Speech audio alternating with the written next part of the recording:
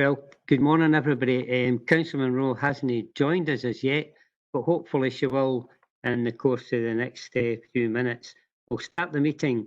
First of all, can I give you a warm welcome and ask you, first of all, if you could maybe be very patient, because obviously we're sitting in one of the committee rooms here and we have a large screen there with nearly 40 people on it, and it's very difficult. So we're going to take everything nice and easy to ensure that we don't miss anybody. I've got Brian and Jack here that will ensure that if everybody's got an opportunity to speak and we haven't went over and not spoken to somebody. So the meeting has been held remotely and the public are excluded. This is the third time that Falkirk Council has met remotely. The meeting has been recorded and a video recording will be posted online shortly after the meeting. The agenda indicated that Thursday morning from 10 a.m. was being held in reserve should it be necessary to run the meeting over 2 days. We propose to take items 1 to 8 today, and we will change the order of business to allow the minute volume and information bulletin to be considered either later today, time permitting, or otherwise tomorrow. If members wish to speak, they should physically raise their hands or indicate using the chat facility. I'd like to ask members to otherwise refrain from using the chat facility and ask if you would speak. You have done so before closing a debate. At that point, it is the responsibility to ensure that you attract my attention to ensure that you have an opportunity. Otherwise, the item will be closed. I'm going to advise members at this time that because of the circumstances regarding this meeting, that we'll introduce comfort breaks at appropriate times of the meeting.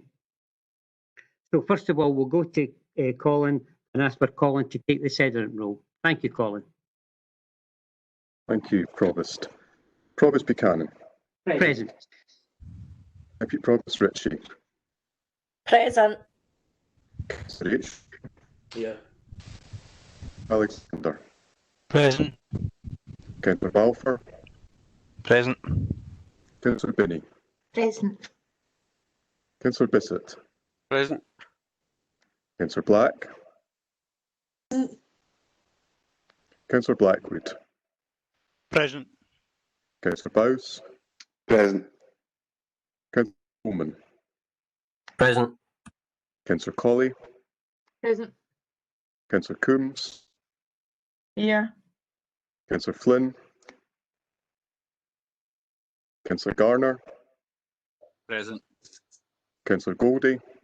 Assume. Councillor Grant. Present. Harris. Present. Councillor Hughes.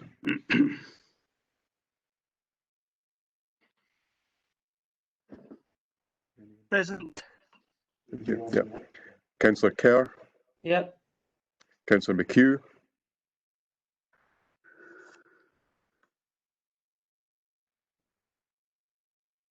Present. Yep. Councillor McCluckie. Here. Councillor Meiklejohn. Present. Councillor Monroe. She's having problems getting in, Mr. Moody. Brian Burry's talking to her at the moment. Councillor Murtagh. Unshot. Councillor Nicholl. Present. Councillor Nimmo. Present. Councillor Patrick. Present. Councillor Reid. Present. And Councillor Spears. Present.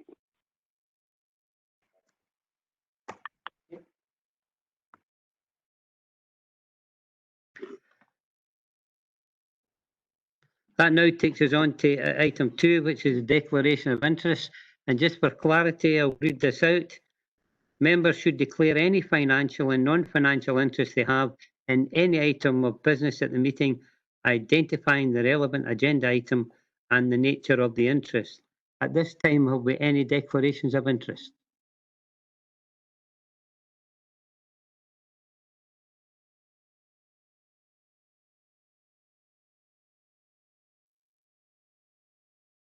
None intimated? Okay, thank you very much. That takes us now to item 3 on your agenda. It's the minutes. Bulletin. We've already discussed the minutes and the volume of the minutes. So it's item 3A, the minute of the meeting of Falkirk Council held on the 6th of May 2020. It's pages 3 to 5 on your agenda. Have we any questions arising from that minute? Or can we agree the minute? Agree. Agreed. Agreed. Agreed. We agreed. Okay, thank you very much. That takes us to item 3B, minute of special meeting of Falkirk Council held on the 30th of June 2020, pages 6 to 10 on your agenda. Any questions arising from that minute? Can we agree the minute? Agreed. Agreed. Agreed. Thank you very much.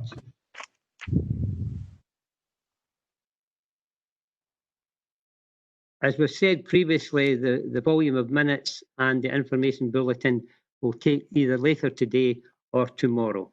That takes us on to item 4, which is Falkirk Council's corporate plan, and the report is by our Chief Executive. Thank you, sir.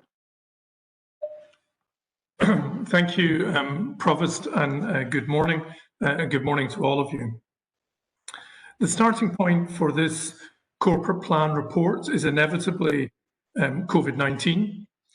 COVID-19 has had a serious and lasting impact on our communities, and aside from loss of life, it has caused much suffering, economic uncertainty, loss of employment, poverty, inequalities have risen, and it has damaged the well-being of many people in our and across our communities. So these are the communities we serve, and we need to be seen to respond to these needs. I think in many ways the Council has responded well to this crisis in supporting the vulnerable, in maintaining critical service provision, providing assistance to business, planning for recovery, and working with communities in new and innovative ways.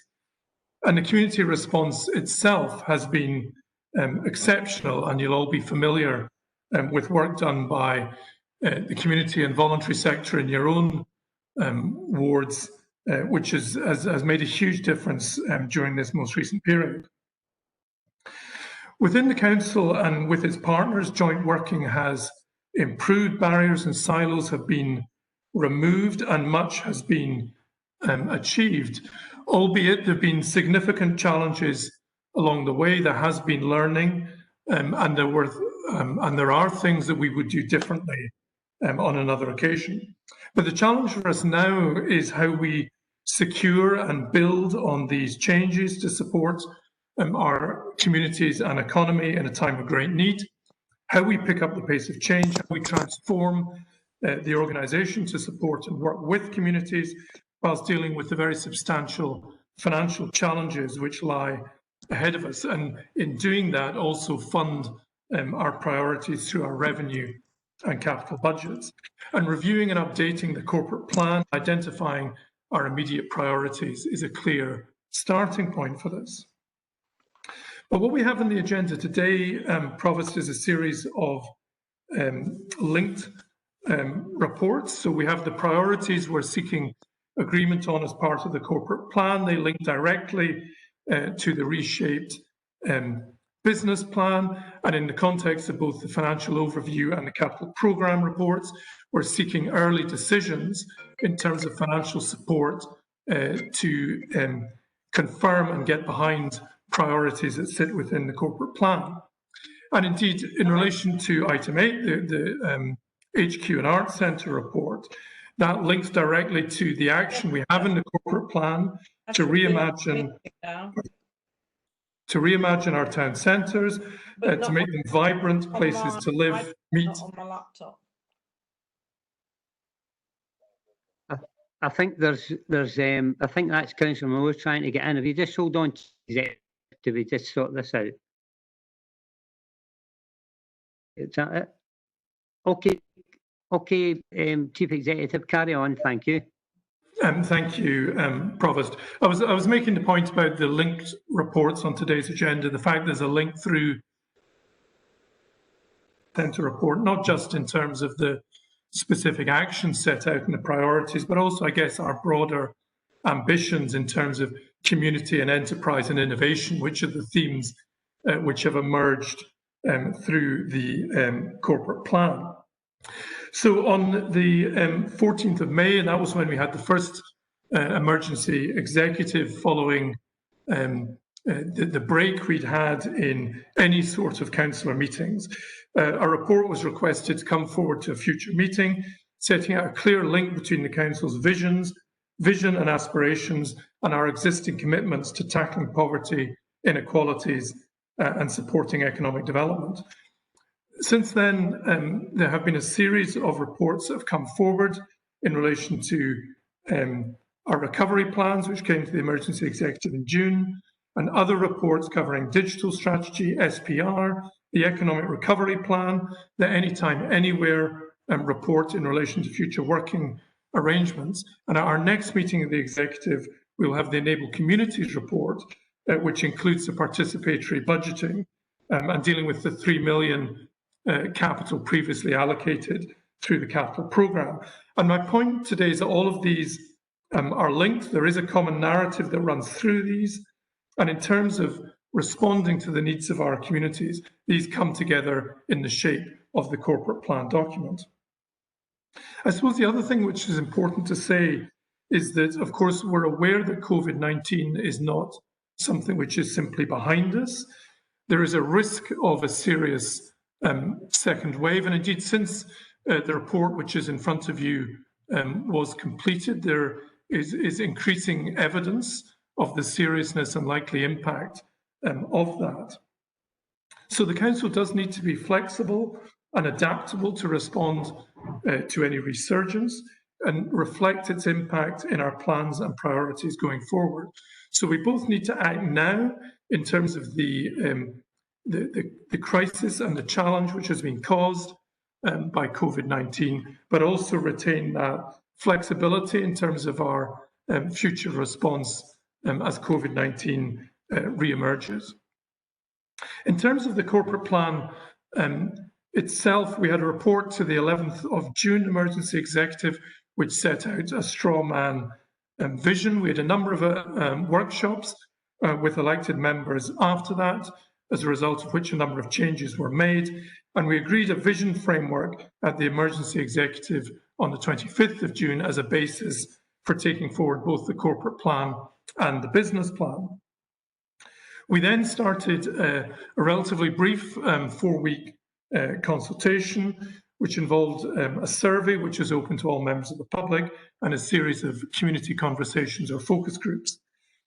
There were 1,467 responses to the survey, 8 focus groups involving around about 100 people, and the findings of these are linked into the report you have in front of you today and were previously circulated to elected members.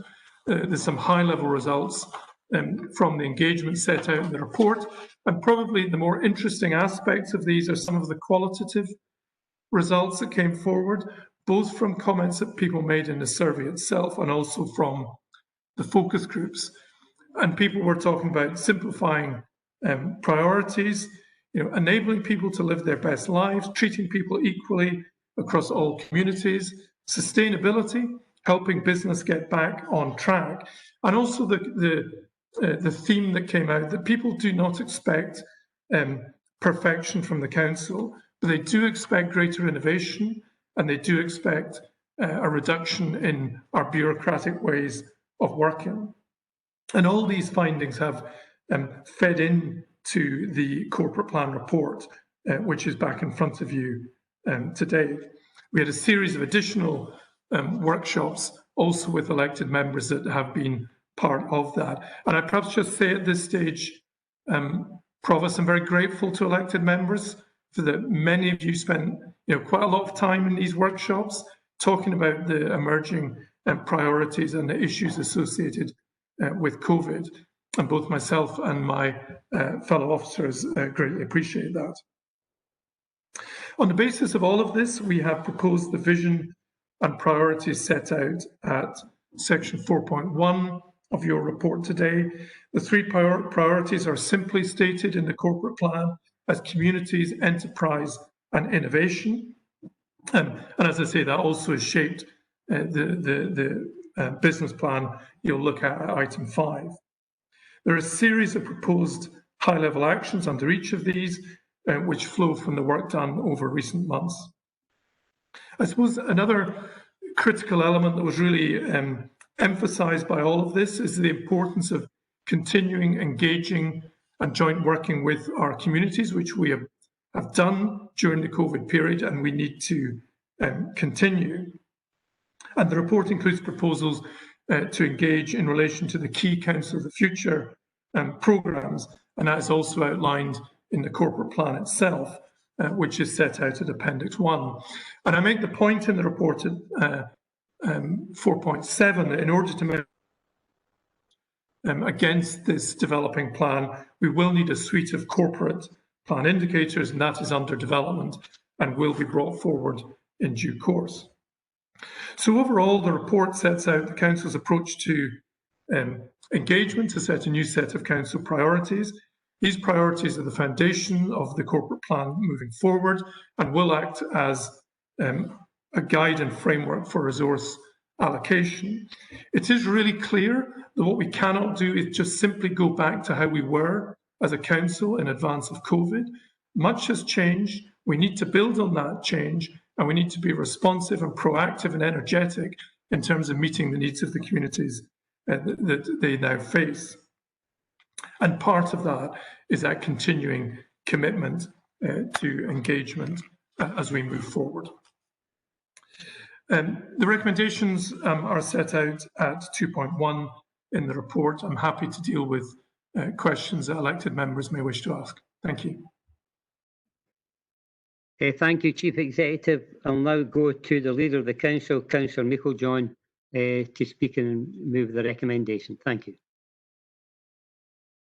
Thank you, Provost, and I would also say thanks to the officers for all their work and actually bringing forward the updated corporate plan, along with many other things that we've asked them to do at this time. However, it was the right thing to do, was to refresh our corporate plan at this time. The corporate plan sets a strategic direction for the council and the goals and aspirations for our area and the way forward. With the impacts we've been faced as a result of the global pandemic, it was right that we could revise our priorities. Following the agreement, all members had an opportunity to contribute to shape the plan. This went out to public consultation, and while I appreciate that many may not have felt that the consultation was perfect within the timescales and with the current restrictions, it was reasonably well represented, and the information from the process was very strong and useful in helping to consolidate the priorities, and our local residents felt that they had been listened to what they thought in relation to our thoughts, many of which concurred. Responses were clear that there was a need to rationalise and simplify the priorities, and that they should be focused on helping people to be all they can be, treated people equally, creating sustainable communities, and helping us get business back on track. And our communities didn't expect perfection, but there was a need to be less bureaucratic in the ways of working. We do need to get on with it, however, and that was a sign of frustration that we cannot ignore that did come through consultation. So distilling the priorities down to 3, which elected members again had the opportunity to review and endorse, we will be ensuring that everybody has an equal chance to be happier, healthier, safe, and to build sustainable communities, help business thrive, and make people more, and make Falkirk more prosperous, and innovative and entrepreneurial. Early in the morning to be saying that, entrepreneurial council that is forward thinking and unafraid of change, to match the vision of making Falkirk the place to be where everyone can fulfil their potential. These are high level statements which clearly indicate that our residents want a dynamic and aspirational council, and one that we must now live up to. Corporate plan will now inform the business plan, therefore dictating where the areas for development and resources are required in order to meet our priorities, which will help us deliver on economic recovery, our digital plan, and the Council of the Future programme, as well as our usual business improvements. We have, as a result of the pandemic, awakened a huge resource and goodwill and talent within our communities. But more importantly, a willingness to work with the council in partnership. We need to develop that partnership, as it will also help us to build sustainable communities, the rollout of community choice initiatives, which better describes what is called participatory budgeting, and will help to deliver on that sustaining our communities.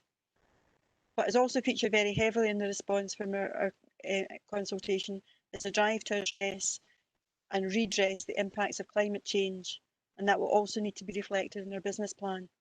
Having consulted widely, we have a far better idea of what our local communities expect as we progress through COVID-19 pandemic and ensure that their priorities are met. Our corporate plan will be challenging to deliver on, but that's as it should be. Otherwise, it is not aspirational. We know that it is ambitious and that the way we are working is changing to make us far more agile to help those who need our support the most. The plans reflect concerns for business and the environment, and for more adaptable and more modern council to deliver locally. It's now up to us to get on with the business plans and start delivering for everyone. I'm therefore happy to move the recommendations in the report and accept our corporate plan. Thank you. Thank you very much. Will we have a second there? Is he speaking? Right. Thank you, Councillor Provost. Hughes. Yep. Provost, Yep. it's Councillor Gardner here. Yep. Thank you, Provost. There's not too much I can add, and Kenneth covered most of the report. And obviously we have a very heavy agenda, so I won't go on too long. This is a good report, and I'd like to thank Rebecca for putting this together and highlighting our approach to engaging with communities and establishing a new set of priorities within our corporate plan.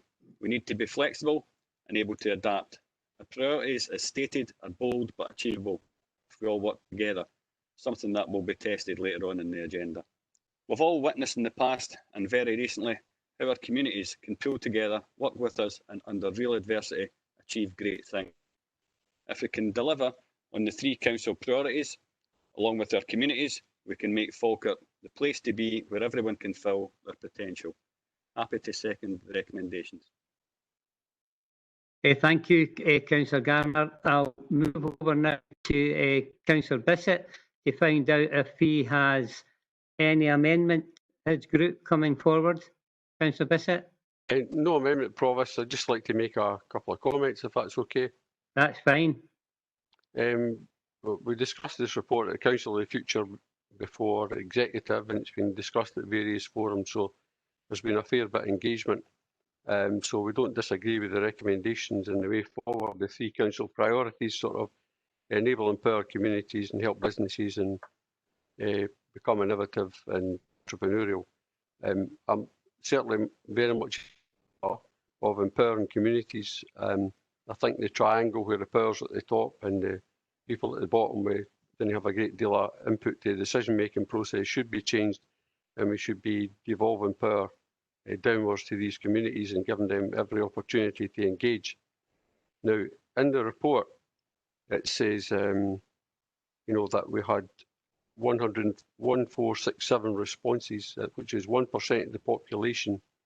And I know that's, was a mix of responses. I just wonder how we can get that figure up. How do we engage further? I know that Kenny Gillespie around participatory budgeting will be looking to engage with CVS and other groups to try and get a wider consultation. So I just wonder, how have we got a plan to try and engage further?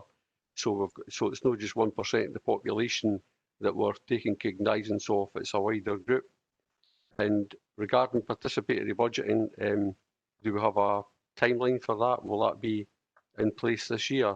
But happy to agree with the recommendations, Provost. Okay, thank you. Before I go on to Councillor Kerr, I'll maybe bring the Chief Executive back in. Maybe if we could answer the question posed by Councillor Bissett there. Thank you, sir. Yes, thank you, Provost. I mean, the consultation we went through in the summer was limited. It was limited in terms of timescale, and actually some of the feedback that we got from communities is that you know, people had been through a lot in their own lives, and actually responding to a consultation wasn't necessarily at the top of their list of priorities, and you can understand that. So although we promoted it through social media and other means, the response, I think, reflects both the timing of it, the length of it, and some of the challenges that people were facing at the time. The report is very clear that we do need to do more in the way of consultation, and there are proposals set out with regard to that. I think one of the interesting bits of feedback that we got was that whilst people were actually quite positive about what was in the consultation, I mean, some of them thought the survey long, but they were quite positive what was in the consultation, because it wasn't simply about budget cuts, but they were waiting to see what impact this would have. And I think that in terms of really getting people engaged and involved as we go on, there is an issue about building trust. If we can be seen to respond to consultations, and if we consult on issues which are, you know, directly relevant to communities, be it SPR or some of the other key projects coming forward, then people will respond. But it's going to take time, I think, to build that trust and get that kind of level of engagement. So through COVID, there's been a good starting point to that, but you know, I'd agree the point there's still quite a long way to go. Specifically in terms of participatory budgeting, there is a report coming to the next meeting of the executive from Kenny Gillespie in terms of the Community Choices programme, as we are now calling it. We are looking to move to implement that early in the new year, and that will obviously depend on the consideration of elected members and the decisions that you take at that stage. Okay, thank you for that. I'll now go to Councillor Kerr. Have you any amendments in relation to your group section? No, we have not, Provost. We're happy with the report. The Chief Executive and Leader of the Council and Councillor Gardner eloquently put in perspective. But the challenge is, Provost, to take everyone forward with this plan, and that's officers, elected members and the communities. As previously stated, it's about changing a whole new way of working and involving the communities. And I take on Councillor Bissett's comments regarding the 1%. That's something that we should try and work on. The COVID thing is a massive issue, as we all know, Provost, and who knows how long it's going to take, whether it be a year, 2 years, 3 years, longer. So it is a different way of working, and the corporate plan that we've got and that we're happy with, I think we need to change in a changing world, and if we need to change and adapt, we need to take everybody with us.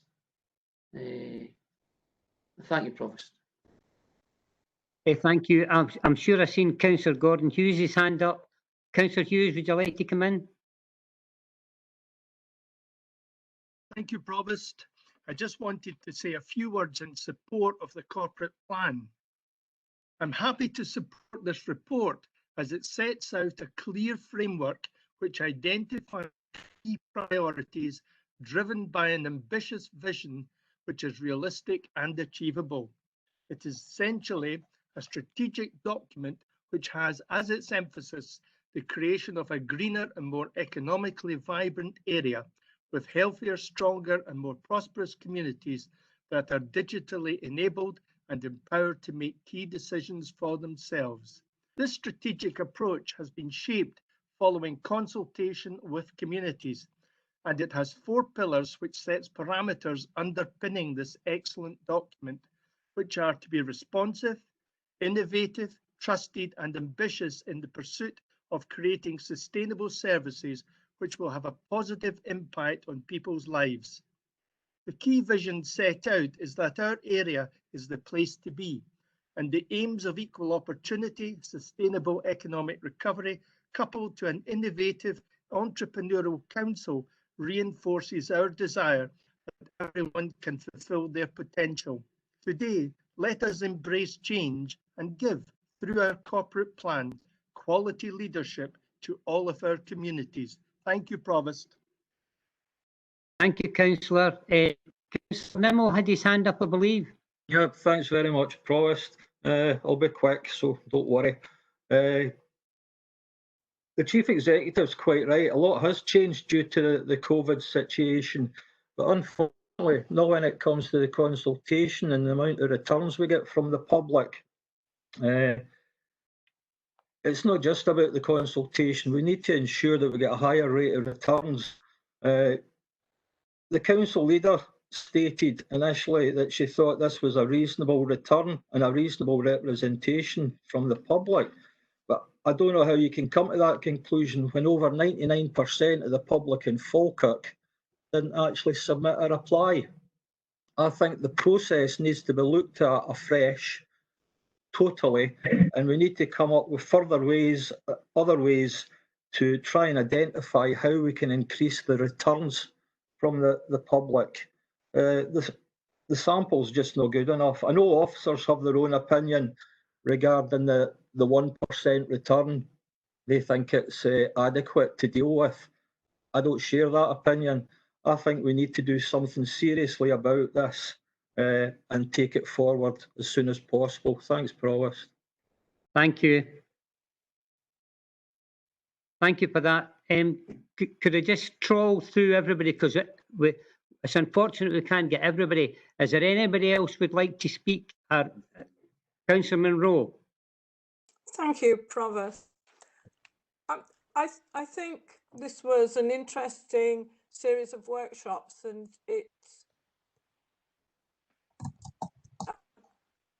positive that most councillors attended. Unfortunately, some didn't, but it demonstrated that we have the right ideas, but we need specific measures that deliver real outcomes. And on page 15, under performance, all it states is that to measure our performance, a suite of corporate plan indicators is under development and will be brought forward for consideration. But without specific means that deliver outcomes, without both, this is a report that's just words. So we really do need those performance indicators. We need to know how this will help economic recovery, support jobs, and how accessible are we as a council? Because one of the things the survey said was that 90% of people that we surveyed felt that the council wasn't the first port of call. So I think we still have a lot of work to do, but I think we have a foundation. But I would really like to see the performance indicators to go with it in order that we can measure progress on the aims we've set ourselves. Thank you. Thank you, Councillor Munro. Councillor Murtagh. Thanks, Provost. I think there's a couple of things that, from what's been said already, and I would associate myself with the remarks of others already, particularly what Councillor Garner and Councillor Meikle-John said earlier on in terms of the priorities for our communities. And this is obviously an overarching plan, and we're simplifying the priorities which we already had down to those three core priorities, and obviously necessarily there isn't going to be the detail below that, but the principles I think are certainly well laid out in the plan. And previous speakers and the Chief Executive mentioned some key words which I want to highlight, and for me, adaptability and being fleet of foot, and understanding that the concept that we are not going to get everything right every time, and that there were things that we would do differently, and we know over the pandemic, but it's been an incredible period of learning for the council and for our communities. and understanding that not all our communities operate in the same ways either.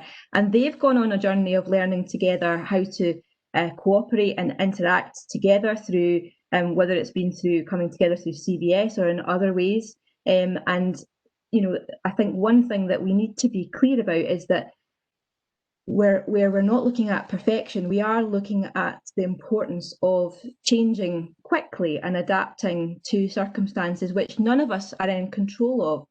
And although I agree that, you know, we do have to look at ways to widen the consultation at all times, and particularly, as was said, it maybe wasn't top of everybody's priority list to be responding to a consultation while we were still mid-pandemic, as we still are, but just coming out of that lockdown phase. I think officers have to be congratulated for the outstanding work that they did over the course of the pandemic in helping our communities, and that we are in extremely challenging times in terms of engaging with our communities in particular. The ability to go door to door, to have community meetings, to talk to people is simply not the same as it would have been even in previous times where we maybe struggled to get our communities to come to these sorts of meetings and interact. So actually, I think that in responding quickly and gathering that information, there's a great deal of praise to be had, and I think we've all experienced in the many briefings we've had has been alluded to, the effort and commitment of our officers to gather that information and analyse it and put it within this report. And I think this is an excellent report that outlines those priorities. One thing that is clear, and Councillor Garner alluded to this, is that our communities want us to get on with the job.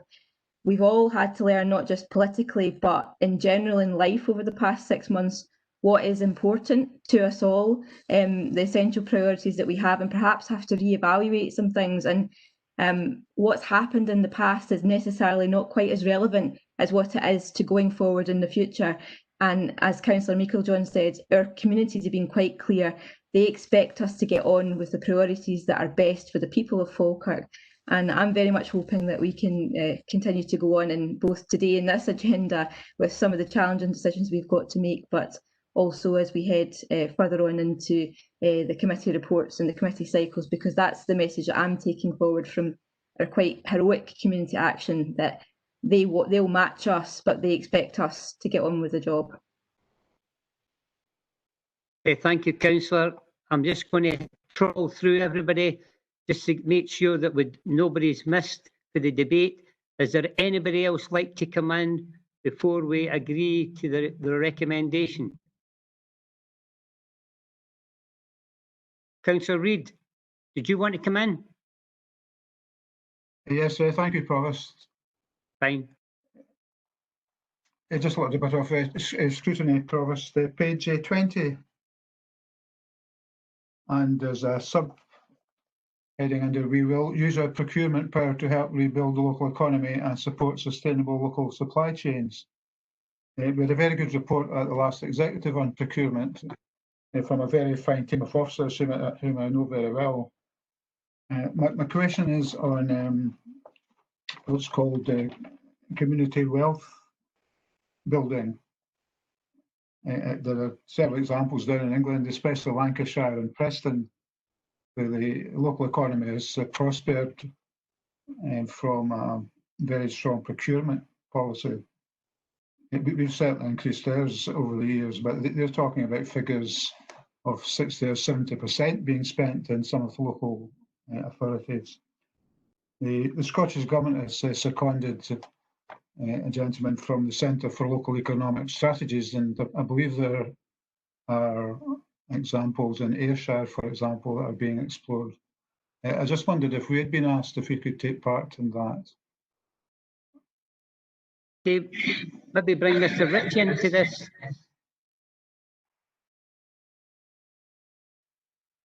Mr. Ritchie, would you like to answer that question for Councillor Reid? Yes, thank you, Provost, and good morning, members.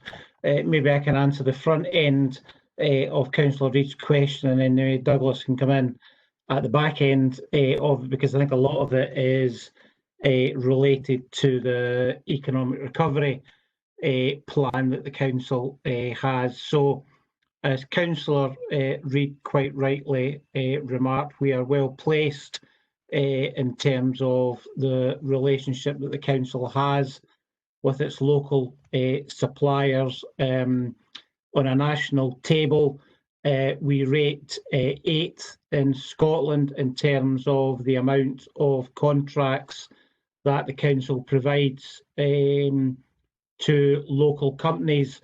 And of the 7 who are above us, we've got the island councils, who you would understand for geographic reasons have high dependence on local suppliers, Glasgow, Edinburgh and Dundee. So we do well, and indeed probably punch above our weight in terms of business that we are able to do with local suppliers.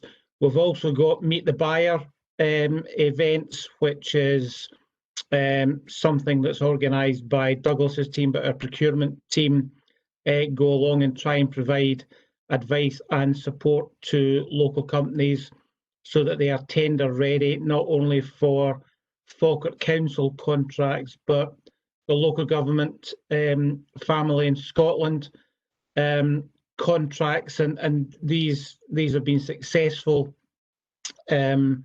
engagements that we've had. The next step, as Councillor Reid has said, is to look at the model of community wealth building down south, and that's something that's been led from a kind of economic recovery perspective. Maybe the last thing for me to say before I hand over to Douglas is that Councillor Reid rightly referenced the community wealth building in North Ayrshire, I think it is. They start from 19% of their council contracts are awarded to local companies. We're up at over 30% of our contracts awarded to local companies. So that kind of maybe brings me back to where I started, that we started this from a position of strength, but maybe that's my cue to hand over to Douglas just to talk about, say, how community wealth building just plays into the wider economic recovery plan. Thank you, Provost. Thank you. Mr. Duff. Happy to follow on from Stuart there, Provost. Yeah, the community wealth building models we're familiar with, and we were researching these and preparing the work for the investment zone submission that was made to the Scottish and UK government. And there's a national centre in inclusive growth that has been evolving some of these models that we've connected with. And so what we recognise in that is that we should build on the good practice that we have here.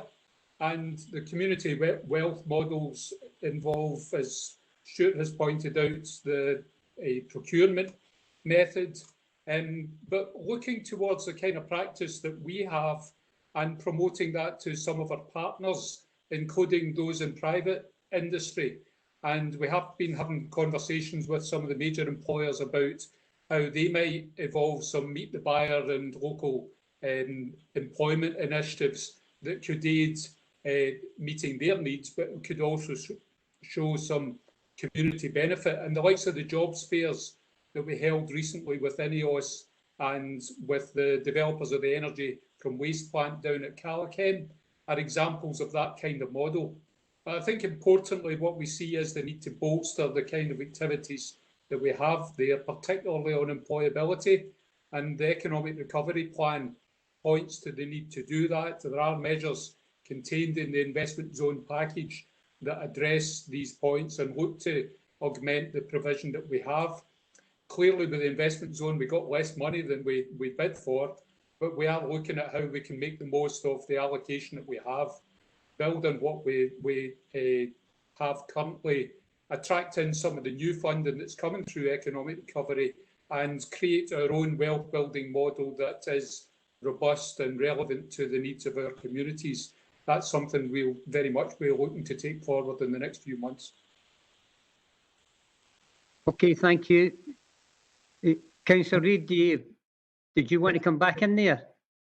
Yes, thank you, Provost. I think that the Preston figures probably include the work done by the local companies as well as the council when you do a close reading of it. So perhaps we need to encourage that rather than our own particular exercise. There's an item below that, Provost, about reimagining our town centres, making them vibrant places and so on. I know the Falkirk Town Centre will feature prominently this morning, so I won't mention that. But Gravesmouth seems to have stalled at the moment, and there's always pressure in the press from Bowness. Can I be reminded where we are with these two particular communities and their town centres? Thank you. I think we'll maybe bring Mr. Duff back in that one. Thank you, Mr. Duff. Happy to come in on that point, Provost. So, obviously, some of that work has been affected by the COVID situation and constraints on working in each of these areas and in the projects. But what I would say is we've been very actively working up the plans relating to the Town Centre Capital Fund that was allocated to us by the Scottish Government. We were given 1.9 million to spend by the Scottish Government in support of our town centres, and the executive agreed that Falkirk, Grangemouth and Bowness would be the focus of that effort, given the vacancy rates in each of these centres. So we have got programmes being worked up in each of these locations. In Falkirk, it's around upgrading the public realm principally, and carrying on some of the work from Townscape Heritage Initiative that took place. In Grangemouth, we're looking at quite a significant project to demolish vacant units along Kerse Road and relocating the businesses there into the town centre that will enhance the occupation of units in the historic core, or the core of the Grangemouth Centre, but also creates a development site that hopefully will be able to attract other development towards. In Bowness, we've got proposals being worked up for adaptations at the library and acquisition of some vacant properties that could help with development to take place. And we're hoping to get these works underway very soon. So we are keen to progress that. Just also to mention that we did receive word last week of an additional allocation of £700,000 to top up that Town Centre Capital Fund, and we are working up some more detail on that to bring forward to the Executive. Okay, you happy with that, Councillor Reid? Yes, thank you, Provost. Okay then, if there's nobody else, we have a motion moved and seconded. There's no amendment, so we're agreeing the recommendation. Agreed. Agreed. Okay, thank you very much. Agreed. That takes us to item 5 on your agenda this morning. It's Falkirk Council's 3-year business plan 2021-22, 2023-24. The report is by the Chief Executive and it's pages 23 to 82 on your agenda. Thank you. Thank you, Provost. So the purpose of this report is to seek approval of the business plan. And as members will recall, the Council's first 5-year business plan was approved in May of last year. The intention was to update it on an annual basis to drive the business of the Council. However, as a result of the uncertainties, financial and otherwise, brought about by COVID-19, this second annual plan has been delayed, and also in view of these uncertainties at the current time, we're looking forward on a 3-year horizon rather than a 5-year horizon, though it is our intention to revert to a 5-year programme as soon as we're able to do so. So the business plan is aligned with the proposed corporate plan now agreed, and is framed in the context of the same council priorities. And it brings together the medium-term financial plan, the Council of the Future change programme, the workforce plan, and also recovery actions flowing from the work being done at this stage.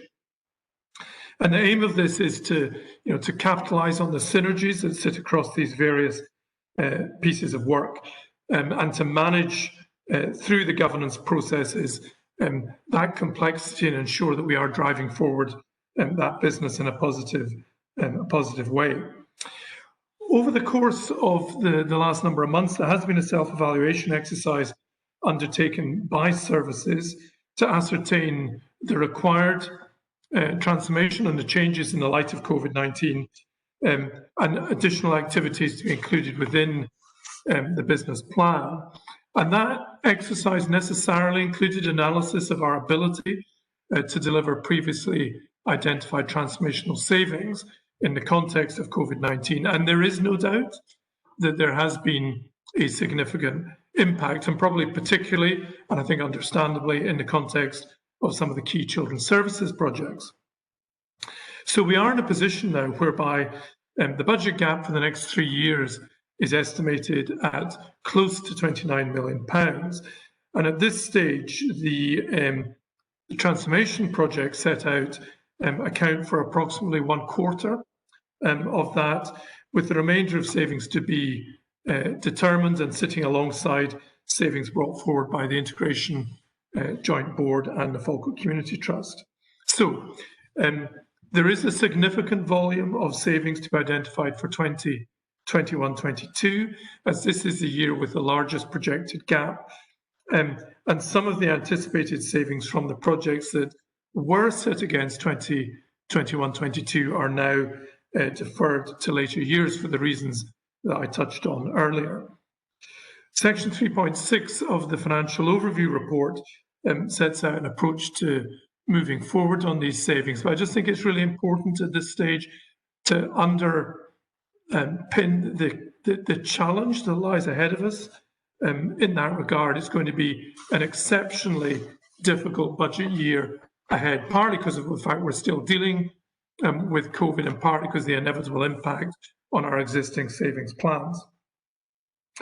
The key themes emerging from the evaluation of existing transformation projects are set out at 4.6, and the 23 projects now included, proposed in the Council of the Future Change programme are set out at Appendix 2, and details of the 10 priority projects are set out in the business plan itself at Appendix 1 under each of the themes. From paragraph 4.9, we set out some key proposed areas of capital investment, 2 of which relate to digital and are recommended for approval as part of the capital programme report, and others, including a potentially substantial investment in the digital communities project, will be subject to consideration in due course as part of the wider emerging capital programme. Paragraphs 4.14 and 4.15 refer to the use of the change fund that was agreed as part of the Council's budget for 2021 in February.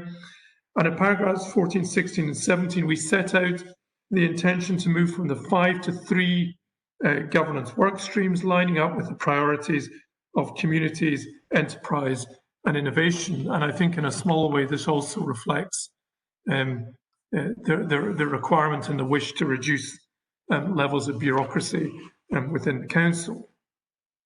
The Council's workforce strategy is set out in Appendix 4. It includes an assessment of our current workforce, the challenges, changes and opportunities that lie ahead in relation to the key transformational pieces of work, future workforce requirements and the necessary actions to be undertaken. And members will note it is estimated that in the context of the business plan, there's likely to be a reduction in approximately 200 full-time equivalent posts over the period of the business plan, though this does not take account of the likely increase in some parts of the Council, and most notably in early years. And indeed, it's worth noting that over the last 3 years, there's actually been an overall increase in FTE because of the reshaping of the workforce and some of the new priorities. In terms of the business plan itself, as I say, it's set out in full at Appendix 1 with the latest position in relation to the medium-term financial plan, the core business recovery and transformation actions under each theme, and as I say, the details of the priority projects. The report, Provost, sets out the key considerations of the three-year business plan as a framework for future financial planning and transformation. Future reports to the Council of the Future Board will continue to chart progress and report against this, the challenges, the risks and the issues. And given the impact of COVID-19 and the scale of work to be done to bridge the identified financial gap, this clearly represents an enormous challenge for the Council. As I've said, it will be a key focus for the Council in the forthcoming period. The recommendations, Provost, are set out at 2.1 in the report, and I and my colleagues are clearly happy to respond to any questions or issues that members might wish to raise. Okay, thank you, sir. Now go to the leader, Councillor Meikle-John. Thank you. Thank you, Provost. I think the business plan probably is fairly self-explanatory, and I don't want to add too much more to what Mr. Lawrie has said, other than we recognise that changing and volatile environment we find ourselves in as a result of COVID-19, the business plan has to be realigned and refreshed to align with our corporate priorities, which we have just agreed, and this is now a route map to actually delivering on them. We did have a 5-year plan, but in recognition again of the acute situation that we are in this period, it's now been reduced to 3 years, which takes us into the most critical area as we are officially in the worst recession. There has been a huge amount of work has gone into this document, and I thank officers for the time they've taken in pulling all of this together and the realignment work that's had to take place. But it is work in progress, and this needs to be very much a living document to adjust to the potentially changing climate that we're living in. We know that we potentially are likely to have a second wave of COVID, the impact of which is unknown, nor the severity or the timescale, and we need to be fleet of foot within our business planning to adjust that in order to be able to maintain the financial stability going forward. There's, however, much to do in order to populate the plan and to fill in the gaps, and we see from the estimated trajectory that next year we're facing a gap of 13.5 million, with the following year's gaps of being lesser to meet. However, nonetheless, they will still be extremely challenging to meet. The change programme is being realigned to reflect our priorities. However, as a result of the pandemic, there are savings plans that have been delayed for this year, which we would have anticipated to start to deliver in next year. Thus, it will make the hill steeper to climb. 25% of the gap over the next 3 years has been identified from within our change plan. We'll still to complete the work to fulfil the 75%, which will have to come from other avenues and projects. This will give the opportunities for elected members to bring forward suggestions to assist with this process. There's also a need for investment in areas that will bring around transformation and modernisation of the way we deliver our services, responding to customer demand, and to help those savings work in a different way. For example, digital communities, automation and mobile and flexible anytime, anywhere have all come very much to the fore as a result of COVID, and there's a need to invest in those areas to be prepared for the services of the future, and indeed and look to bring in any efficiencies. Responding to our climate emergency and our entrepreneurial and innovation commitments, particularly around the hydrogen cell development, as well as our growth deal, will all require to be resourced, and that aligns very clearly with our recovery plan and the creation of jobs, and in order to actually create that wealth that in the circular economy, it's really critical. as any recession requires, you need investment to be able to take you through that and to come out the other side. Workforce planning is essential. Our staff are our greatest asset, and in this changing environment, we have to take them with us. We've had very good engagement from the trade unions, and we need to work to maintain that, as they will be the key to helping us make the culture change that will come with that transformation. Business plan sets our framework for our financial planning and transformation and taking the council and Falkirk district forward. I'm therefore happy to approve the recommendations in this report. Provost, thank you. Thank you. Your seconder? Councillor Bowes. Thank you, Councillor Bowes. Thank you, Provost. Can I agree with the Chief Executive and the Leader of the Council that obviously this report ties together with the corporate plan. In the next 3 years, we're going to spend 1.5 billion on services for the people of Falkirk. And yes, there will be a shortfall of 28.8 million over that period. The report sets out how these savings are to cut, where they're to come from, and with 8.62 million of savings being determined by elected members. I never ever take this as been an easy thing to do. It's hard. It's hard having to go through these, but I'm sure as ever we'll do that work.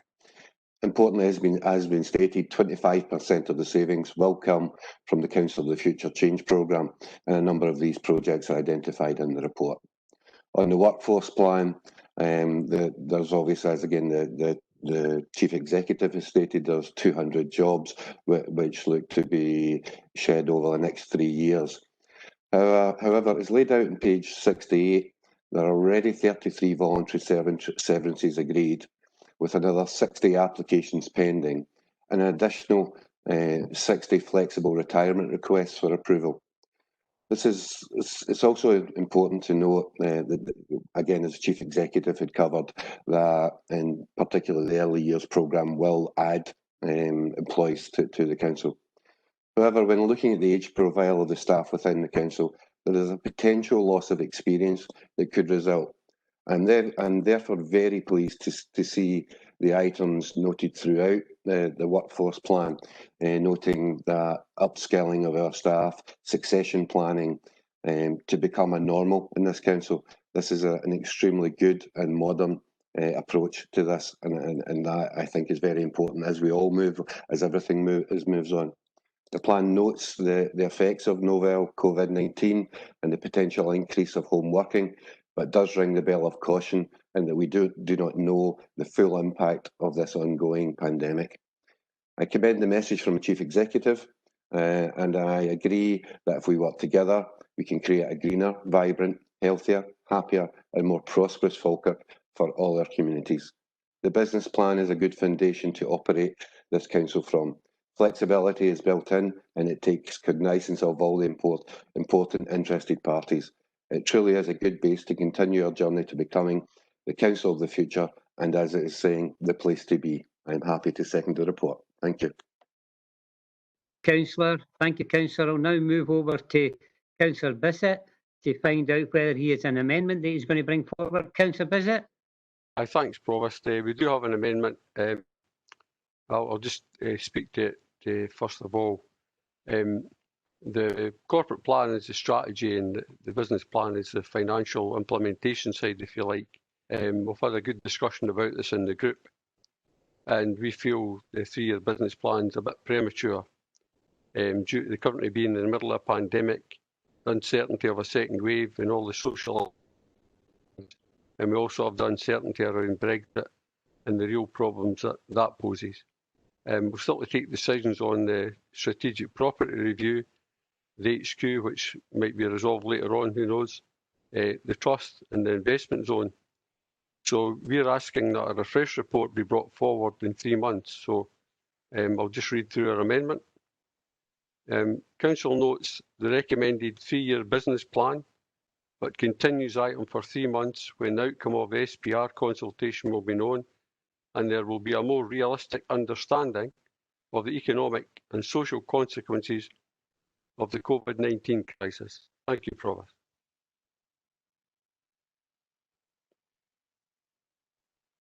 Thank you, Councillor Bissett. Have you got a seconder for your amendment?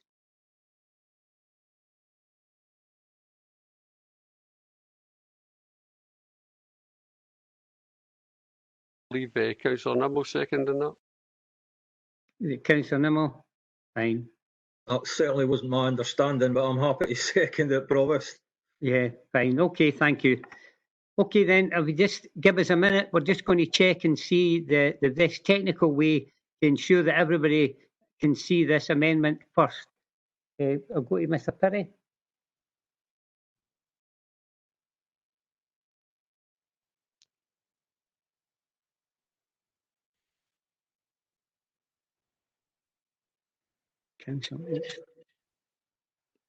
Can everybody see that on their screen? Yes.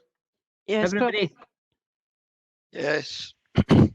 Provost, I've got a question. Yes, indeed. Could I ask, I don't know whether it be Mr. Smale or the Chief Executive, but what the impact of delaying our business plan, albeit for 3 months. I know that we're at a very critical time, and that as a result of that, there may well be a knock-on effect to some work that is required to start at early doors in order to start to deliver on our corporate priorities. Okay, we'll bring Mr. Smale in a minute. I think there's quite a number, just like myself, just had seen this amendment, and we're just sort of going through it at the minute. So if you guys a couple of minutes, thank you. Thanks.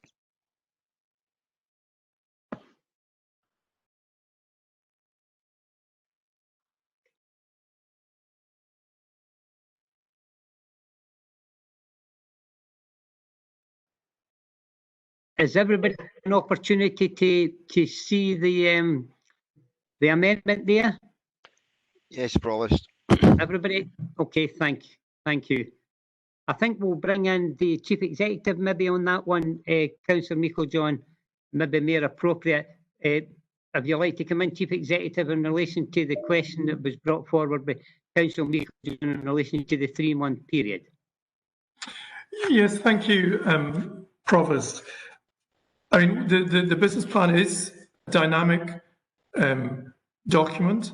There's a huge amount of work that is ongoing at the moment, and it will be that will change over time. So, I mean, we talk about something like SPR and the fact that that needs to be resolved. There are always going to be ongoing projects. There are always going to be things to be resolved. It will be a dynamic document. So, what we're looking for in recognition of that is an approval at this stage, knowing that there's more to be done and that we will be bringing the business plan back. And normally I said in my introduction, it'd be an annual report, and I think recognising the impact of COVID-19, it may need to be more frequent than that at the current time.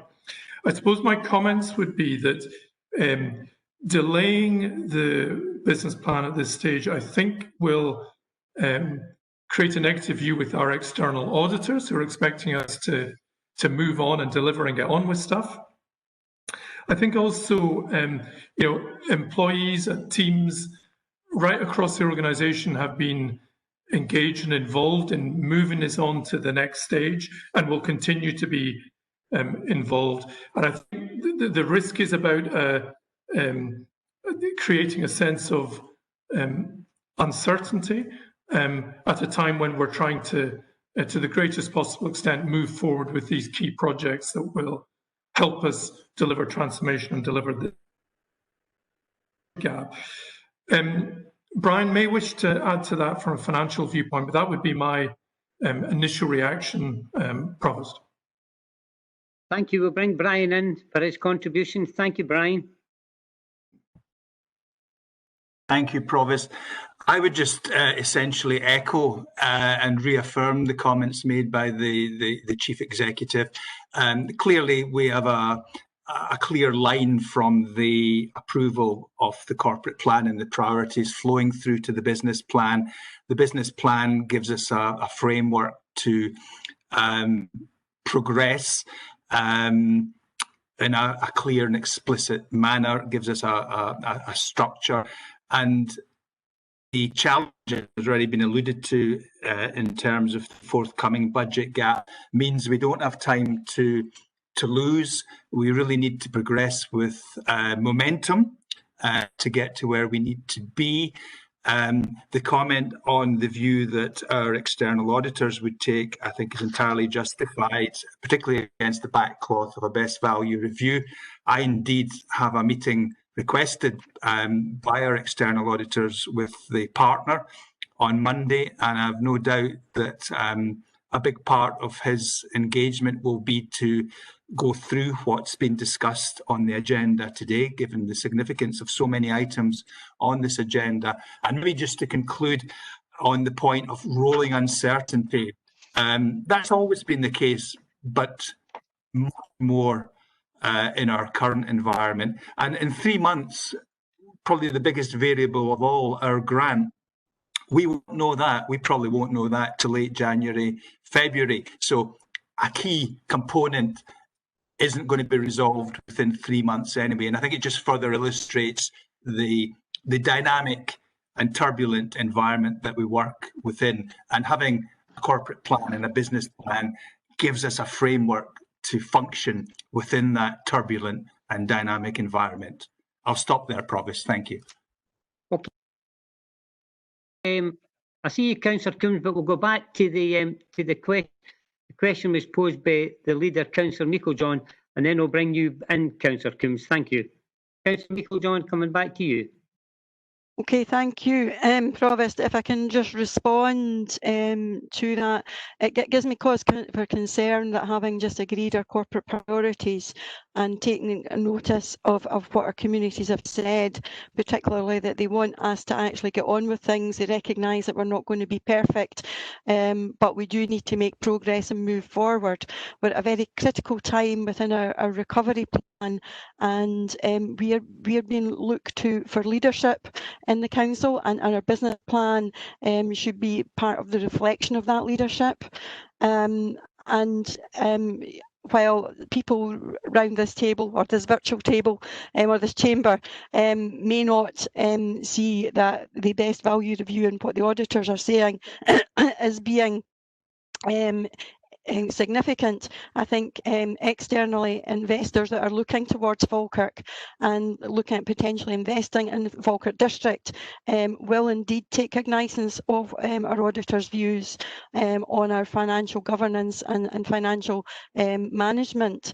And that will reflect on us reputationally going forward. So I wouldn't want to support a delay in forward the business plan. It is going to be dynamic. It will change.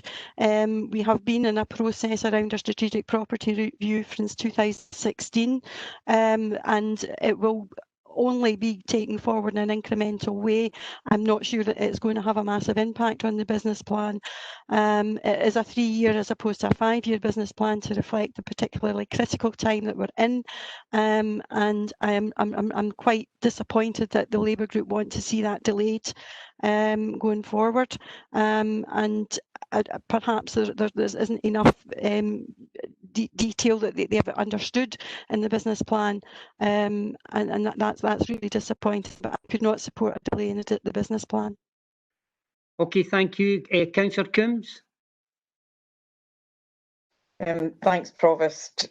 Speaking in support of the amendment, I think obviously it is important that a multi-million-pound organisation like the council, with 7,000 staff, has to have a realistic business plan to provide a framework for the decisions that we make and the service delivery. And I'm obviously happy that officers are thinking about these things. However, to be meaningful, any business plan has also got to be realistic. And this business plan isn't realistic because, as Councillor Bissett said, it's premature. And it's premature because it presumes the outcomes that nobody here can foresee. Just recently,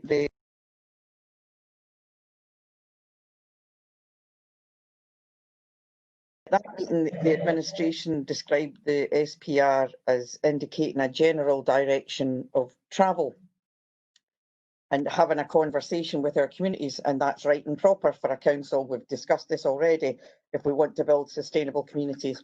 However, the medium-term financial plan sets out £4 million worth of savings from the Community Trust. and that's 40% of their current grant. That can only be achieved if the Trust closes leisure centres, town halls and libraries.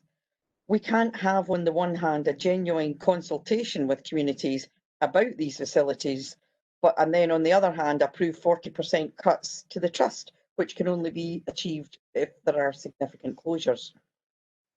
In the forward to the corporate plan that we've just approved, the Chief Exec says that we need to honestly explain the difficult decisions. And it would be fundamentally dishonest for this council to embark on a consultation on the SPR, knowing full well that any comments were meaningless because the business plan had already been decided about which facilities to close. I think the two of these, it needs to be highlighted. You can't do both. If we're having open and honest consultation on a business plan that we approve today, then it's not open and honest consultation with the public. I also think it's premature because we've got no way of knowing how COVID is going to pan out. I honestly do think it's going to be a second lockdown. It's going to have a big impact on what's going on. And in the middle of a global pandemic, it's a bad time to produce a plan. We're building on sand. There are far too many known unknowns and unknown unknowns.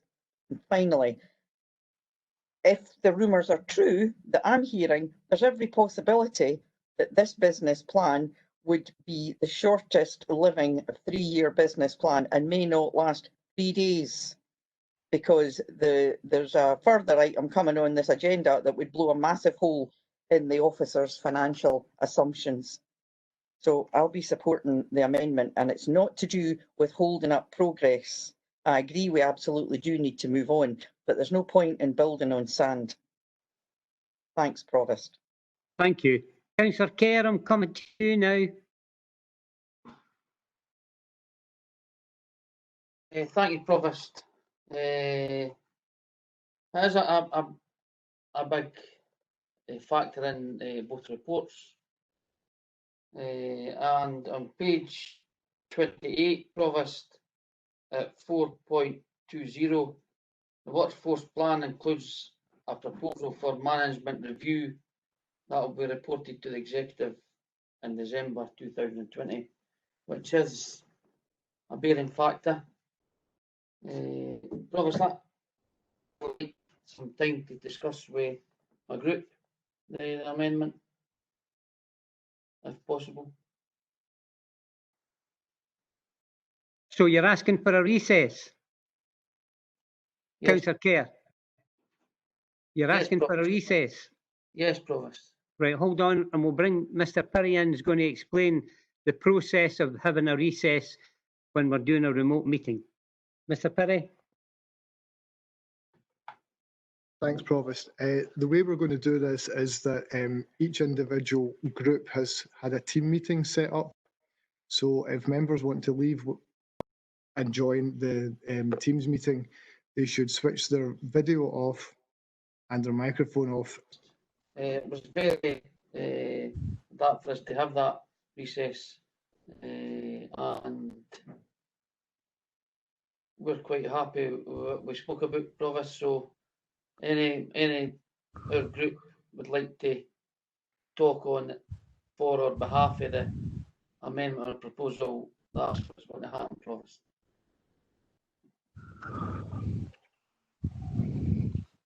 Thank you. I'll bring in Councillor Goldie. I believe he's been waiting. Councillor Vinnie, you'll be next. Thank you. Councillor Goldie. Here he is.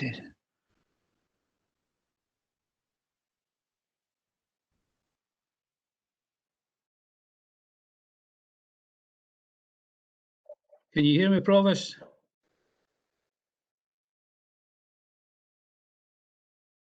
Can hear you, Dennis. We can hear you, Councillor Goldie. Carry on, sorry, sir. Provost. Well, just to say that obviously I will be supporting if it goes to a vote, the 3-month holdover on the thing. But there are two interesting points that I would like to. There's a number of interesting points, but on page 35, recovery, implementing town centre action plans, and on page 36, reimagine our town centres, making them vibrant places to meet, eat, shop and do business. and I'm sure everyone would support that. It's just how do we arrive at that at the end of the day, because there will be changes, obviously, to that. But we can all reimagine a town centre and work towards doing that. So, do you specifically want to ask those questions just now, or are you waiting to the IQ? No, I'm not asking a question. I'm just making a statement, Provost. Statement. That's fine. Thank you, sir. Thank you for your input. Councillor Binney, thank you. Thank you, Provost. I really want to reinforce this business plan. I'm sure we're all aware it's only councils that can change and adapt that can deliver the best value for money, efficient services, and deliver high quality and inclusive services for the communities. I don't really want to be using a lot of buzzwords, but there is a few in this report. Whilst, and this is an important aspect as well, whilst lifting our employees up to feel part of the way forward, because they indeed will be very pivotal. Now, as we know, this can be achieved through a digital agenda, which, as we know, has greatly accelerated, and the world is not the same at the moment.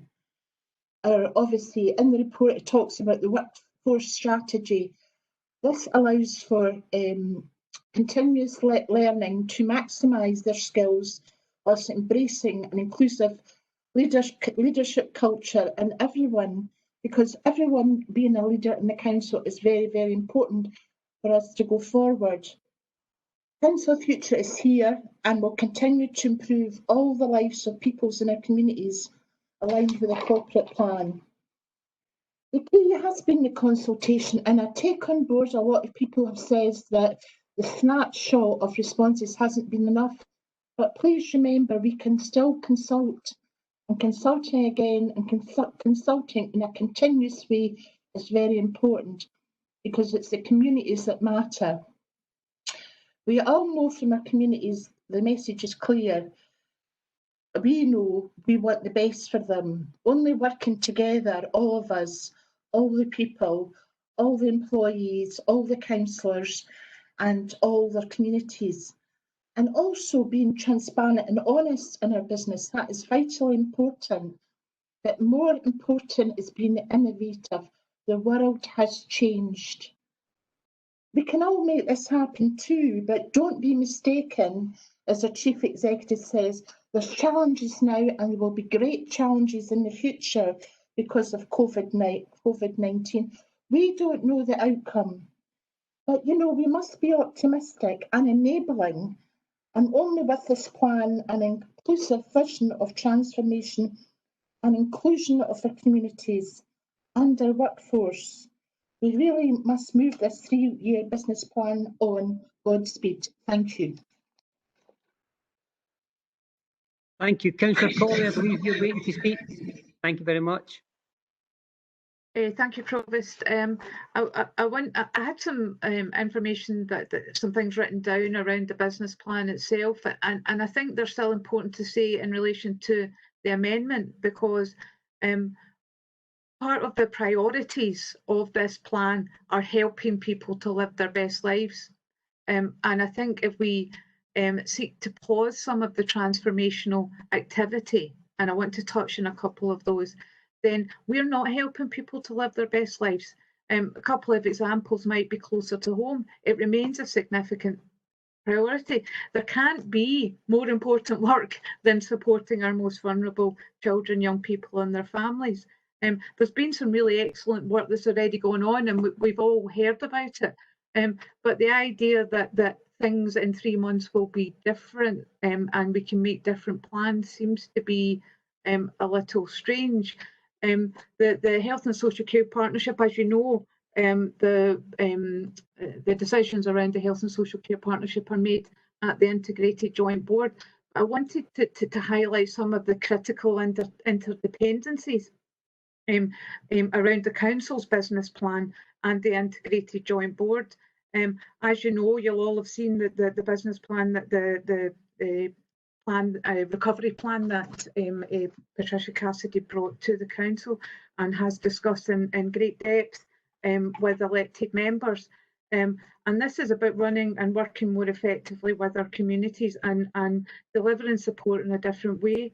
I think that many people want to remain at home for longer. I think in my experience, that's what people want. And the partnership has ambitious plans to work in priority in partnership and the priority council service, and I want to touch on them. But the innovation and focuses outlined in the report have a beneficial impact on the partnership and on support to disabled people, older people and their families. So to give you a couple of examples, housing and the development of accessible housing and speedier access to adaptations and equipment. Critically, technology, digital, we all know that this has made a significant difference to a lot of people, and we've all had to learn, and we're all discussing how Teams and this and that, and it doesn't quite work as we planned. But we've got a real change in focus, but it's got a real change in focus on how we provide support to people in our communities.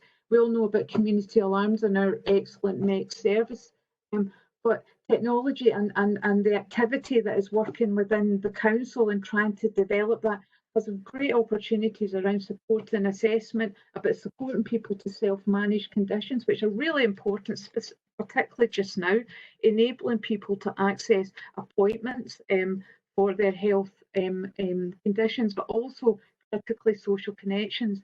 And the work around communities, they're the bedrock of enabling people to live their best lives, reducing isolation, maintaining connections, and delivering support that improves well-being. There's a lot more I could say, but I think Councillor Kerr said something about earlier on around the corporate plan, and it was about being responsive in changing times. We live in challenging times, both economically and practically. We don't know what's going to happen in a month, never mind 3 months. And I think the idea that things will have changed and we will be more certain in 3 months, I think is, I would say, very unclear. And I think that we need to be responsive. We need to be able to say, we'll make a plan, but we will change it if it needs to change. We will be responsive. The plan already goes to the executive every 6 months. There's already a review every 6 months.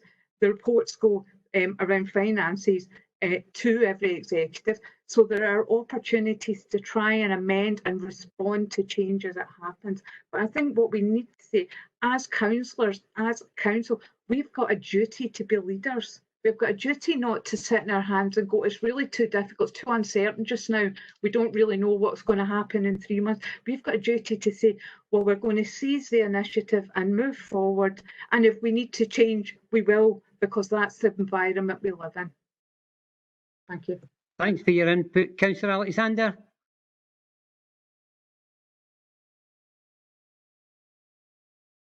I think my colleague, Councillor Colley, just said it all. We're not going to put everything on hold for 3 months. We need to crack on now and get on with governance.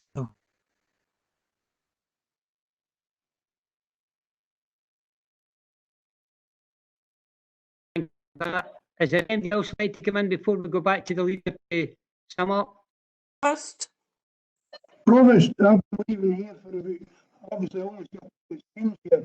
I've been here for about Wait a minute. Councillor McCluckie, you want to come in?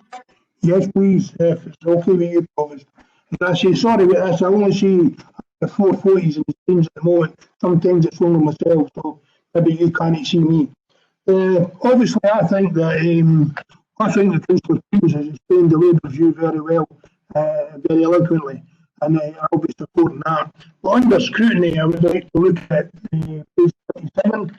We talk about the hydrogen cell pilot, 130,000. What we've heard this week is that a small-scale hydrogen transport awareness that we've passed. And what we've heard from the Scottish Government, very serious concerns that a number of councils are not taking it seriously enough, because Aberdeen have put in 15 hydrogen buses. That's a real substantial way to see the future, because the reports that we've had in, the reports on the carbon, low carbon people are stating that hydrogen could be the vision of the future. And what we've done as a pilot is for council that claims to be leading in green energy and everything and trying to go and save the planet is a small bid to make folk aware right, why did we know in a substantial bid and be a Scottish leader and put in for something that we could really see work in? Obviously, there has to be of the buses, and as I say, if we can get something and see how effective it could be in the future. If we want to go and be leaders, as just said the last speaker, then what we've got to do is be leaders and for real projects and been shown the people of Falkirk that we intend looking at this. So that's my point in that, Provost. Thanks for that, John. John, it seems to be you're quite inaudible sometimes. I think if you get a position closer to the screen and the mic, we could hear you better. Thank you, sir. Councillor Reid, I believe, and then Councillor Munro. Yes, but I was just a wee bit of scrutiny here, please. Page 48, well, 49, sorry. At the bottom of the page, there's a need to consider measures to attract younger people into the council. Well, we couldn't argue with that, but what are the measures that are being considered? Okay, who would like to answer that? What officers would like to come in on that one?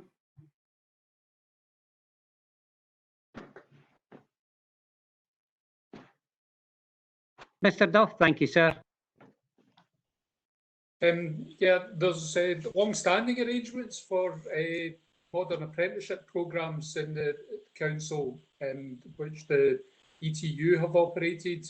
We have seen some of those dwindling in recent years because of the financial pressure that services are under. And so recognising the effect of the downturn and the economic recovery measures, we are highlighting that we should maybe try and reinvigorate some of that work, encourage more uptake of modern apprenticeships and other taster, job taster programmes, that kind of stuff around the council. We could be utilising the likes of new kickstart monies that have been announced, which would help to give opportunities for young people to come in to placements with the council. And therefore, to do that, I think we do need to invigorate the involvement from different council services. We need to identify the pathways and the supports that services can offer to young people so that they can become better embedded and support our services, as well as benefiting from that opportunity themselves. Thank you. I'll bring Mr. Ritchie on this topic. Thank you, Mr. Ritchie. Thanks, Provost. I was just going to make the same points that Ted Douglas has made, so I don't have anything to add to what Douglas has already covered. Thank you. Back to you, Councillor Reid. Yes, I won't be alone in my family and the young teenagers having real difficulty in getting jobs because the market's pressing down the way. I think you need a degree now to stack shelves in Morrison's. It's a real problem, and it's going to have tremendous effect on this generation. I don't think this report should pass as well without reference to the reopening of schools and compliments given to everybody involved in this absolutely massive task. So if I could take the opportunity to do that for us, yeah, to thank everybody concerned. Okay. On a lighter point, if you move to page 73, Provost, page 73 and item 6, review training and development. If you move into the third column, it says ensure that all employees have an annual God conversation. Is that not discriminating against atheists and agnostics, Provost? Or is that a typo? I believe it's a typo, Councillor Reid. Right. I just thought we were pushing people in the way of religion, but we're not. Okay. Thank you, Provost. Okay, and I think we all echo the sentiments what you stated in relation to the people that are working so hard for everybody in our community, especially in the schools and other areas. Councillor Munro, I believe you wanted in. I think in terms of these these plans, I recognise that they're fairly high level, but there are so many issues in here that are important, and Councillor Reid outlined some of those issues, particularly around youth unemployment, because we've seen the numbers of young unemployed go up from between March and August by over 1,000, and most of these young people are employed in retail and hospitality, and therefore it's very important that when we put together these plans that we have specifics. And one of the things about these plans is that we lack sufficient goals and timescales in and young people who are in need of a job and need a future need action from us now, and I think it's really important that we bear that in mind in our discussions, and I'm inclined to support the Labour amendment because I honestly feel that there are so many things missing from it, and period isn't going to make a huge amount of difference, and many of the things that follow on in this discussion and debate today may well impact on the overall outcome of what goes in this plan in the longer term. Thank you.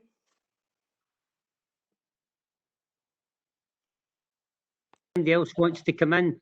Could I say at this stage that highlighted by a number of speakers in relation to the job situation, employment, and even the fact people that have maybe had 4 or 5 years at university and come out with their degrees, they're finding it extremely difficult to get positions. So it's right across the board. Councillor Meikle-John would like to sum up. Thank you. Thank you, Provost. I find this frustrating because we've got members that are speaking, particularly around unemployment and jobs, and the need to be getting on and doing things now. Yet we want to delay our business plan. We have the opportunity to participate within the UK Start programme that will help our young unemployed people who are really struggling, as has been said. It'll help our lone parents, as been said, but we have a business plan here that would help facilitate all of that, including investment within an employment and training unit, because they're at capacity at the moment. They've got about 900 people on their books that they need to take to the next stage and identify placements and move them into that next phase, enable them to get ready for work. We have a host of people coming behind that are in need of support. We don't know what furlough is going to finish very soon, and we don't know what the impact of that is going to be as businesses actually start to decide their future and downsize, etc. And there's people who have found themselves unemployed now that have never been unemployed in their lifetime, and we are not going to be able to be immediately responsive to that if we do not approve our business plan today. We're going to delay it, and while 8 weeks, 3 months maybe doesn't sound a long time in that respect, but when you're on the breadline, it is. There's various other aspects of an economic recovery that really needs to be moved on. And then you have all the critical services, and I'm not going to go back through everything that Councillor Colley said, but she summed that up perfectly as to why we should be showing leadership, we should be driving forward our business plan. And it is not built on sand. There are foundations there. It does need to be populated. Nobody is disagreeing with that, but that's part of the evolution of the business plan. It is meant to be dynamic. And perhaps people have forgotten how we'd evolved the last business plan before COVID came in. because it didn't have all the answers either. We do need a suite of performance indicators, and that will be developed. But why stop progress until you have everything in place? You stop progress, then we are actually going to make things worse for our communities out there, and we are not going to be seen as showing the leadership that we have. Things will happen. Things will happen this year. Things will happen next year. That will have an impact in the business plan. We will need to look to address it. But that's why we have the regular reviews. That's why we have the regular financial updates that always refer to our medium-term financial plans. So I really find that some of the statements today have been quite contradictory. And if we are serious about addressing some of these issues, then we need to get on with it and stop delaying. And I would really urge members to consider approving the business plan, and let's get on with the work we need to get on with. Okay, thank you for that. Go to Mr Moody now for the vote. Yes, thank you, Provost. The motion consists of the recommendations at paragraph 2 of the report and is moved by Councillor Meikle-John and seconded by Councillor Bowes, against which there is an amendment moved by Councillor Bissett and seconded by Councillor Nimmo. The amendment has been displayed on screen and has been circulated to members by email. Provost Buchanan. Amendment. Deputy Provost Ritchie. Motion. Councillor Aitchison. Amendment. Councillor Alexander. Motion. Councillor Balfour. Motion. Councillor Binney. Motion. Councillor Bissett. Amendment. Councillor Black. Amendment. Councillor Blackwood. Amendment. Councillor Bowes. Motion. Councillor Coleman. Motion. Councillor Colley. Motion. Councillor Coombs. Amendment. Councillor Flynn.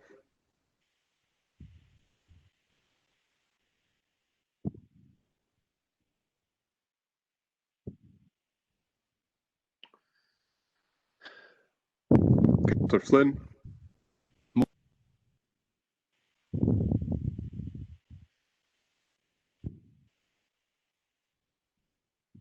Is he unmuted? Councillor Flynn, sorry, we didn't get that. Motion. Thank you. Councillor Garner. Motion. Councillor Goldie. Amendment. Councillor Grant. Motion. Councillor Harris. For the motion. Councillor Hughes. The motion. Councillor Kerr. Amendment. Councillor McHugh. Motion. Councillor McCluckie. Amendment. Councillor Meikle-John. Motion. Councillor Monroe. Amendment. Councillor Murtagh. Motion. Councillor Nicholl.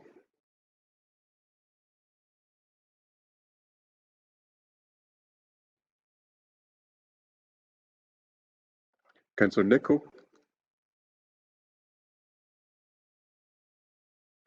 Sorry, we can't hear. Councillor Nicholl, I wonder, are you able to indicate in the chat bar whether it's motion or amendment?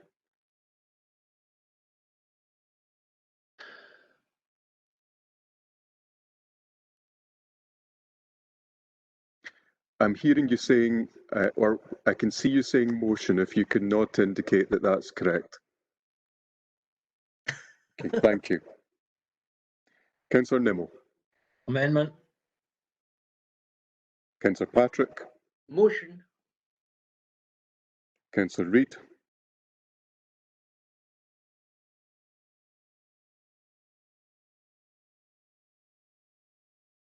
Sorry, Councillor Reid, could you repeat? The amendment, sorry. Thank you. And Councillor Spears.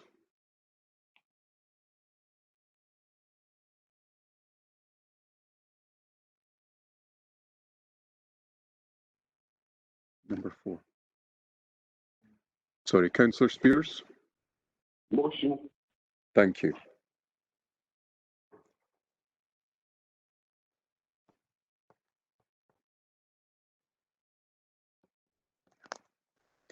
Provost, there are 18 votes and 12 for the amendment, and the motion is accordingly carried. Okay, thank you. Now, this is an opportunity before we go into item 6 for a 5-minute comfort break. Gives you an opportunity to take your eye. Thank you for that, everybody. I hope everybody's back. Screen here that fluctuates, where people come on and people disappear. So I'm just hoping that everybody's here. So we're going to item 6 on your agenda this morning. It's the financial overview.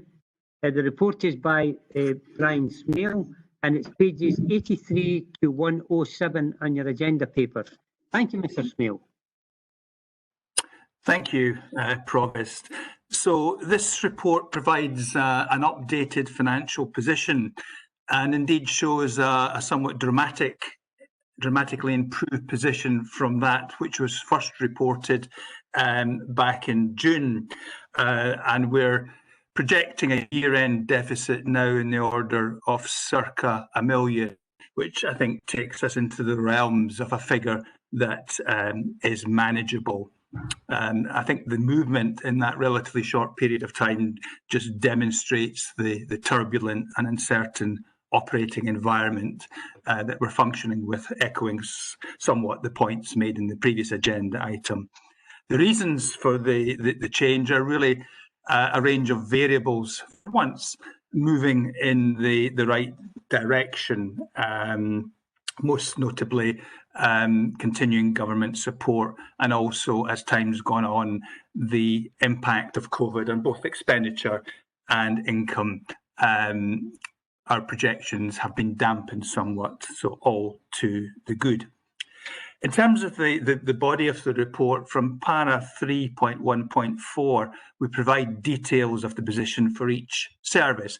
Now, I'm not intending to go through these, but I'll flag up particular paras that I think are worthy of your attention.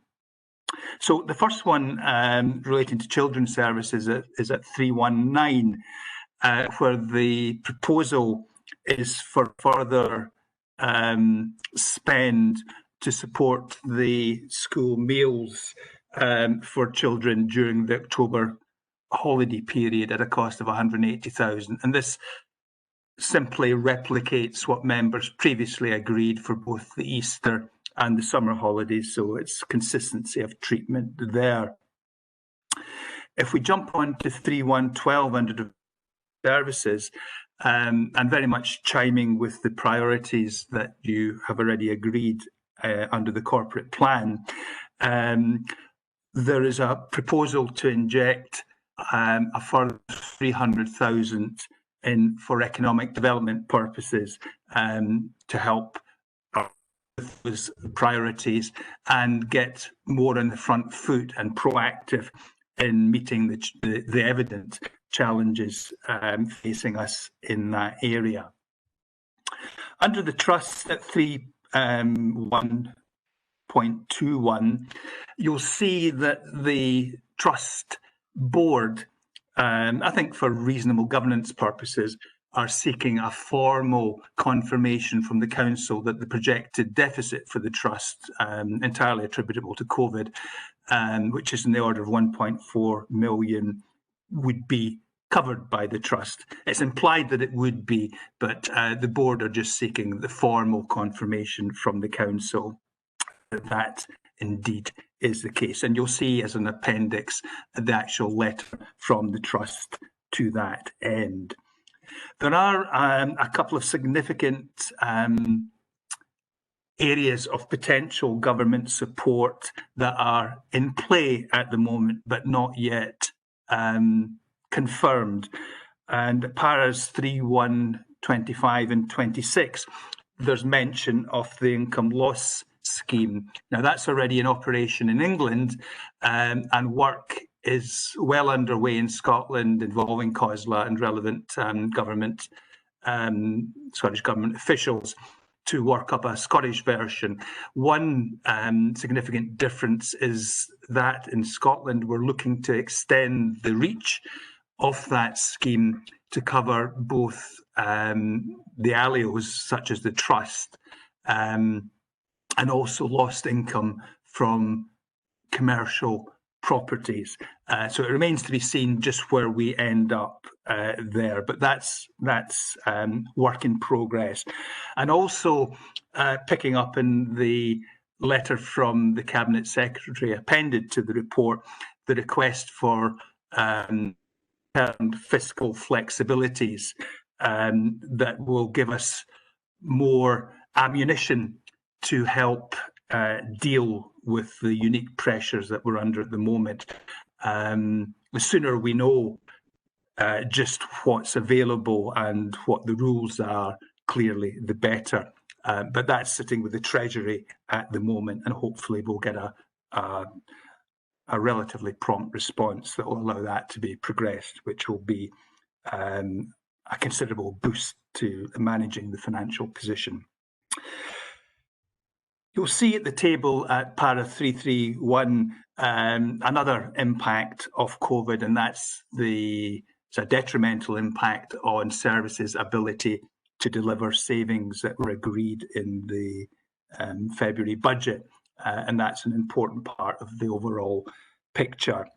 And the table also at 341 shows you the component elements that get us to the 1 million projected deficit. So that's wrapping up the narrative that precedes it in the report, and just shows in one table the various elements, how they come together in aggregate to get to that position.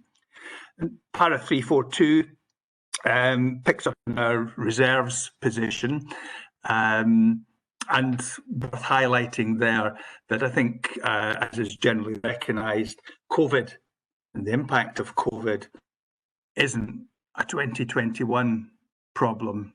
It's not a 21-22 problem either. The impact of this is going to be with us for some unspecified time into the future. We're all aware of other scary projections on the level of unemployment, and that has significant impact indirectly insofar as government revenues from tax will be reduced. That feeds through to what's available for distribution for public services, and will tend to come through potentially in detrimental grant settlements. And more directly, people in those circumstances don't have the wherewithal that otherwise they would have to pay their council tax, their rents, etc. So our revenue streams will also be impacted. So it just reinforces the necessity of retaining a healthy level of reserves. In section 3.5, we turn from the general fund to the HRA.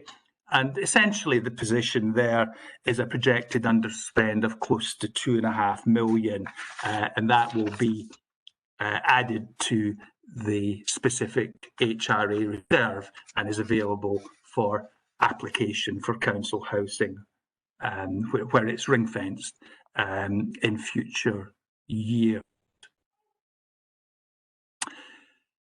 We move forward in section 3.6 from the current financial year and turn our attention to the position beyond the current year in terms of the medium-term financial plan. And you'll see in the bar chart at para 362 the profile. Unfortunately, the profile is skewed or loaded to the front end, i.e. the biggest gap is in 21-22, i.e. next year, which isn't very many where we are at the moment. Clearly, it would have been helpful if we could have inverted the bar chart, and that would have bought us more time to deal with the year of projected greatest challenge. But that's not the way it is, and we have to step up to the plate to deal with what lies ahead of us for the next year. Flowing from that, the report then goes on to propose 2 courses of action to help deal with that challenge. The first one is the proposal to reconvene in early order the member budget working group, the cross-party member budget working group, so they can get their teeth into dealing with that challenge. And also how we might harness the zero-based budgeting report, which you may recall was mandated by members back at the February budget meeting. You'll see from the report that a three-prong approach is proposed. This was previously advised to members in the recent suite of workshops. So here we're looking for members, if they're so minded, to formally confirm that that's how they want to take that exercise forward. The conclusions at the end of the report there, section 6, essentially saying two things. As things sit, the current financial year 2021 is in financial terms manageable, still a deficit, but of a scale that's manageable. And secondly, as I've just highlighted, the challenge, the forthcoming challenge to bridge a significant gap in 21-22, i.e. the forthcoming budget exercise. And if we jump back to the recommendations at the front of the report, the first four are really dealing with the 2021 situation, including those two areas of additional spend, school meals and economic development, and the latter three are geared to beyond the current year in terms of, in particular, the 21-22 budget. I'll stop there, Provost, and happy to try and address any questions or points of clarification that members may have. Thank you. Thank you, Mr. Smale. We'll go directly to the leader, Cecil Meiklejohn, Councillor. Thank you. Thank you, Provost, and thanks to Mr. Smale and his team, because they've been heavily involved, obviously, in the development of the business plan and indeed pulling together this financial overview. And it's been challenging with moving targets, so to speak, with the various funds that has evolved, and thankfully that's been a positive experience, because our current financial position has significantly improved since it was first reported to group leaders and then to executive in June, having moved from the 14 million gap to 1 million as a result of the various monies from central government. As always anticipated, we would receive additional funding to support the work in dealing with the pandemic and its impacts. However, we're not through the worst yet, with the potential of a second wave, of which we'll not really know the impact nor how long it may last. And as a result, we need to be prepared for that. Last week's announcement by the UK Chancellor to cancel the autumn budget puts Scottish Government in a similar position as to last year and creates uncertainty at a time when it's already very challenging, a time when finances are also very pressured, and it makes planning very difficult. However, the Scottish Government doesn't have the ability nor the autonomy to set its budget without knowing or having an indication of the block grant. This could, however, be made easier with additional powers, and work is ongoing with COSLA to support the Scottish Government in seeking the fiscal flexibilities that Mr. Smale has referred to and is in the paper, looking at solutions, not just about asking for more cash. The flexibilities are not just about central government, but will also help councils too, and it's ironic that local government has more borrowing powers than the Scottish Government has. The additional flex around using capital for revenue, the load repayment holiday, the reduction of the interest rates for Public Works Loan Board rate going forward would give a suite of tools that could assist through difficult times, particularly next year, where is our biggest challenge. Well, this year's gap can be managed through in-year savings and the use of reserves. Future years in particular, next year's gap of 13.5 million, which is more challenging as a result of COVID, having delayed our transformational projects, will be extremely challenging, and therefore the work required to identify projects to meet that gap needs to urgently begin, hence the recommendation for the reinstatement of the budget working group. Now more than ever, there's a need for members to work collaboratively, having highlighted year on year the same savings options being put in front of members and consistently rejected, there's a real opportunity for members to be involved at a more granular level, and that's what is being proposed with the zero-based budgeting approach, and I hope that members will truly participate constructively in that. It is fully anticipated that there will need to be a use of reserves as part of a response to cover, as part of a recovery plan. That, however, must be prudent and enabling. Having approved our corporate plan priorities, we need to support them and resource them appropriately. Recognising that we're still dealing with the pandemic and that we will have to yet see the full impact of what needs to be continued to support for our most vulnerable. That's why there's a commitment to continue to provide school meals during the October break, being mindful that this year it's a 2-week break. This is consistent with the approach that was taken at Easter and the summer holidays. One of our key priorities, which we've just agreed, is economic regeneration.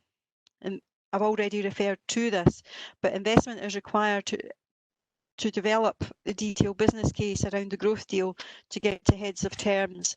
Once we've got heads of terms, we have the ability to start to draw down money, but there's significant work required to do that.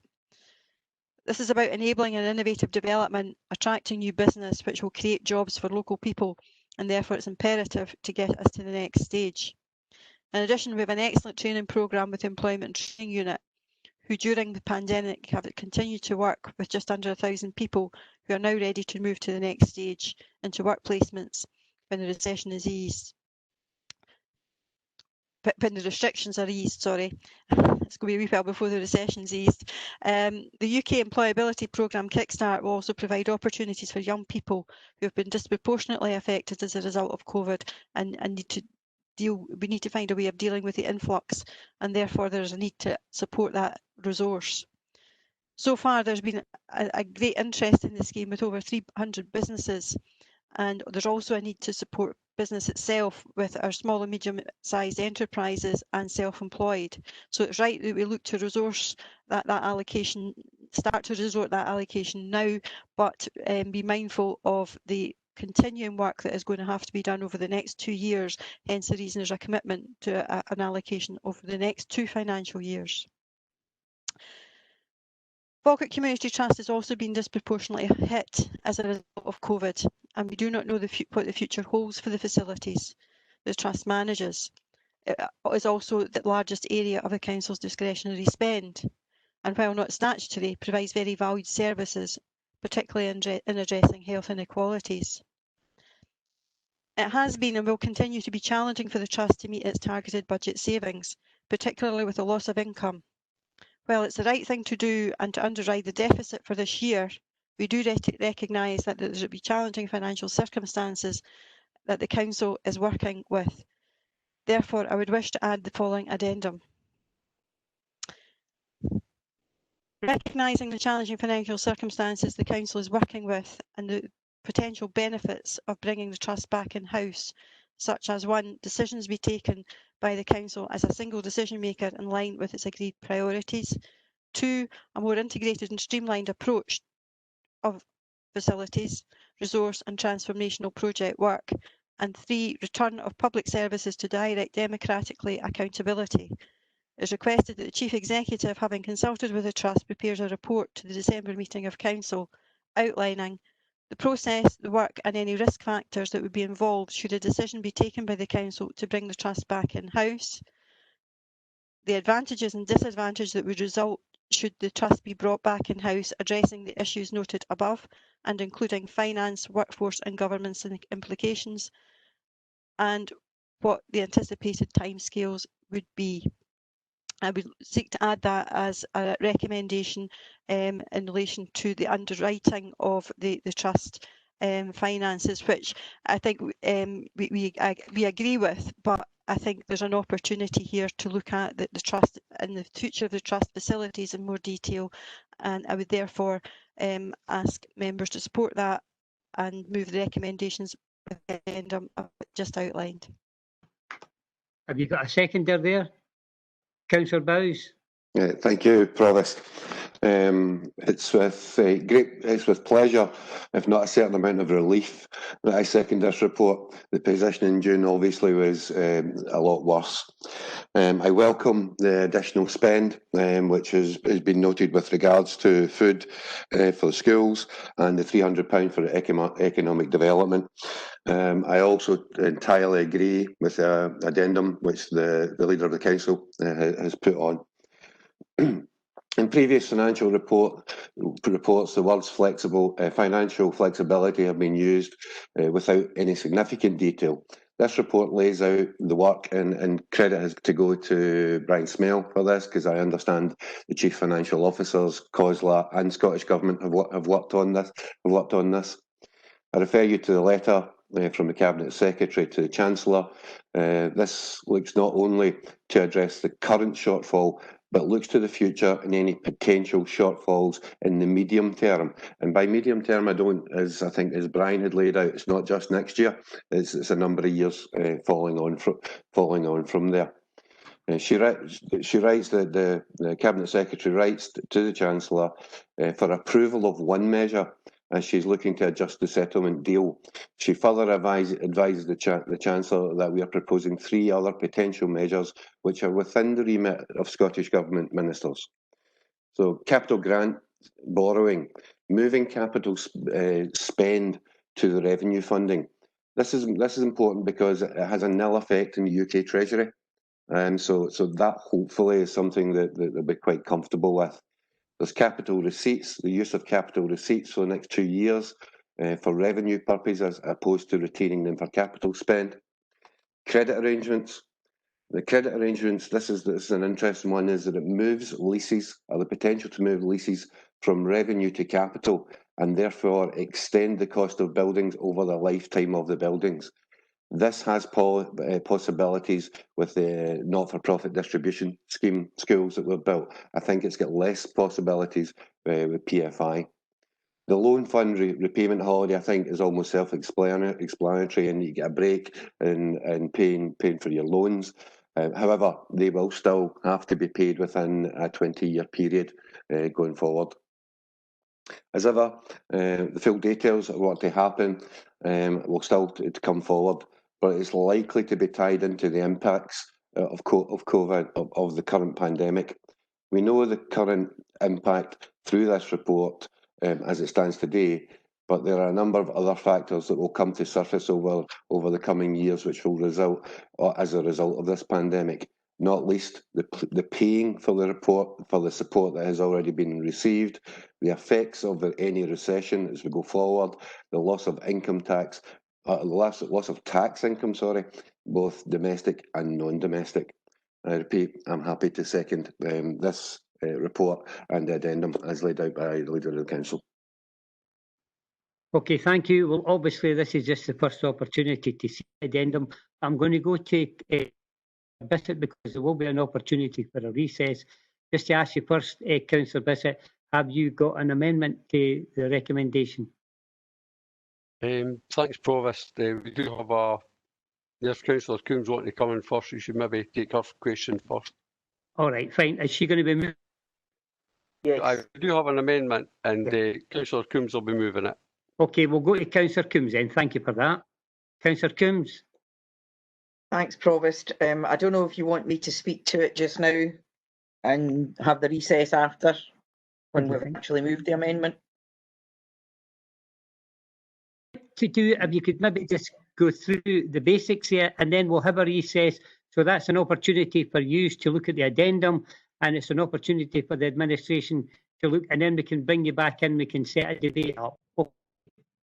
If you could move it and then we'll get it seconded, and then we'll call a recess so everybody can look at everything. Thank you. Right. Okay. Right. I want to say a few words first as to why I'm moving this amendment. Fine. I think that it is obviously a relief. The financial consequences of COVID aren't as serious as what we once feared when we got the executive. Sorry, when the executive last received the report. So I take some comfort from that. But I do have to take issue with the recommendation regarding zero-based budgeting. glad to hear that the leader says that it is important and she's looking for full support from all members, because I have been banging on about ZBB for some time. And the reason for this is that every year the budget process consists of officers preparing a menu of potential savings, which are then punted around our political groups. As members, we've got no idea what other suggestions were considered by officers, and we've no knowledge or input as to how the officers have considered alternative delivery models. Some years ago, we had comparatively painless savings, if there is such a thing, based on rebasing assumptions, which begs the questions why they weren't put up as options the year before. I personally keep saying this when I find something that I think that's not too painful. It's like, well, why are we still doing it? Why wasn't that in last year's cuts? I can't believe that any other multi-million-pound organisation with 7,000 staff has such a partial approach to finding savings.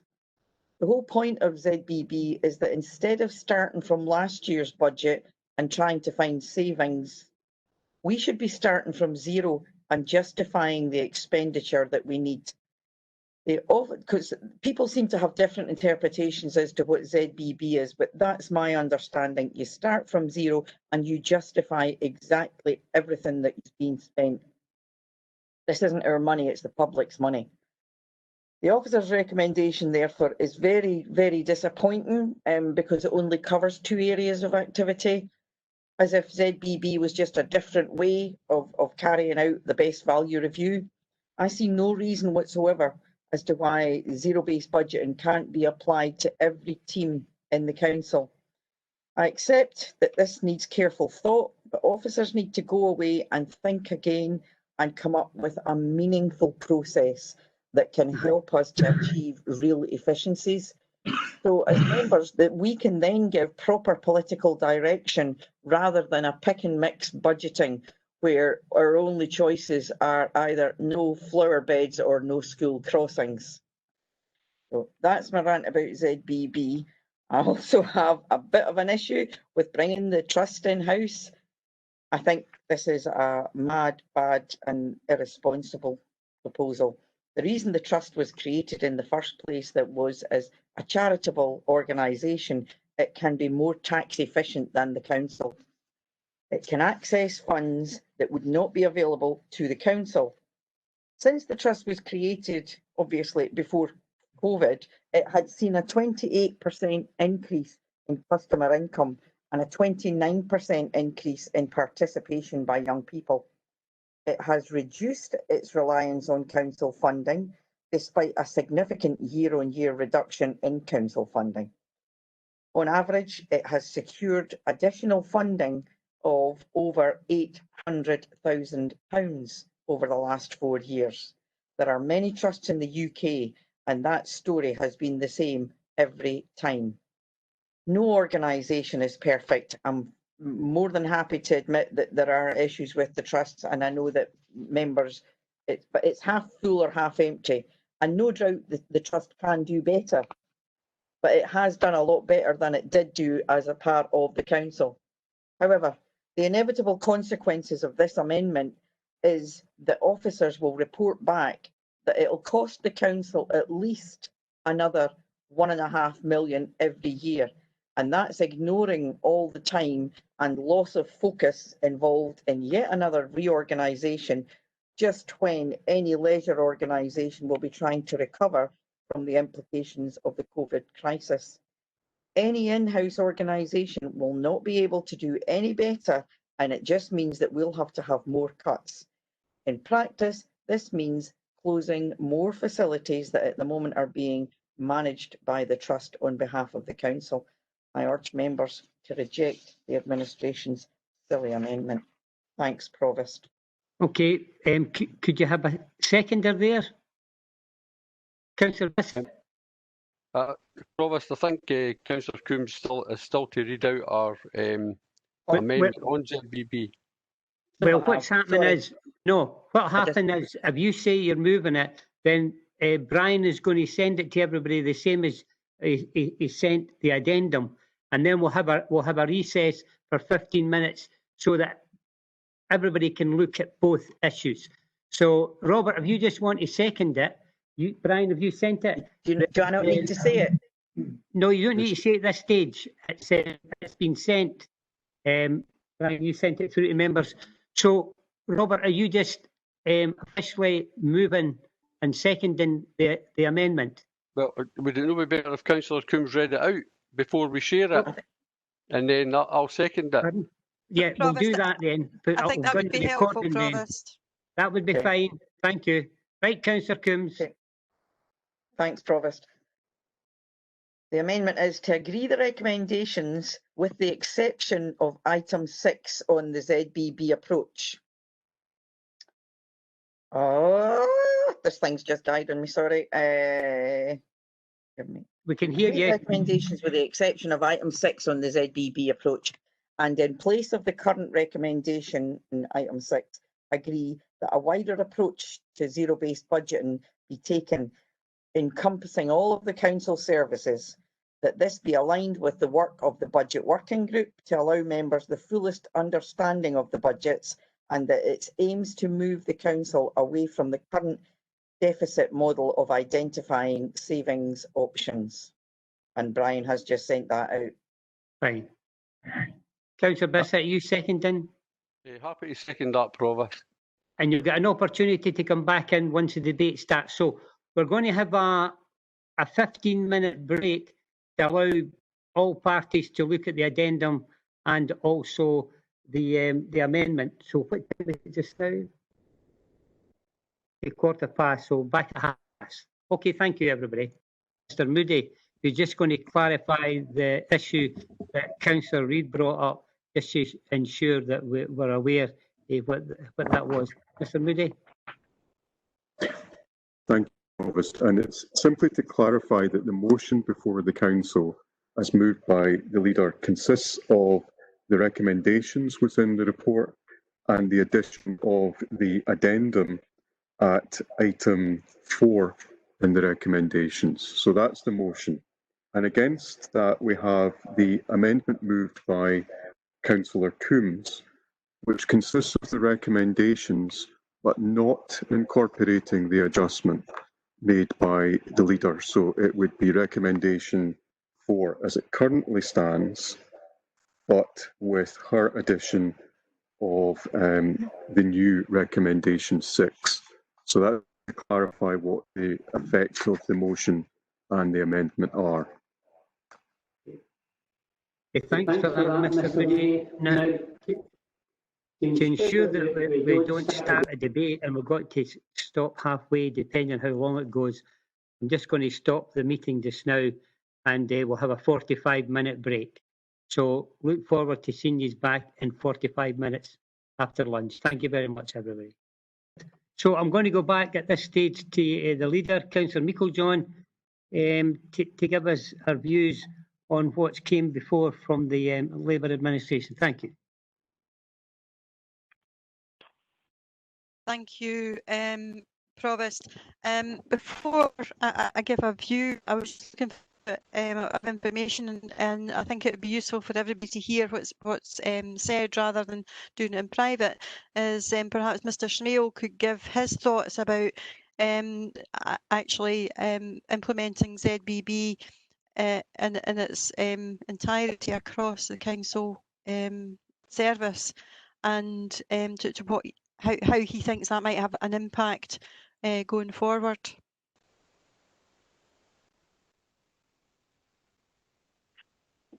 Could you maybe come in at this stage? Thank you. Thank you, Provost. If I can just share with the meeting some thoughts that really underpin the journey of where we've got to. Going into a big elaborate story, certain key reference points are ZBB, zero-based budgeting, in its textbook absolute form, does, as Councillor Coombs suggests, involve stripping an organisation, any organisation, right back to its basics. and building up from there. However, in us taking forward proposals for ZBB for Falkirk, from the very outset, we were clear that we wanted something that was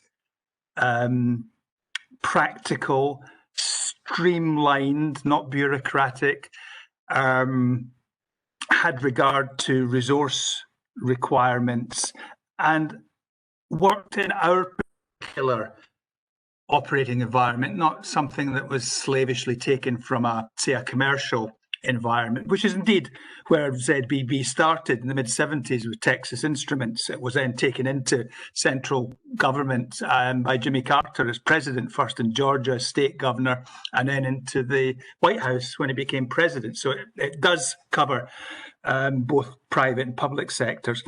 But as in taking it forward, recognising that backcloth and the nature of what ZBB is, we thought in pulling together what's before you today was a recognition that it would be exceptionally resource intensive to endeavour in one big bang, in one fell swoop, to implement it across the council. I mean, I think has been recognised in several comments this morning.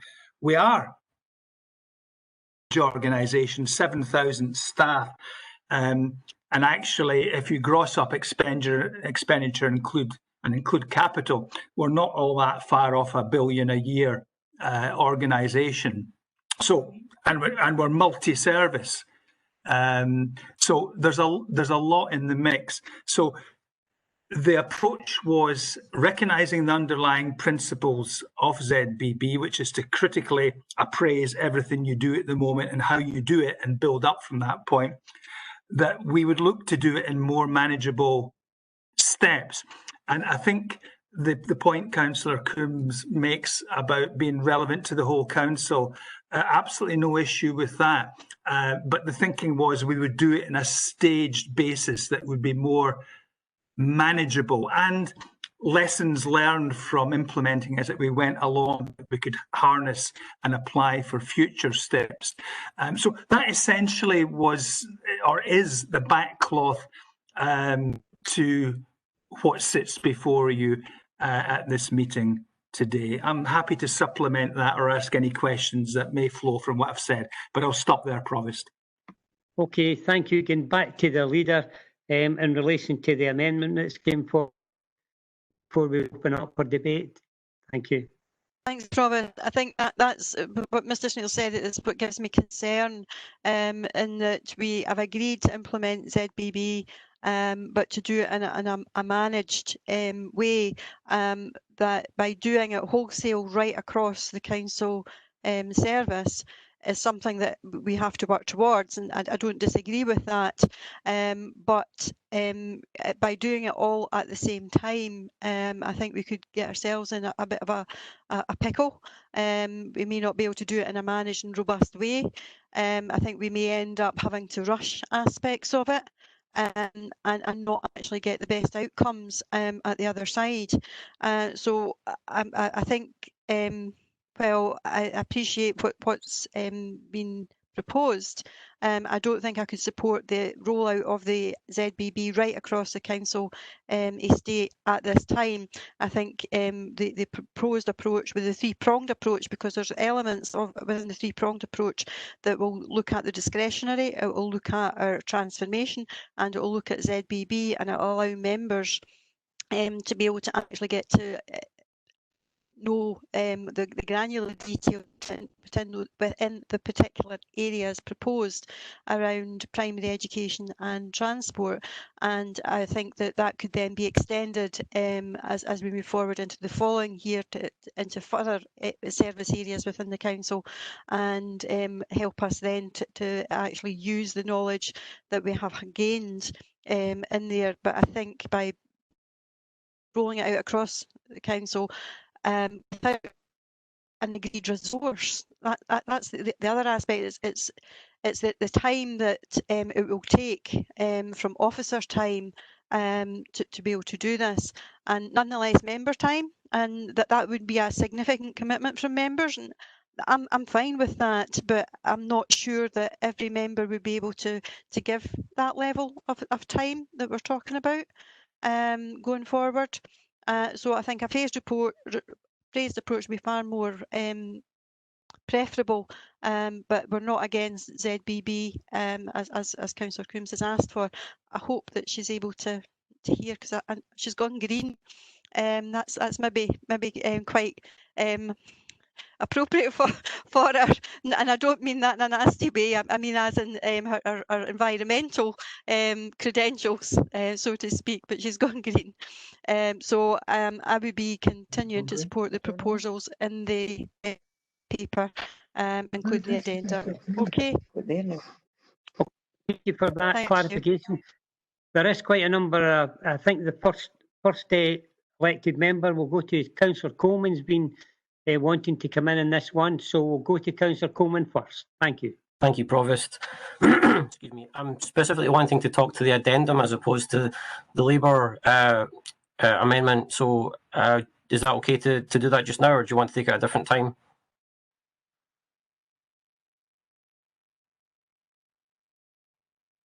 You're on mute, Provost, if you're responding to my inquiry.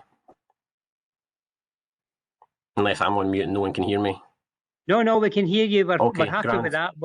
You're open to discuss either the addendum or the amendment. Thank you. Okay, so thinking of the addendum, I believe that every councillor in the chamber wants the best possible sports, culture, leisure and tourism facilities and opportunities. And like many aspects of local government, Falkirk Community Trust affects all the residents in Falkirk District. Since I joined the council, nearly from the first day I started, the Community Trust has been a hotly debated topic in this chamber. Some of us are in favour of it, some of us are not. Several councillors across the political divide have expressed views that are simply not in accordance with the trust agreement as they stand just now.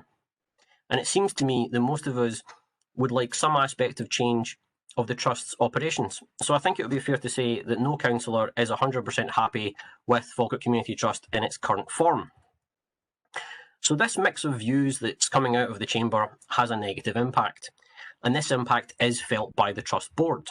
The Trust itself has recently expressed a number of concerns about a potential delay of future payment awards, public service silo working, and a lack of integration, all causing difficulties in delivering the best service with the most impact. Notwithstanding the difficulties created by COVID-19, the Trust is in a very difficult place with limited options for an effective way forward. This is partially due to the task that we have set them. We as councillors must show leadership in this area and look to changing and improving the way leisure and culture is delivered. The reality of the current situation is that this chamber cannot continue to deny the Trust's investment packages and also instruct the Trust to keep all facilities open. The way we deliver sports, leisure, culture, it needs a fundamental change if it is to remain valid and effective, and this addendum explores one of those options for fundamentally changing and improving. If this addendum is not agreed, then this chamber will continue to ask the Trust management team to deliver the impossible.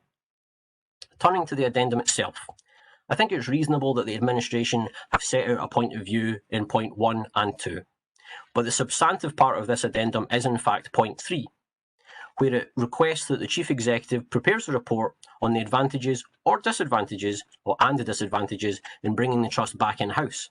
So if you are in favour of the Trust staying out of the Council, then you should support the addendum, as the report requested for the December meeting will inform your view. And equally, if you think the Trust should be brought back in, then you should support the addendum, as the report will also inform your view. And if you're not sure, then you're doubly lucky and you should support the addendum.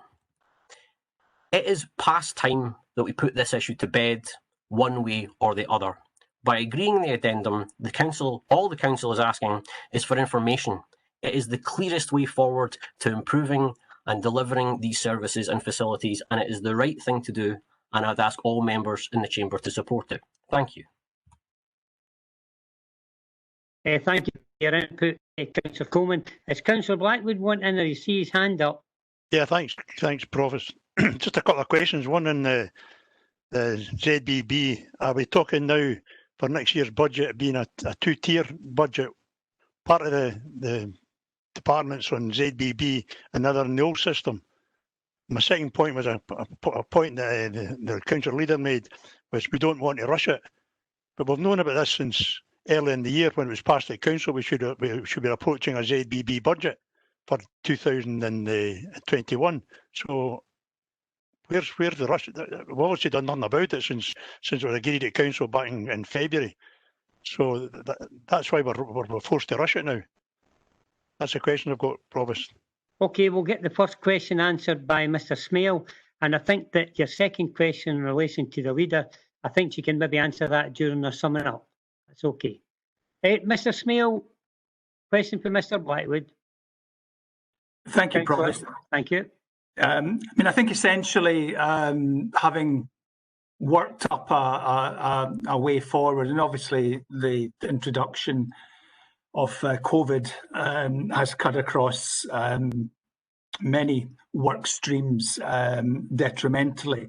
But I guess we are where we are.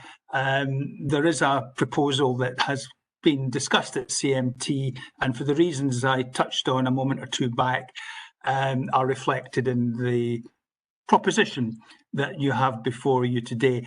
I think rather than, as Councillor Blackwood is perhaps suggesting, parallel processes, actually ZBB is just part of the budget toolbox, and along with all the other strands that have been applied in the past and will continue to be applied, is all part of the mix. Council of Future projects is another example of that.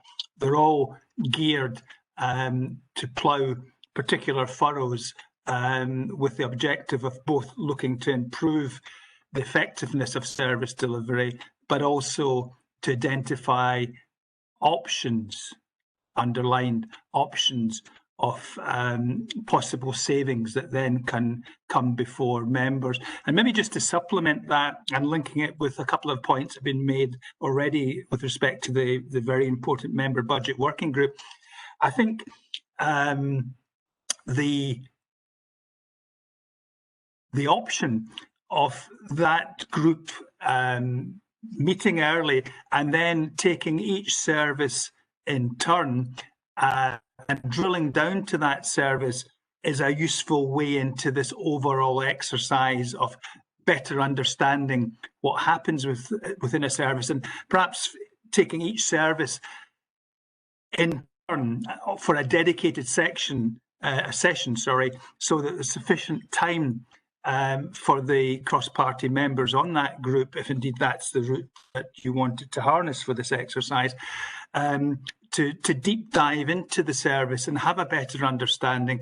Then the ZBBB type work would be progressed by the service, supported by the team, and regular updates would come back to the relevant members forum so that members were actively involved and fully informed through the progression of the work. So that's some thoughts on how I would anticipate or imagine it would happen in practice, but not parallel, an integral part of the overall budget exercise. Thank you, Provost. Thank you, Mr. Smale. Okay, Councillor Blackwood. Yeah, Provost. COVID, you'll have to answer for. It has indeed. Councillor Nimmo, trying to get in? Yep, thanks very much, Provost. Just a couple of questions, probably best answered by Brian. It's to do with the trust and the trust accounts. Now, I believe that the cost of COVID on the trust is around about £1.5 million. If you look further down the report, it says that the trust is over budget by 1.384 million. How is this £1.5 million of COVID costs going to show in the accounts?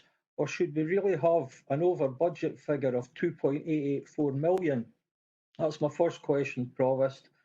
My other question relates to Brian's earlier comments regarding the possibility of additional funding from the Scottish Government. I was listening intent to what he was saying about the funding that's available down south. And he did say that there was possibly going to be a similar scheme implemented here in Scotland. That's all very well, but what is currently available to help support charities in general. Obviously, the trust is a charitable status. Is there anything available to charities at all at the moment to help underwrite the cost of the COVID situation? Thanks, Provost. That's my two questions. Thank you, Mr. Smale.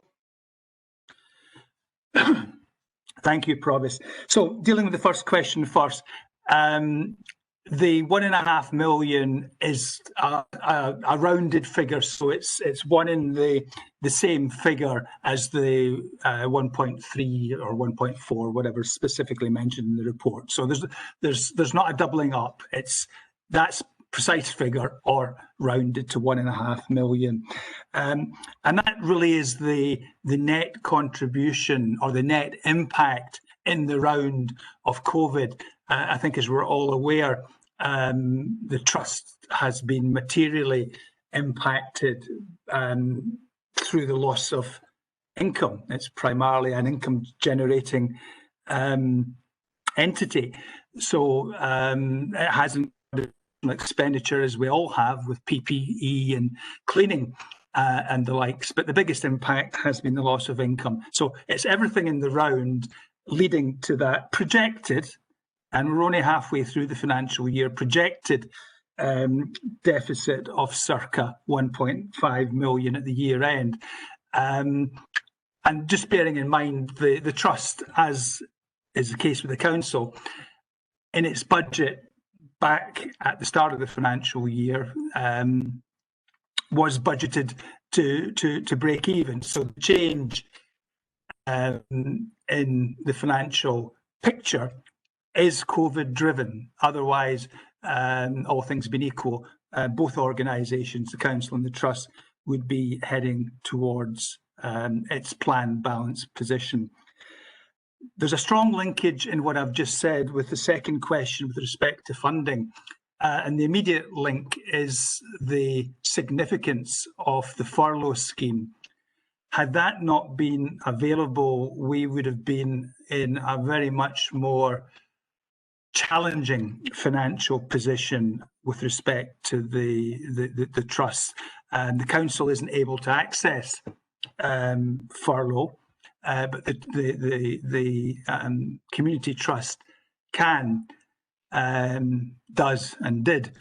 And that's been a major, in fact, the defining factor that's allowed the deficit to move to more manageable territory of circa 1.5 million.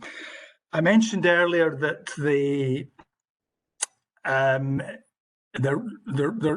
was this income compensation scheme that has been implemented in England, and work was well advanced to get a version of that applicable for Scotland. And I think we're all very optimistic that that will come to fruition. So that will be a further injection of welcome resources. And maybe the third strand, to pick up on the government funding point, there is a significant amount of funding that the Scottish Government's made available for culture and arts. And there's just a bit of a discourse at the moment between COSLA and Scottish Government officials in terms of the extent to which local government and ALIOs such as the Trust can access that. I think there has been some element of that that has been agreed is accessible, but we're still pursuing through the good offices of COSLA the prospect for further access to be approved. So there's quite a lot in the mix there. Hopefully the points I've set out there address the question that was asked by Councillor, or the two questions that was asked by Councillor Nimmo. Thank you, Provost. Thanks very much, Brian. Thank you for your input there. Councillor Colley, I believe, wanted in.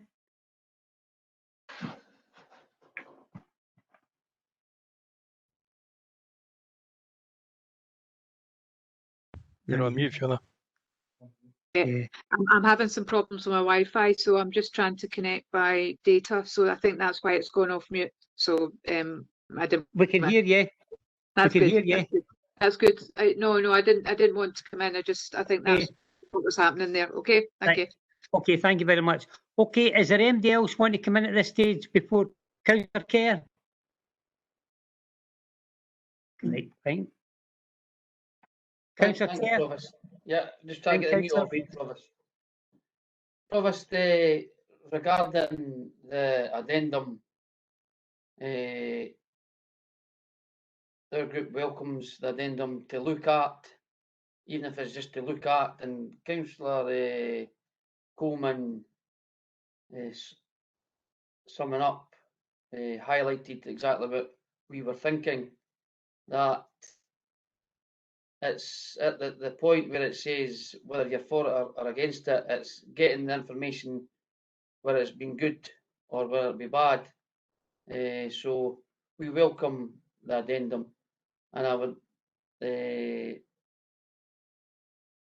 Councillor Harris, as the shadow resource portfolio holder, will comment on the amendment, Provost, when he gets an opportunity. Okay, thank you. Councillor Reid, then Councillor Harris.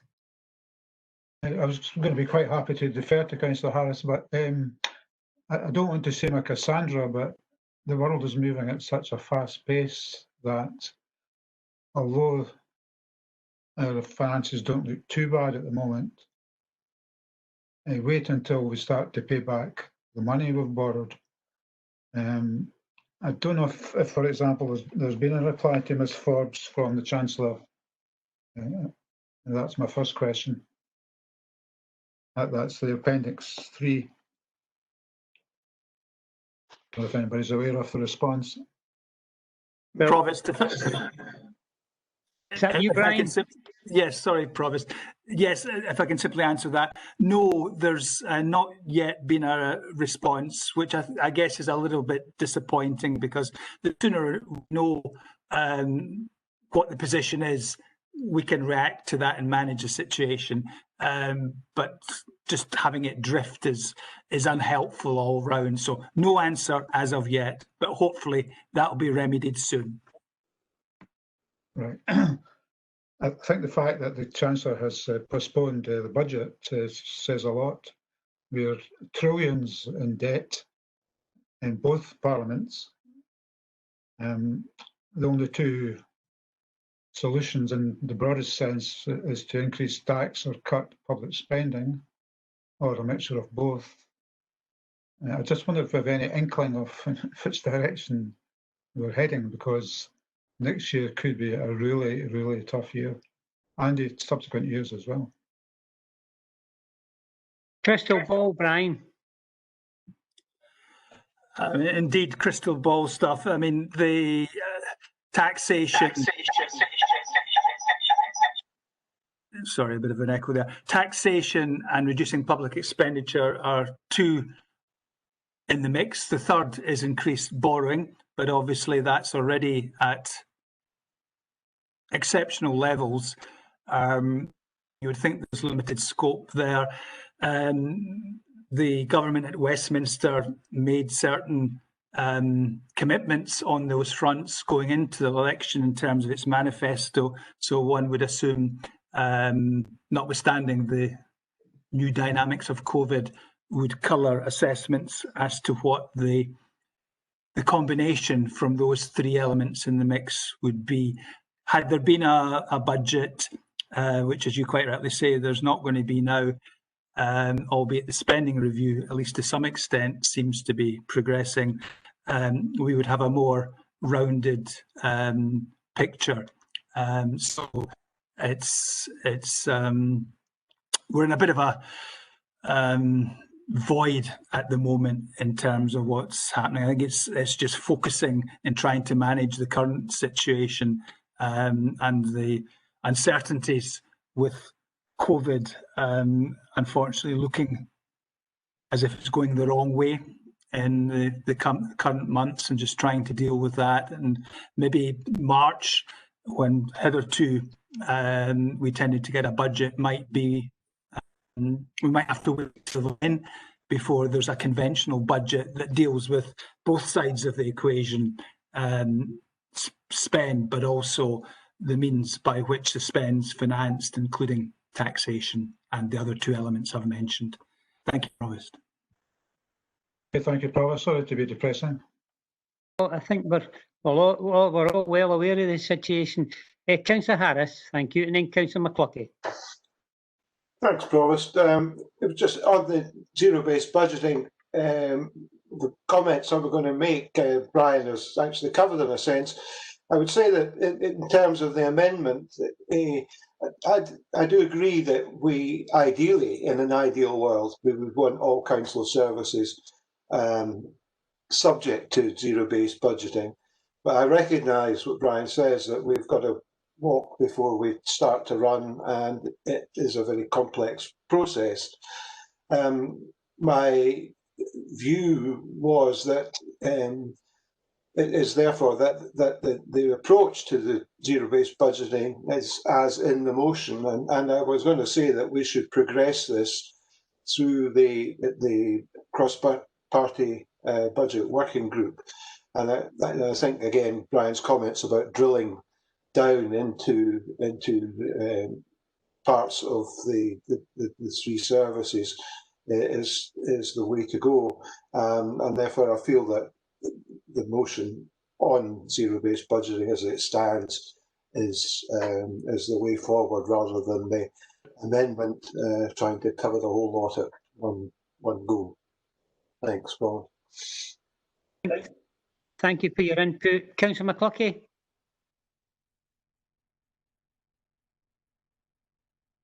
Right, thanks, Provost. I'll try to keep still this time. I'm really angry at the proposal of the trust. I wasn't always the best supporter of the trust, and I was late on the day before I accepted that there was a trust. And it was an excellent officer, in fact, one of the best officers I've ever seen in the council, John Banks, that said to me, without going down the road of the trust, that Muravenside and Kinneil would close in a matter of a year or two. And that convinced me. We've got good groups in there, Friends of Kinneil, and I helped a group up at Friends of Muravenside get started, and they've got in some outside funding, and they parts are doing well now. So that was a point that I made then. And obviously by taking it in-house, and we're going back to, because obviously you listen to the officers, that they two parks that don't make money and are lost could be lost. We also heard that in previous years when the trust was asked to make savings, Rangemouth Town Hall, the ski slope, libraries all came on board, and they said, look, they were all loss leaders as well, could lose, and we said no, we plan to close them. And then we've now decided, or obviously a motion, an amendment up to go and take it in-house. When we hear that the next 5 years we would lose 5 million, there'd be 5 million extra cuts on rates. 5 million that we would have to add in to cuts in the trust budget, or obviously it would be classed as something different, parks and recreation again. We have suggested by officers that they've also got to add in another 4 million. So that's 9 million. We've also heard that the furlough scheme, if it came back in, if the pandemic goes back and gets supported, we would lose the millions from that. We would lose the millions that we have earned from outside funding that the trust have came up. And we hear from the trust themselves that the attendance in the next few years could be probably minimal, so the income's not going to come in. And what I see with the endowment from the SNP group, who didn't take a seat on the trust for a number of years, and we've seen that they didn't support that, and I think I've acknowledged there has been difficulties in the two groups working, is that we're going to call it streamlining. Now, I can tell you, with all these 5 million, 4 million, more millions, $1.5 million, other millions of cuts to a budget, we'd leave it no more. We'll be down the trust facilities about in the back of a motor. It'll be getting a little bit of a caravan. We'll be touring around the world. Because that's the reality, what would be left with the amount of cuts or streamlining we would need to do in that avenue. In fact, I'm very angry with this. I would resign for this if I wasn't coming off item 10. You know what I mean? I just didn't see the point when I'm coming off in 4 item 10 after trust because I'm no longer an independent.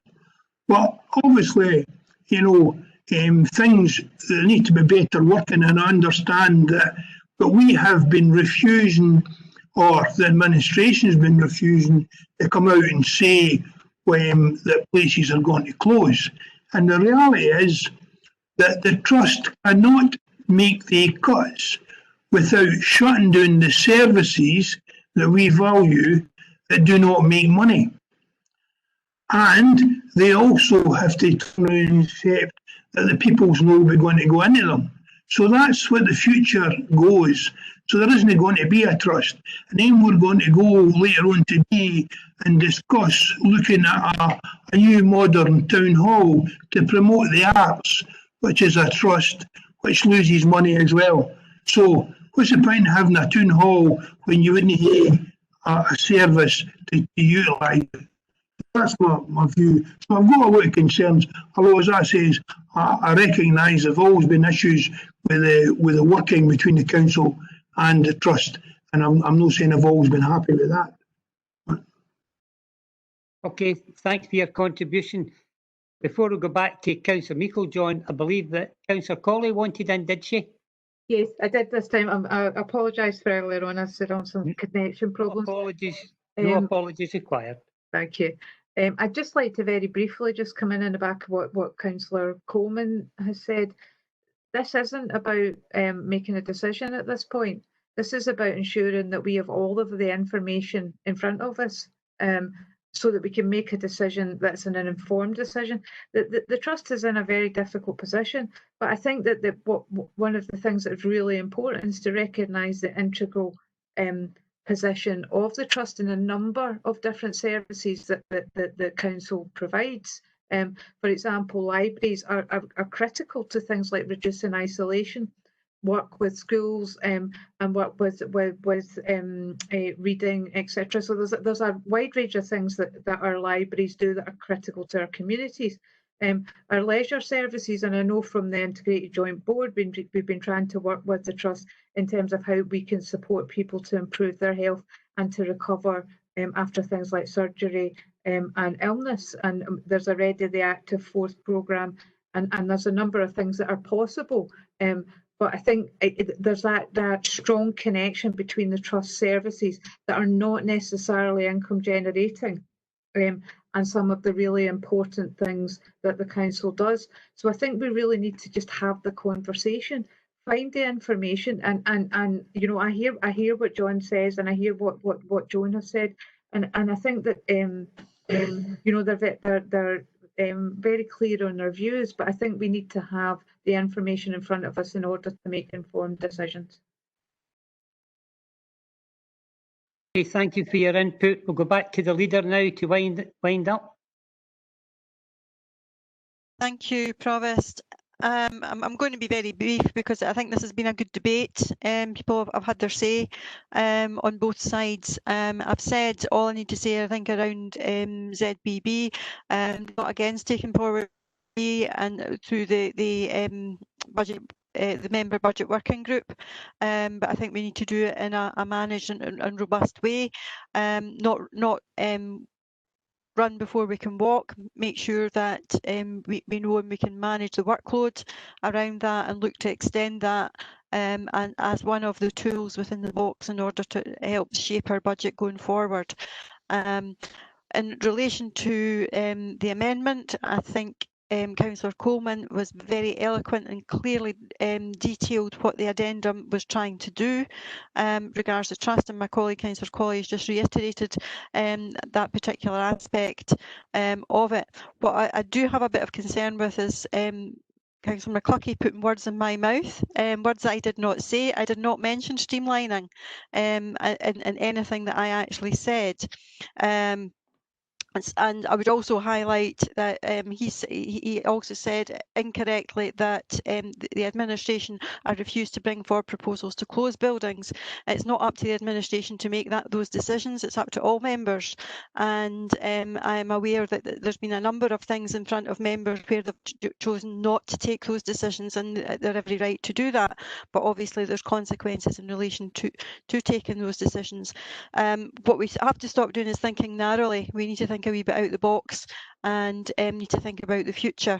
And in order to do that, I think that having the information in relation to bringing the trust back in-house and what the implications of that might be would help us do that, and it would also perhaps help to align some of the other work, particularly around the strategic property review, which I think we are getting a bit stuck and hung up on going forward because of the two different organisations.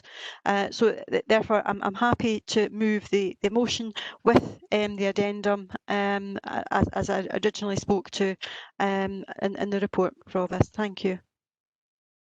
Thank you. Mr Moody.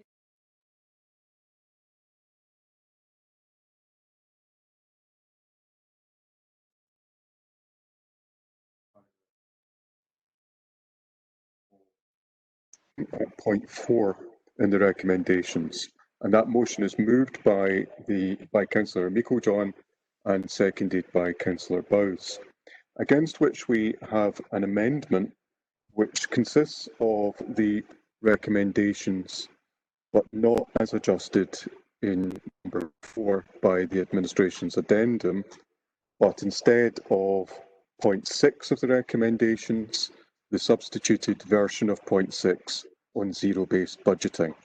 And that amendment is moved by Councillor Coombs and seconded by Councillor Bissett. Provost Buchanan. Amendment. Deputy Provost Ritchie. The motion. Councillor Aitchison. Amendment. Councillor Alexander.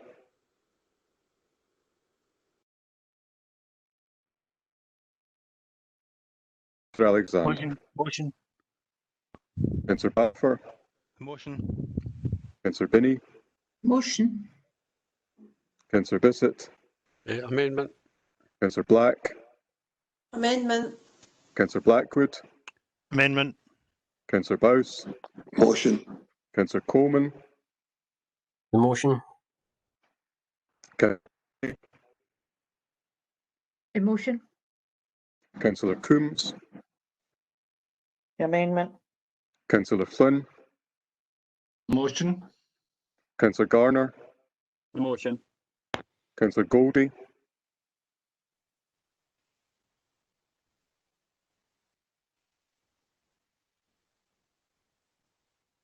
Sorry, the amendment. Thank you. Councillor Grant.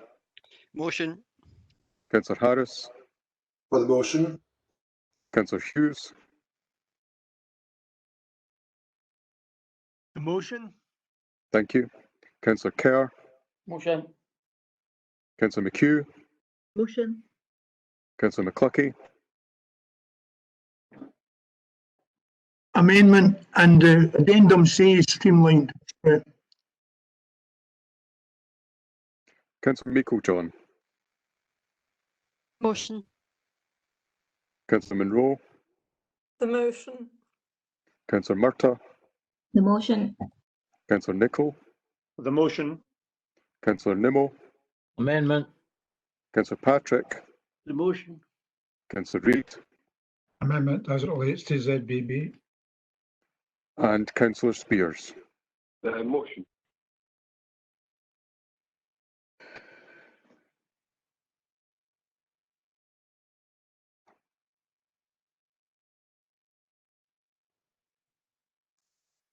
Provost, there are 20 votes for the motion. There are 10 votes for the amendment. The motion is carried. Okay, thank you very much for that. That takes us to item 7 on your agenda papers today. It's the Capital Programme Update Report, and it's pages 108 to 117, and I believe that Mr Smale is summarising. Thank you very much, Mr Smale. So, having reviewed the revenue position in the previous report, we turn our attention to capital and the review of the capital position that was mandated at the February council meeting. Clearly, the arrival of COVID-19 injects a further significant dynamic into this review. And indeed, on the back of that, as was previously reported, we're projecting significant slippage in the current financial year, 45 million on the HRA and 25 million in general fund. That doesn't mean the spend doesn't happen, it just means the timing of it slips. So going back to the February report, budget meeting, there were three triggers for this review. One related to connected Falkirk, essentially the supply of iPads to the young people in our schools. And that's already been through due governance process and been agreed and sorted. We had the 7 million allocated for roads, which was considered recently at the meeting of the executive, but as we'll see is further picked up in this report. And then the updated capital grant, which we were told we should expect around this time. Of course, with the state of the public finances, that's not going to happen now, so we'll just have to wait for that. We've also, in addition to the context of COVID, which I've already mentioned, we have the updated priorities agreed earlier at this meeting to have regard to and to inform discussions and debate. So the report itself, I would suggest to you, has two primary elements to it. The first relates to the imperatives of progressing elements of the Council's digital strategy, which again, as a particular item, was considered at the recent executive. And the importance or the imperatives I'm referring to relate in particular to the COVID-driven operating environment that we're now all facing. So this digital dimension relates to both the digital connectivity of our communities and our own effective continuing service delivery, notably working flexibly and mobily under the auspices of the Anytime, Anywhere strategy. So some detail of what is required consistent with the digital requirements are set out in paragraph 4.6. And the report goes on to suggest that 2 million of the underspend on roads, and the roads position is set out in paragraph 4.3, 2 million of that underspend on roads could be allocated to accelerating this digital investment, and indeed that forms a specific recommendation in section 2 of the report.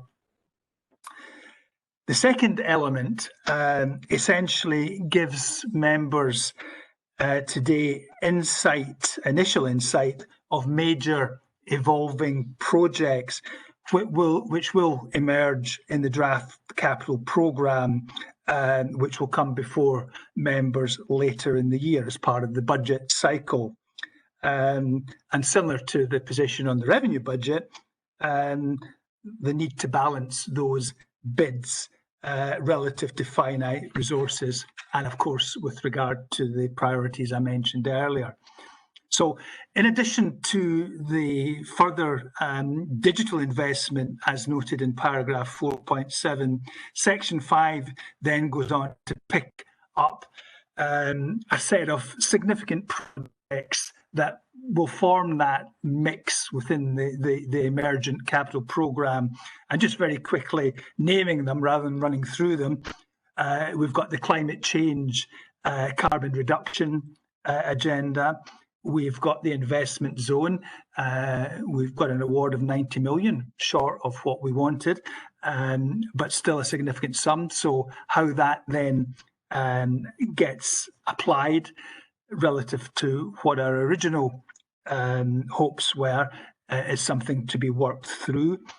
We've got under Children's Services, the Succeed Today, Excel Tomorrow umbrella of projects, and linking with that is the potential to harness the Scottish Government Learning Estate funding stream, which is an important dimension or aspect to that. We've got the HQ Arts Centre, which of course, as you're well aware, is an item later in the agenda. And we've also got the investment needs that the community trusts have flagged, not least but not exclusively relating to the Grangemouth Sports Complex. Para 511 picks up on the status of the TIF scheme, and 512 touches on the community choices or participatory budgeting, as it was previously titled, and indeed that's been referred to, I think, a couple of times during the course of the meeting today. So I'll draw breath there, Provost. As I say, two fundamental elements within the report, one requiring a decision with respect to the digital strategy relative to the roads, and the other just giving Council essentially a heads up on the big projects that are in the pipeline and will be coming through as part of the budget exercise. Thank you. Okay, thank you, Mr. Smale, for that report. Go straight to the leader, Councillor Meikle-John. Thank you. Thank you, Provost. As with all other aspects of the Council's business, our capital programme has also been hit as a result of the pandemic. There's a significant slippage in the programme which will be delayed and need to be reprofiled in both the general and the capital and the HRA. Many projects are already part way through and will just roll over, and thus the funding in that slippage is not necessarily available to be reallocated. The roads programme, 7 million for the roads programme on top of the original allocation of around 3 million has been very well received and continues to be rolled out. However, there is a underspend at this moment in time, and considering the disproportionate investment within roads compared to other areas, critical areas such as our digital progression work not being progressed at this time has caused some challenges, particularly with the situation we're in with the pandemic. We've just agreed a set of priorities, and we have seen just how much over the last 6 months we've had to rely on digital, and we see even our own challenges in all of that just in some of the meetings today in the connectivity. Therefore, it's going to be critical to be able to invest in that going forward, and the capital investment was overlooked within the capital programme at the time. We were always in a situation where we had hoped to come back and review the capital programme following the further allocation from government. Unfortunately, COVID came along and we weren't in a position to do that. However, there's an opportunity now to hit the ground running and reallocate funding to that digital programme and allow that to progress. And that will help as part of our transformation, and indeed that there is more on that as we come to the next part of our agenda today. So I'm very supportive at this time of reallocating the 2 million from the roads project at this time right now, and there's nothing to prevent in next year's budget further allocations coming forward for that particular area of work. However, it would need to make sure it was aligned with other projects and our priorities going forward. As has been said already around the participatory budgeting or community choices, there's a report coming very soon on that, and that should then make certainly the £1 million for this year available, and a further 2 million for the following year for our communities, and I believe that will really make a difference out there. So Mr. Smale's detailed the number of the projects that are emerging, particularly around our investment zone, and focus very much on climate change. These are all our priorities, and there will be calls upon the capital budget right across the board. I therefore do hope that we do get some of the fiscal flexibilities that we spoke about earlier, and perhaps the Public Works Loan Board would consider being equitable with the bank interest rates at the moment. It would make it easier for particularly local government to be able to make that investment, to make that change, to be able to stimulate our economy and give everybody a boost. I'm therefore happy to move the recommendations as in section 2 of the Capital Programme report. Thank you very much. Have we a seconder there? It's myself, Provost. Fine. Councillor Bowes. Can I say that I start off with the community choices? I think it's an awful lot better than saying participatory budgeting regularly. And it's something I really look forward to, the amount of community work I think we've all seen in the last 6 months. I think it couldn't be actually coming at a better time to involve our communities. The General Fund has been explained as a slippage of 24.3 million due to understandable inactivity during the current pandemic. This work has been rescheduled to the early part of 21-22 and will sit alongside other projects for that year. The monies for this are obviously then tied into that. The Housing Capital Fund, again, understandably, has seen very little progress with slippage, with a slippage of 45.6 million. And again, these projects are targeted at 21-22. During what has been a terrible last 6 months, it has become blatantly clear that home working and resilience of council activities has become a primary concern for the council. To that end, I commend the investment in Anytime Anywhere to support our office-based workers with laptops and, as I presume, PDRs for our frontline workers. The investment in AI automation will protect the resilience of services and allow employees to focus on more technical operations. These two investments will bring us into line with modern, forward-thinking organisations and, importantly, improve our resilience in various situations where normal office activities in particular cannot be carried out. The question is of course, how do we pay for this investment?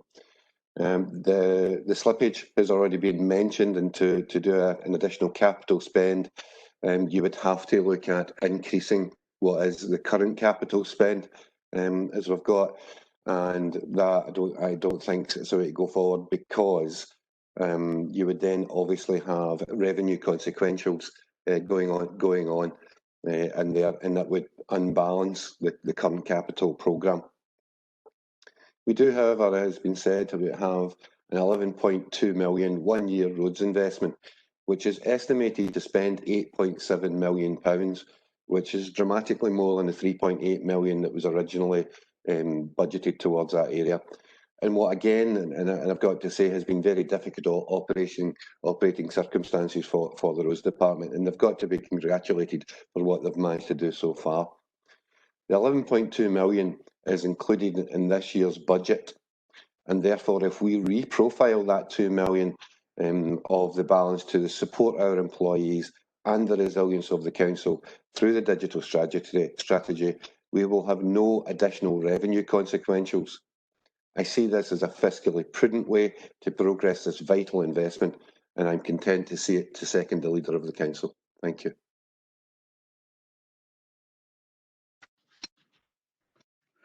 Thank you very much. Thank you. Over to Councillor Bissett. Have you got an amendment to this, Councillor Bissett? I think, Provost, we've got an amendment that Councillor Nutt will speak to, but I just want to make a couple of observations. I was pleased to see in the previous report that the deficit is about £1 million, which is significantly improved for the position we thought would be in, so that's to be welcomed. And I'm glad, and I thank Brian for yet another quality report and breaking down the capital investment for the forthcoming years, couple of years or year.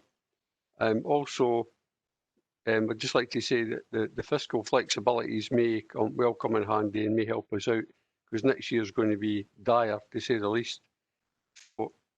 Without further ado, I'll just hand over to Councillor Nimmo, who will go over our amendment. Thank you. Councillor Nimmo, have you could maybe read it out, and then what we'll do is once that's done, then we'll get Brian to send it to everybody, and then we can have a discussion to see whether anybody needs any time or they're happy with the content that they've got. Okay, so if you want to go ahead. Okay, thanks, Provost. I'll read it out. Fine. The Labour Group, this is an amendment for the Labour Group, agree the recommendations apart from number 2, and in relation to that recommendation agrees instead 1, to retain the full 7 million for the roads programme, as our roads infrastructure is vital and the improvement has already been noticed by our communities, and 2, to allocate 2 million to digital investment and reprofile spend to this value on other projects within the programme, to be identified when the capital programme is next considered at the budget meeting. That's the Labour Group amendment, Provost. Thank you. Have you got a second for there? I'll second that, Provost.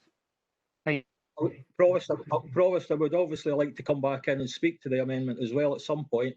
There will be an opportunity. And maybe go back to the leader. Obviously, this is the first opportunity you've had to hear, and also the copy that's been sent through by Brian. Would you need a recess at this particular stage? And then I'm going to ask Councillor Kerr as well. But I'm coming to you first as a leader. Would your group need a recess to consider this? Yes, I would like to have an opportunity to speak to officers in relation to what's being proposed. Right, okay, I'm happy with that. The 15 minutes. Maybe before everybody disperses, could I maybe ask Councillor Kerr, are you putting forward a further amendment, or are you just happy for the recess for the discussion? We're happy with the recess for the discussion at the moment. Okay then, fine. Okay then, we'll have a 15-minute recess. Thank you very much. The Council 8Q and Arts Centre. The report is by the Acting Director of Development Services, Douglas Duff, and it's pages 118 to 177 on your agenda. Thank you, Mr. Duff.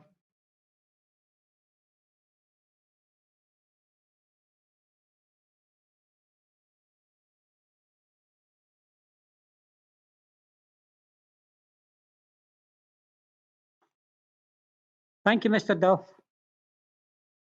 Is he there?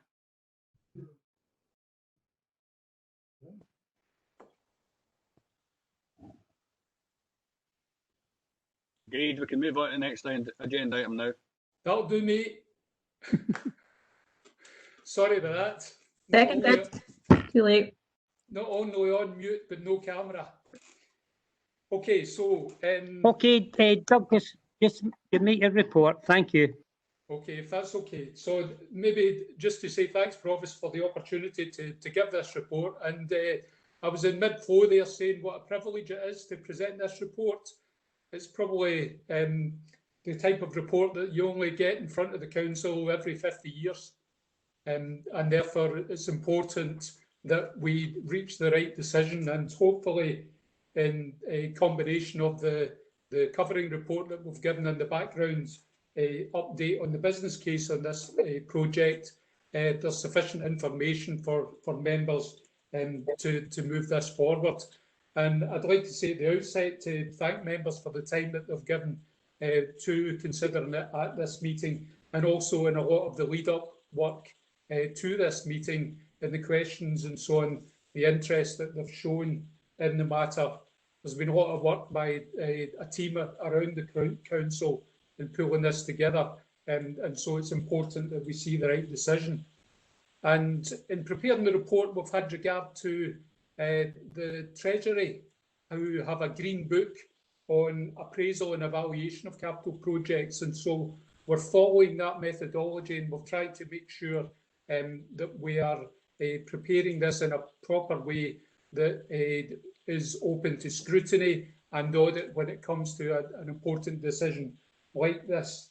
And so, as I say, we've given the covering report and then the background paper, and we're happy to follow up on any questions that are being considered. what the report does is it gives an update on work that's related to the Civic HQ and to the Arts Centre, and it goes through the various options that relate to the project and its delivery, and giving recommendations on the way forward. And I'll come back to the recommendations as given in section 2 of the report. But what it does is it picks up on work that was presented back to the executive in January of this year, and subsequently then at the council meeting in February. The preferred option of the executive back in January was to proceed with an HQ facility of 500 workstations, with an arts centre of 550 seats, a central advice hub, and a replacement for Falkirk Library, with a total combined cost of 53.75 million. That was subject to agreement of the funding, and subsequently at the council meeting, a sum of 45 million that had been contained in the existing programme was fixed as the amount for the project, and the additional call of 8.7 million was rejected as not being the best use of resources at that time. And it was agreed that that project should not proceed, and that the Director of Development should bring a report back with options for delivery within the 45 million cost envelope, and that we should adopt a spend to save option and include options to decouple the HQ and the Arts Centre. Since the meeting in February, our officers have been reviewing the proposals to establish a means to deliver within the cost envelope, come up with a set of options, and we've also continued discussions with government and SFT, etc., on the possibility of additional funding. We've also had regard to the effects of COVID, and there's some detail on that in the background paper and what that means now for delivery of the project. What we have identified is the scale of the office requirement, and that respects the office review that was done some years back, where we estimated that we need space for 1,300 staff, and at the time we're adopting a 0.6 desk space per FTE ratio, and that gave the requirement for the 500 workstations. We now suggest that given the effect of COVID and the evidence we've seen with staff working from home, that we can reduce the desk space ratio to 0.5, and that would mean around 650 workstations being required. There's also benefits we consider in aligning this with the central advice hub, which needs to find a location in the town centre. And also we have flagged up the need for a replacement for the town hall. And the business case previously suggested 550 seat auditorium and ancillary spaces to be shared with the HQ facility, and that could make a major contribution to the regeneration of the town centre and attracting in tourists to the area. It also gave an opportunity for co-location with the Falkirk Library. The prospects for the town centre have been a persistent concern with this project, and these have risen in the scale of concern over recent weeks and months with the effect of COVID, and with some of the downturn that has been felt by operators and landowners in the town centre. So Signet Properties indicating their intention to close at Calendar Square, and the Landai, who are the owners of the Howgate, indicating concern over the prospects for their centre. Both developers expressing a plea for clarity on the council's intentions and how that might affect what they deliver on their sites, and there's some more detail on the concerns they've expressed in the appendix to the report. So this means that should the council be minded to proceed, we suggest that we need, and we've given in para 4.5 details of the accommodation that's required, and the ancillary space that would also be required. That includes the need for civic accommodation, for training provision, for meeting spaces, a data centre, and support for our digital measures. space for partners to drop in and use our space or potentially to acquire something alongside us, and to look at the delivery options and the regeneration benefits that could come from the scheme. In the course of doing this work at the start of the year, we did have a particular issue that arose with a building out at Warbert, Block 4 in Central Park, being vacated by Thomas Cook. And that presents an opportunity to create a modern office building. It has been set up as a modern office building and used in that way by Thomas Cook, and could be readily adapted to our office needs. And additionally, it could provide a base for collaborative working, for staff welfare, for training, and a data centre and other out-of-hours facilities. It could offer a way to modernise the approach to our services, and importantly, it offsets a liability we're likely to incur of £120,000 per year in rates costs with the building lying empty. We reckon that if that were fitted out and could accommodate municipal buildings and other staff, we could save around 480k per annum. So we've taken regard to all of these opportunities, laid out the options. We've set out in the report a set of options. An option A, which would be a micro HQ with 130 workstations and ancillary space for elected members and for partners to use at a combined cost with the Block 4 facility and the Falkirk Stadium of 43.5 million. An option B proposal, which would decouple the office and the Arts Centre and progress each as standalone buildings, potentially to combine them on the one site, which would be, if doing the offices only, would cost 33.4 million, and if proceeding with the Arts Centre would cost 28 million, and doing them combined would cost 61.4. We've done all our costing on the municipal building site because we know that that's available to us. It is a deliverable site. It clearly has the benefits in it that it is in our ownership or substantially in our ownership, and therefore could be a way forward. But we do consider that we should be looking at alternatives in the town centre, and I'll explain the benefits of that.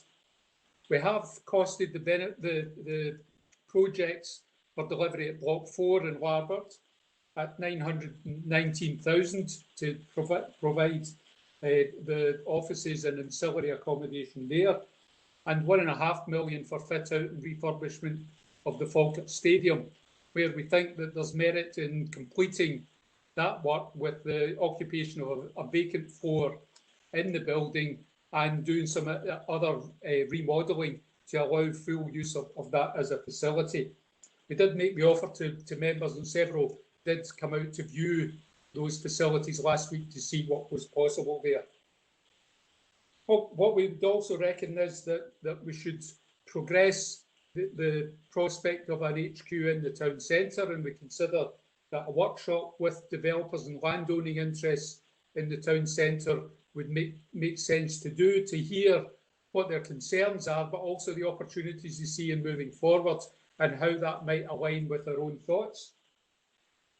If we were proceeding with that transitional approach, we would make arrangements for members' accommodation to be found and accommodation to be found for civic meetings of the council, the committees, etc. And we think there could be possibilities through schools and the college, etc., to meet that need. Importantly, it starts us on a journey. It allows a number of buildings to be reused or redeveloped, and we note that immediately there could be the prospect of redeveloping the municipal buildings complex, Sealock House, Denny Town House, Rossvale, Cameron Education Centre, a possible redevelopment there, and eventually Abbotsford House and the Forum could be vacated and moved on. So we see some opportunities there in moving the whole estate forward. There is the option of retaining and refurbishing the Falkirk Town Hall. We have looked at this very seriously. We estimate it would involve a capital cost of 4.1 million, just to restore it to the state it was when it was built. But we have real concerns there that that would be not be cost effective. It would not meet the needs of a modern arts audience, and therefore there is a risk that could end up incurring higher costs. So each of the options we've looked at in terms of their spend to save opportunities and their role as a catalyst to investment. And we've appraised each of the options for moving forward.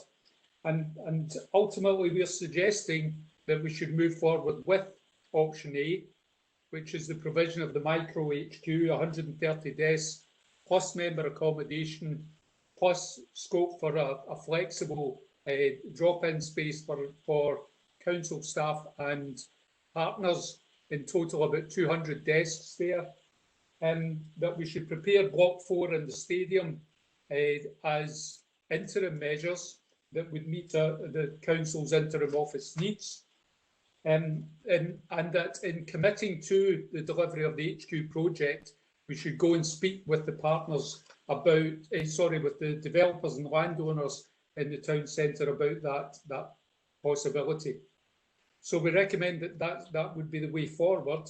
We have given some attention to the financial implications of this, and that's narrated in the report, where we estimate that by vacating these various office buildings, we could achieve savings of about 1.6 million per annum. With running costs for Block 4 in the stadium, that would leave it 917k for investment in the new project. And we set out in the table at 6.2 in the report the capital costs and the net revenue cost at year 7 for delivery of each of those options.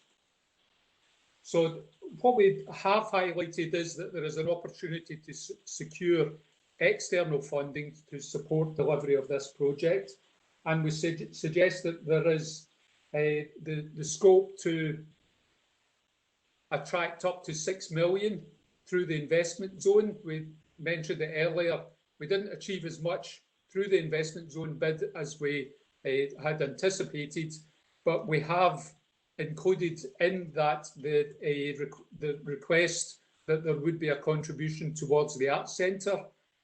Through discussion with our partners, that request is holding up, and we are proposing to put that to Scottish and UK Government for support.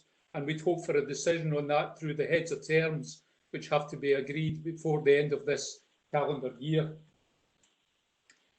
So external money that would come in would hopefully reduce the extent of the capital commitment that would have to be made by the council. We have flagged up also the risk implications of this matter, and prominent in that is the set of risks around the municipal buildings complex themselves. We have reported previously about the extent of those risks and about the fact that we now consider that the municipal buildings need to be replaced. We've looked exhaustively at refurbishment options in the past. It is not cost effective, and we now have a very realistic set of options as alternatives that would meet our needs, and we do recommend that we should take advantage of those options. So the section 6.6 really reinforces the scale of concern about the municipal buildings and the need now to run down the buildings and relocate from there on a programmed and phased basis. What we also emphasise is the need to make sure we do something, that do nothing is not an option. And we set out the risks of not proceeding in terms of business continuity, particularly with the municipal buildings, that there could be limited and higher cost options having to be looked at if staff were expected to return to buildings that are not satisfactory for the type of restrictions under lockdown.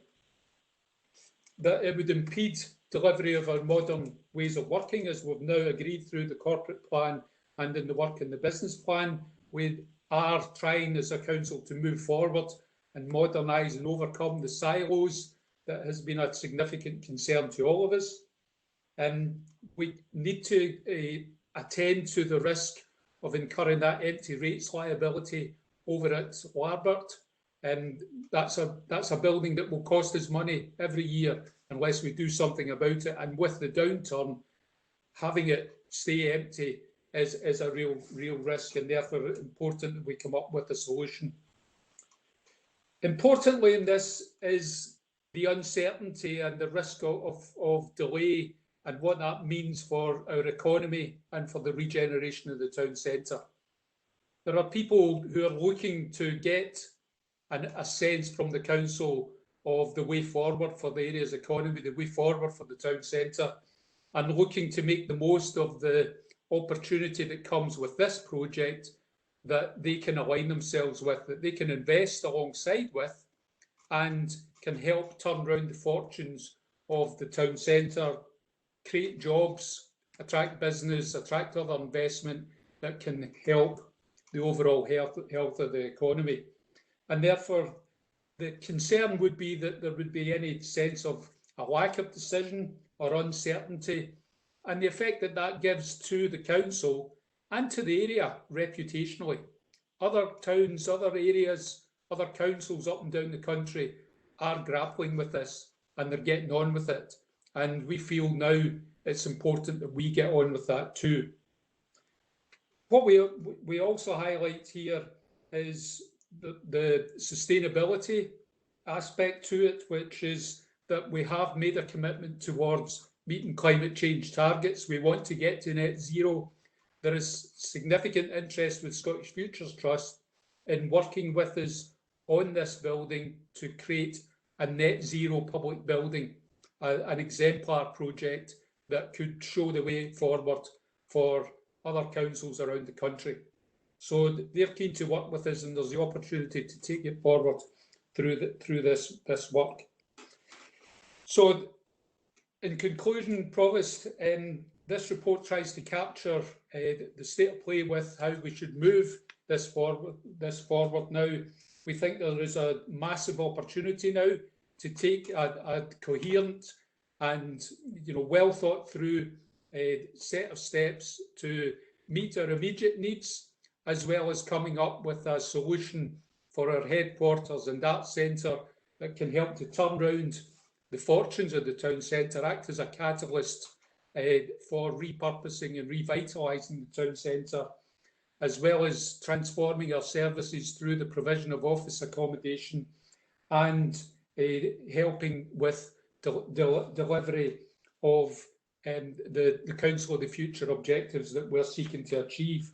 So coming back to the recommendations, we're asking to note the report that we've given here, agree to proceed with option A as identified in the report, and that we should proceed with the works at Block 4 Larbert, and to provide that interim office and that resilience hub that we need, that being alongside the works at the stadium being on an interim basis, and that we would run down the municipal buildings and the other offices in the knowledge that these are being provided.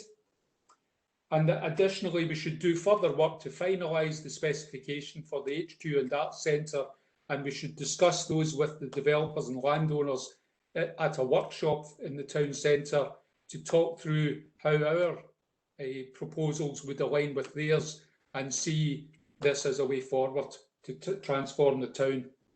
We recommend this as a best value solution for the council. We've considered it very carefully. Hopefully we've attended to the request from the council in February to come up with solutions, consider the options, come up with solutions that meet the budget and give the flexibility towards the council's future needs.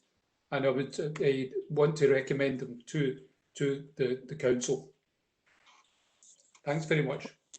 Okay, thank you, Mr. Duff. I'm quite sure that there'll be a number of members got a number of questions for you, but we'll go straight to the leader, Councillor Meikle-John.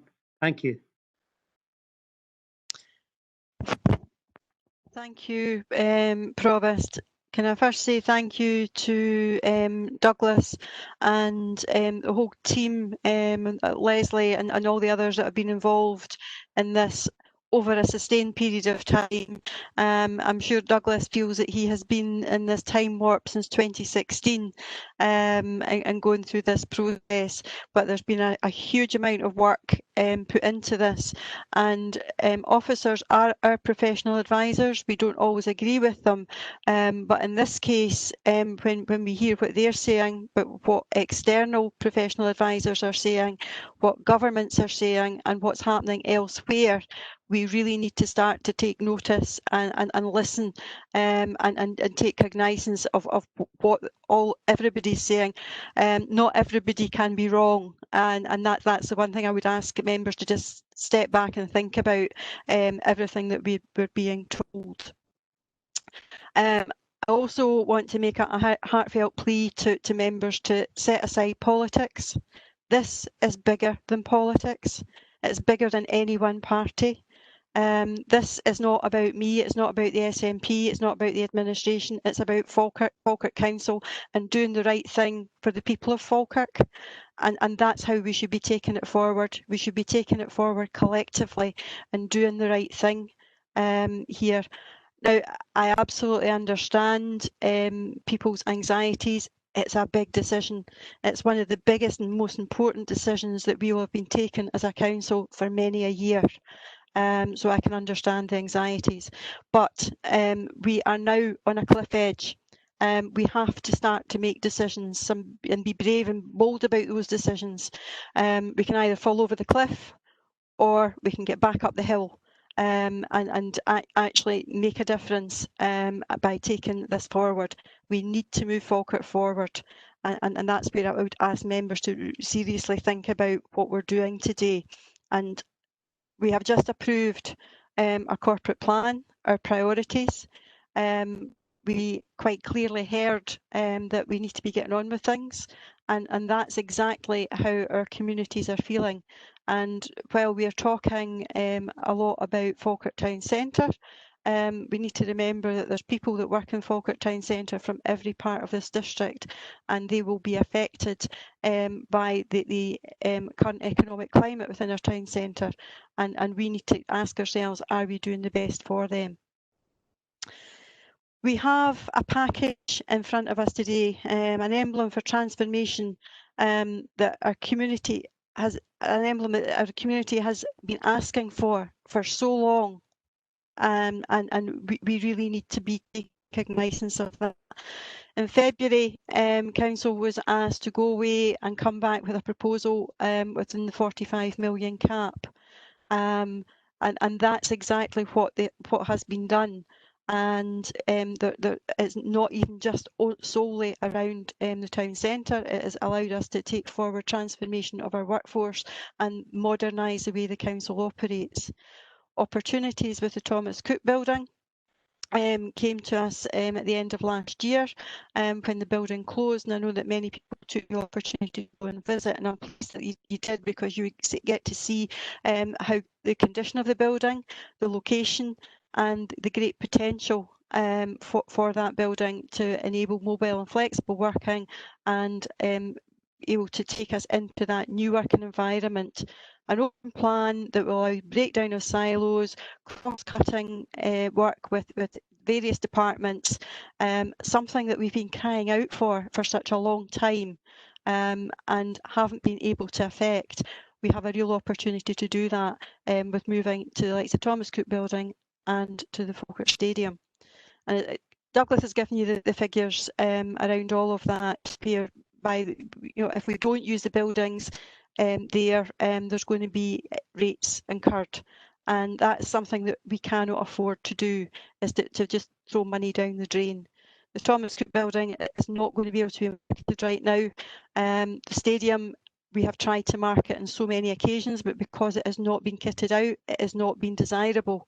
There's an opportunity for us to kit out the Falkirk Stadium, use it for our purposes temporarily until such time as the new HQ is completed, and should we need to move there, we move there, and the stadium would be far more desirable, particularly in that location because of the investment around the gateway.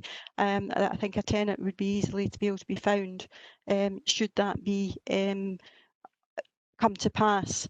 But it is a good facility. It would allow that cross-cutting and collaborative working with various departments. And the micro building, along with the replacement town hall, would then fulfil the other part of our working need there. Right now, Falkirk is recognised nationally as a community in transition from an industrial past to a modern post-industrial future, and we can offer some great prospects. The Falkirk Growth Deal, while it is not what we aspire to with the 238 million, 90 million is a fantastic start, and there's possibilities of further work to generate further income coming forward that will regenerate our whole area and will impact right across the board. So there is a lot of interest, but what we also have to be cognizant of, that this delay and cycle that we have been in, and investors are watching it very, very closely. And at some point, if we don't make a decision, we're going to lose their interest, and we're going to lose out on the ability to actually lever in that external private sector funding going forward. So we are at a very critical time, and that needs to be remembered. Council's at the heart of been at the heart of the COVID response, and we also must lead on that recovery, and that's around our transformation, around transforming our workforce, and indeed the investment in the town centres. We have to lead on that. We need to demonstrate our commitment. Otherwise, we will not be seen with integrity by those in which we serve for, and that's something that has become more and more critical. I don't know whether as leader I seem to get everybody that comes to my door and says that you should be doing something about this, you need to be turning this town round about, because I certainly have had many representations to that effect, and I need to be able to give them answers, and as this is where we actually have to work together as a council. We have a way forward, and there are a number of sites potentially for the development in the town centre, and that includes the existing site that we're in at this moment in time. That is still within the town centre boundary, and by approving this report, it would allow further work to take place around the economic impact assessment of each of the sites, and that would give members the opportunity to make a decision and going forward on what was the best option available. But if we don't, and we go back a step and say, no, we want to look at this, we want to look at that, again, then we're still just going to delay, and that cliff edge is very much looming.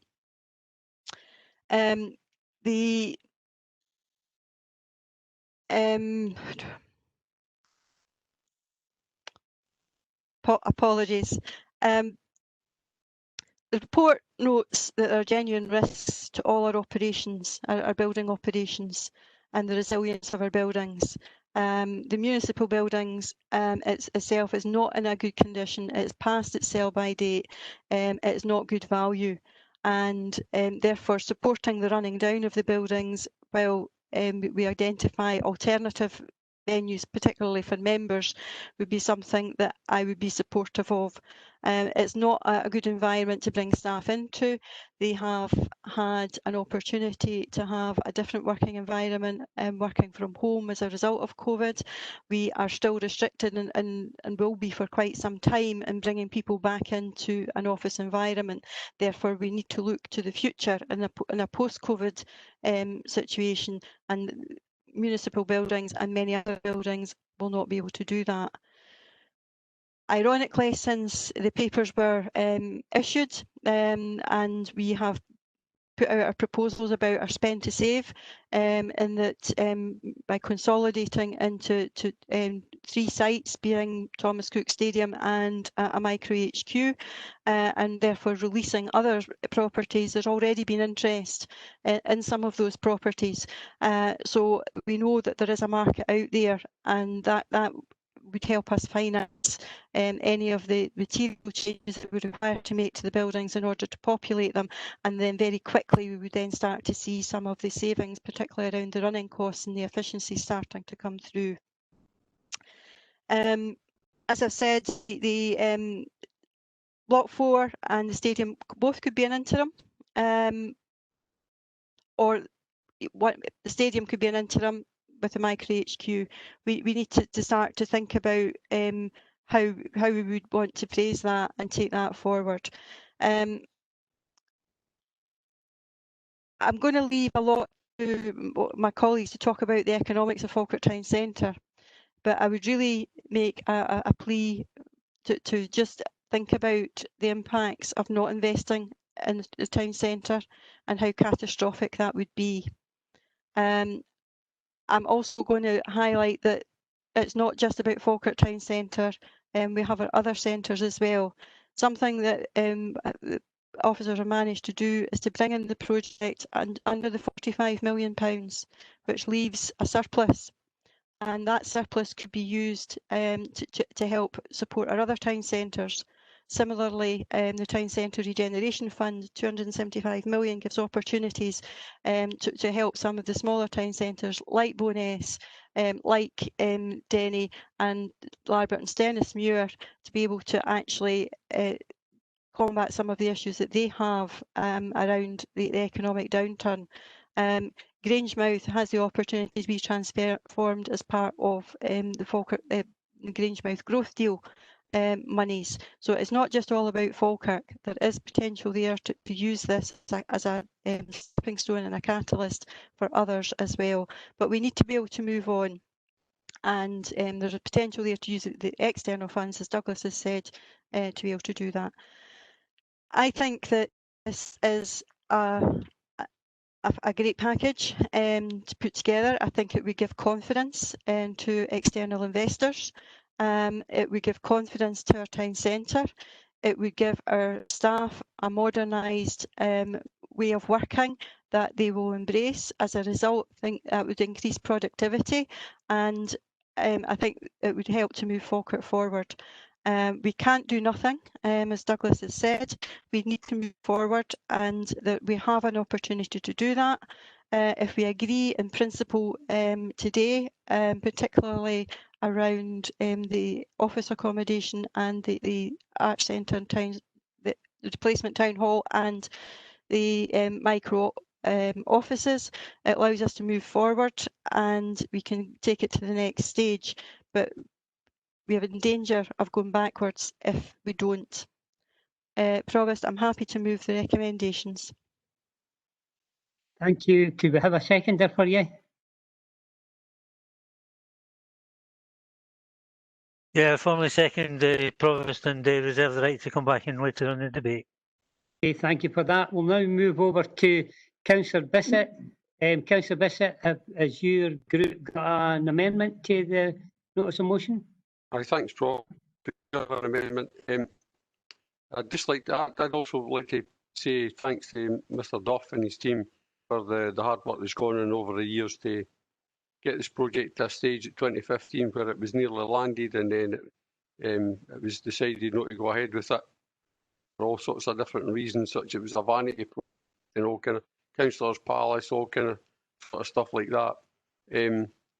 So I think we are where we are at the minute, and we need to make a decision, and I think the amendment we've got helps with that, helps things. So Councillor Goldie's going to speak to the amendment, and we'll share the amendment. So I'd just like to hand over to Councillor Goldie. Thank you. Okay, Councillor Goldie, so you're going to move the amendment, it will be seconded, and then obviously there'll be an opportunity, we'll show it on the screen, and there'll be a recess obviously, and we'll take cognizance of that. But Councillor Goldie, the floor is yours. Yeah, thanks for that, Provost, and thanks to Douglas. And I associate myself with the comments about the standard of our officers.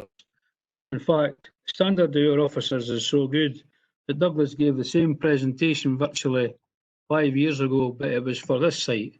And I'm sure he does agree in his report, as has the council leader, that this site should be considered. I'm not saying that it should be, if you have their view, that it would be granted, but it should certainly be considered. Provost, our duty as councillors is to look after the whole community of Falkirk district. Not just our own wards, not just our own town centre, but every part of the area and every part of our community. We have to look at that. Our other main duty, of course, is to look after our workforce. That's a key factor in this whole thing as well. And that was why the council buildings, we tried to replace it previously. Not going to go back and all that, that's old history, and we know what happened there. But I have got a concern at this time that I was advised this building was officially closed. Now, I don't know when that decision was taken. I don't know who took the decision, were they qualified to do so, and it impacts very greatly on where I'm about to move. Because I don't think we would need to go to Larbert or the stadium. I think this building would stand for another 2 years or 3 years, quite happily.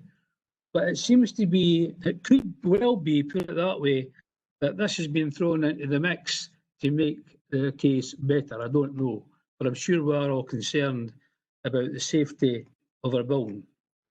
The other thing about it is, if we were to go to Larbert, Provost, we'd be taking workers away from the town centre for approximately 2 or 3 years. That's certainly not going to help the town centre here.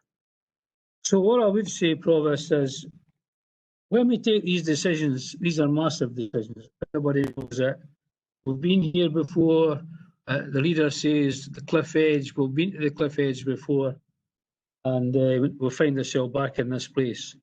But we want certainty to the project. Make no mistake about that. We hope today to get the amendment through and to bring certainty to the whole thing. And everything that's been said, Douglas Duff would agree, I've no doubt about that. This site here was the site that was used as the example for what we need. Everyone agreed it's the best site. There's no question about that. But what we are doing, we would be doing to protect and help the town centre, which is an admirable thing to do.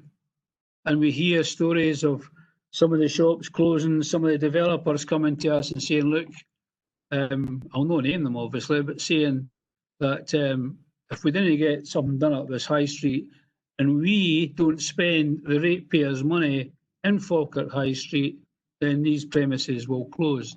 Now, that would be a disaster. The high street's bad and bad enough, I accept that. But at the same time, we've got to consider other options and the whole community, as I go back to. It's not good enough to say to people, you might have to go to Larbert to see the council office, see somebody in a council office, when in fact they could be doing it here. And I'm mindful at the council, at the minute, the present administration has tried 3 times to put a hub in Falkirk Town Centre and spent a lot of money trying to do that and still hasn't achieved it. So these are all the things that we have to consider, Provost. And when coming to massive decisions like this, we have to bear in mind the implications to the financial resources, the spending priorities and the community facilities now and for future generations. The current COVID-19 pandemic and its implications for the future workplace, because we don't know what the restrictions on space, etc. are going to be. And we've got to practice the requirements as well as use of entertainment venues. The need to protect, support and enhance the offering of all our town centres and villages as a place to live, work and do business. The recognition that the current municipal building is reaching the end of its cost-effective use as a civic headquarters and a working environment for our employees, and it needs replaced or significantly refurbished.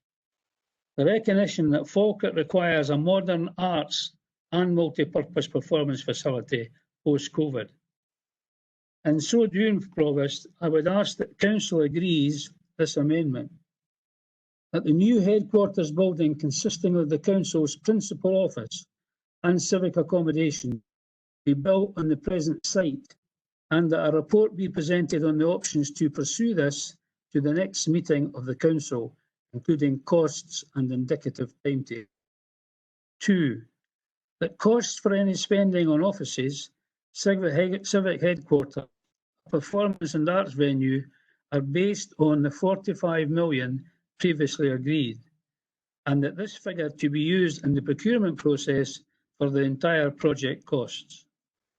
Temporary and permanent, but this will not apply to any external funding that may become available. That external funding, of course, Provost, is the money we keep hearing about coming for the town centre. 3. To prepare the property at Larbert only for provision of an interim temporary office and resilience out of orders centre, but only until the HQ accommodation is available for occupation.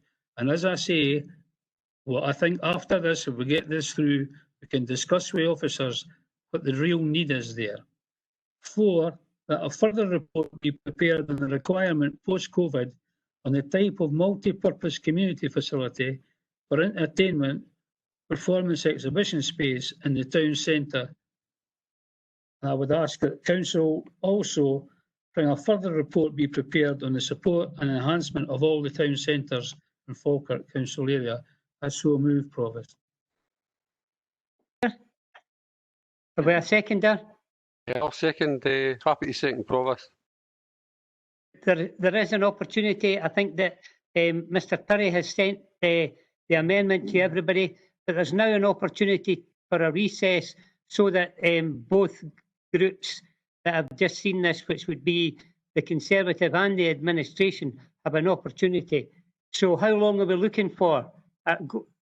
Councillor Meiklejohn, how long do you think? A maximum of half an hour? Maximum half an hour. That's fine then. Okay, see you back here within half an hour. Thank you very much, everybody. You want to ask Councillor Kerr? We'll ask Councillor Kerr when he comes back. Thank you. Thanks everybody for that. We're now reconvene.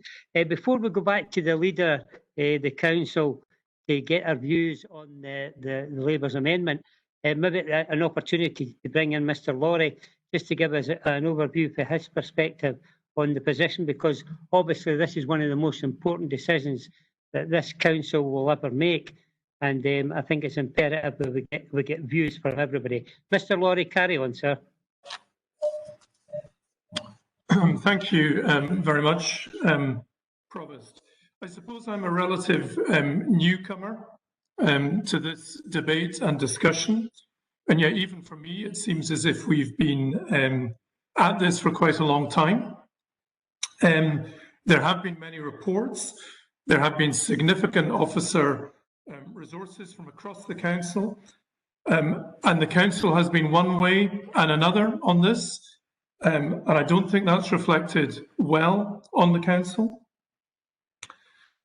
This latest report has been very carefully context of the parameters which have been set by the council, most recently at the meeting in February of this year. I think it is very important that members give this very careful consideration in the context both of our own HQ requirements and also, of course, the regeneration of the town centre.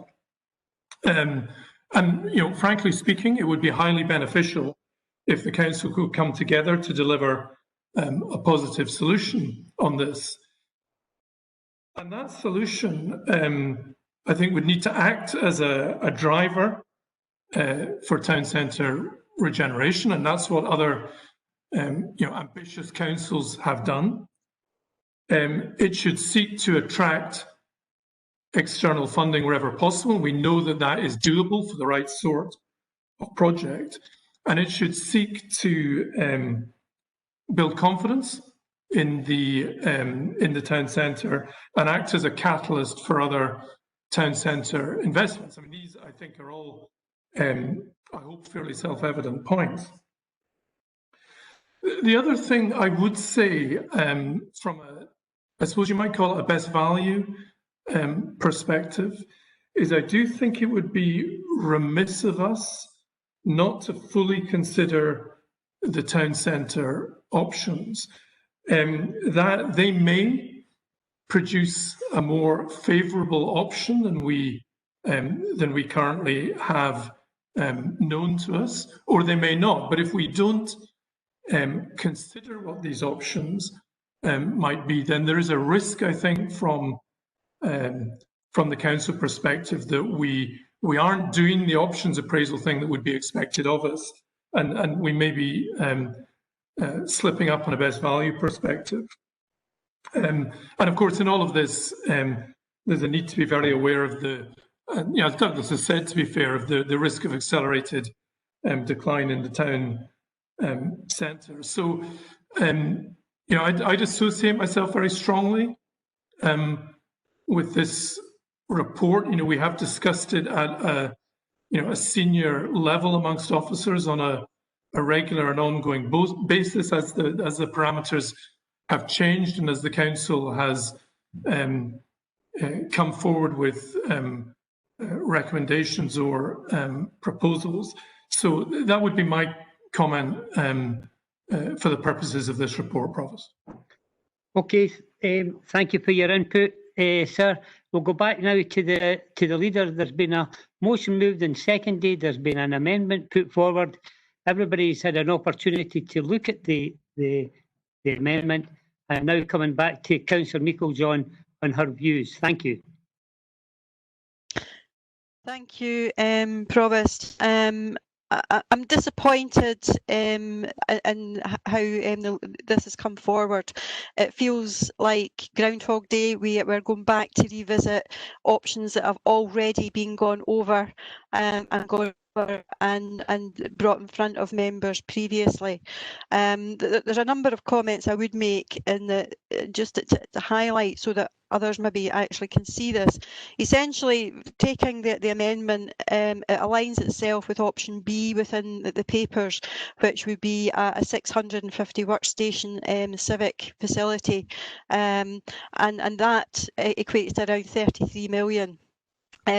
Because that's a standalone and decoupling what would be the town hall facility doesn't leave much within that 45 million gap for the town hall facility. I'm also really quite concerned that the amendment really downgrades what we have as a town hall facility now to a community multi-purpose facility, and does not reflect the aspirations of the council area in that particularly arts facility, and would also push it further away. Any external funding that we would get for the project would only be attractive to the arts facility and not to the office accommodation, which is our biggest cost in all of this. So I think we need to be clear on that, and that would also be for anything around the green agenda and going forward. So we are kind of cutting off more and more avenues there. We've got communities crying out for economic regeneration and wanting it now. They're wanting it yesterday, and yet we're pushing things further away and saying go back and do more work again, when we have a very good plan in front of us. The Larbert building, we can't make a decision about what happens in the future. If it's 2 years away, we're into a new council, and it'd be up to the new council to make a decision on the future of that building and whether or not it is closed or re-let. And I would also want to just highlight the fallacy that people wouldn't be able to go to Larbert and see officers or whatever. The municipal buildings is essentially a back office facility. Therefore, relocating to Larbert is going to be back office. What none of this addresses is a new modern library, a multi-purpose hub, within the town. It doesn't address any of that, whereas the proposals that are on the table right now have the opportunity to do an assessment of the various sites and identify something that would actually take us forward fairly quickly, whereas this pushes things just into the long grass yet again, and doesn't actually do what it needs is to give confidence to the town centre that Falkirk Council is committed to making investment. And at a time of recession, it's up to the public sector to make investment in order to stimulate the economy going forward. So I'm sorry, Provost, I'm unable to support the amendment that's come forward. Okay, thank you very much for that. I'm going to open the debate up. Go to Councillor Kerr. Councillor Kerr there. I'm here, Provost. You want to come in, sir? Yes, Provost, yes. We didn't have an amendment as such. Our group didn't believe that the motion or the amendment supported the town centre, as we're taking 1,050 jobs or people away to the town centre, and the whole purpose was to build a new headquarters and arts centre. So we were unsure, because the full objective of this is to get a new headquarters and arts centre that would help Falkirk town centre.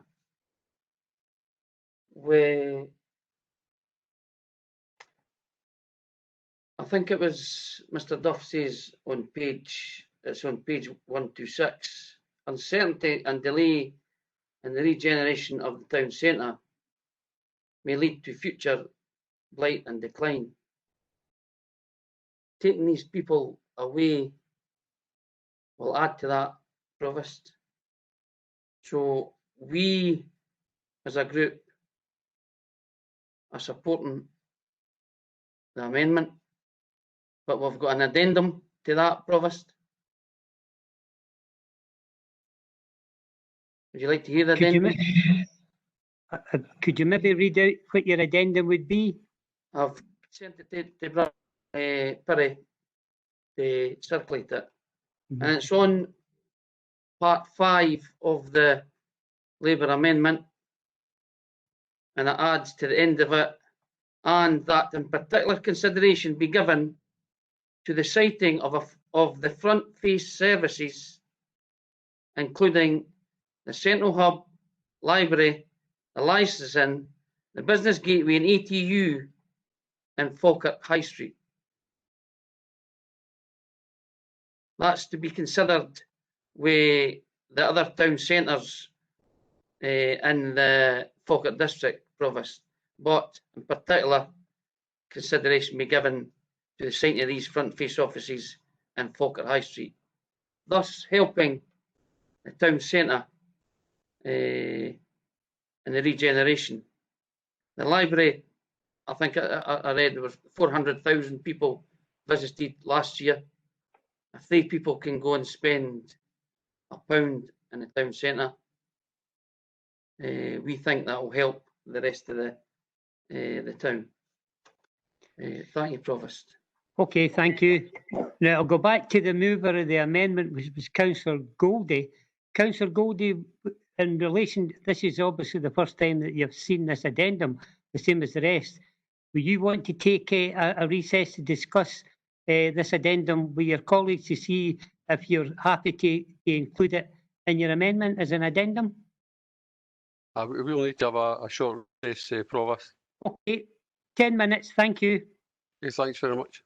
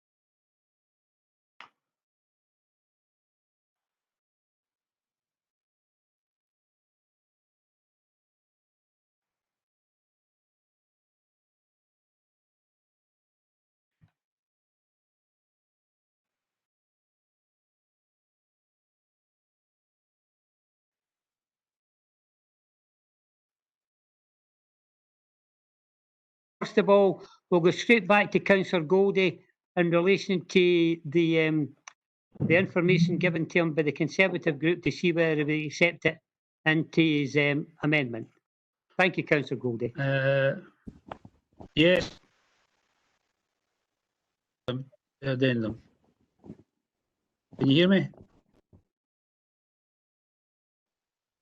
Did you hear that, Provost?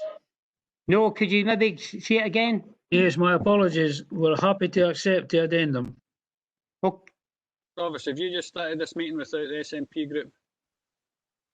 Oh no, I thought everybody was in. No, we're not. Sorry. Apologies. Apologies. Apology accepted, Provost. Provost, I would like to ask a question around the addendum of Mr. Duff.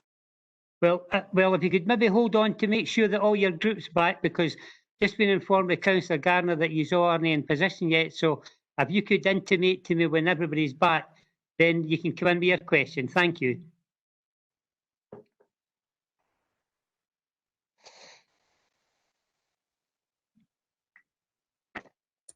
Provost, apologies. Some members of the SNP group were receiving some advice from Mr. Duff, and it was a slightly longer explanation than we anticipated. So apologies from me and my colleagues. I believe we are all out of our team's breakout meeting.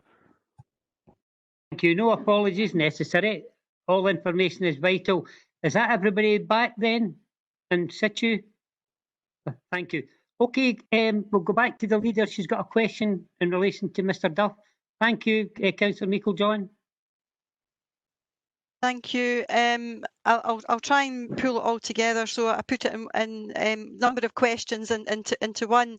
I was just really looking to get a view from Mr. Duff, firstly around the Labour amendment proposals of particularly the office accommodation and the impact on the town centre and therefore the arts facility, but also on the addendum and how different the addendum option A, and finally by pushing this back for further work, what the impact of that delay would be, particularly on the town centre.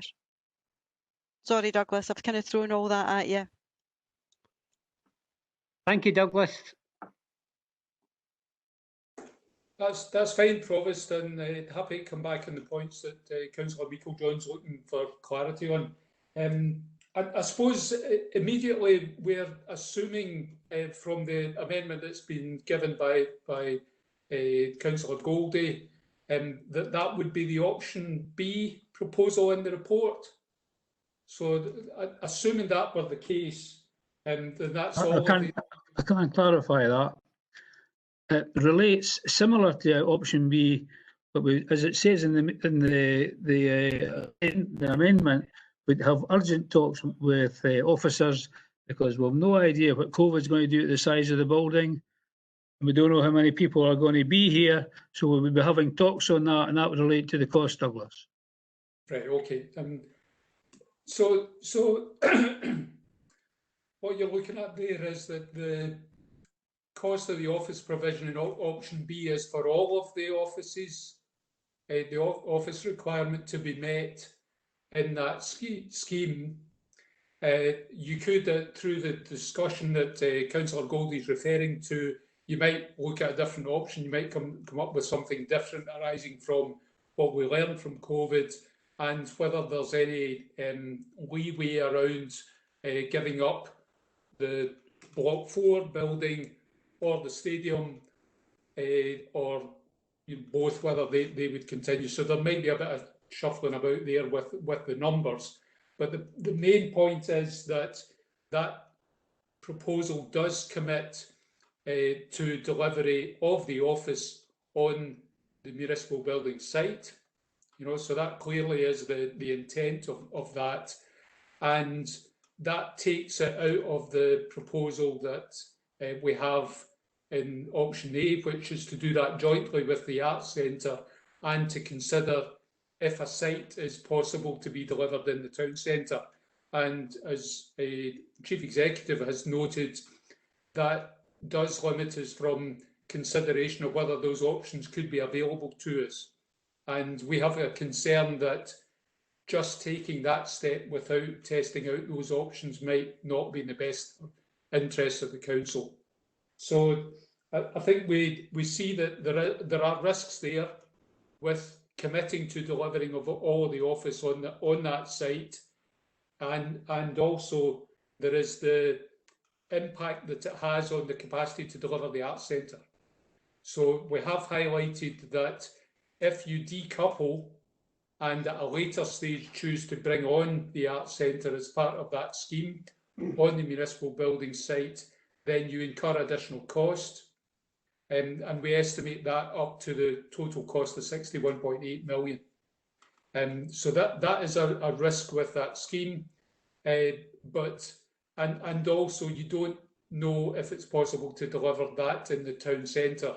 If you were looking with the remainder of the budget to look to find a site in the town centre, then clearly you've got less budget and you've got additional space you would need to provide in reception facility, welfare facilities, parking, etc., for a decoupled scheme. So it's for that reason in the report we say that the council needs to be alert to the risk of that additional cost in decoupling. So there are real risks with that proposition that I think we've attended to in the report, and I would still caution that if you were minded to go that route, that does give concern as to whether we would get best value. Okay, thank you for that. Now, just to let everybody know exactly where we are, we have a motion that's been moved and seconded. We have an amendment that's been moved and seconded, incorporating the addendum by the Conservative group. So it's a straight debate in relation to the two items. So who would like to come into the debate next? So they put their hand up. Councillor Black, thank you. Thanks, Provost.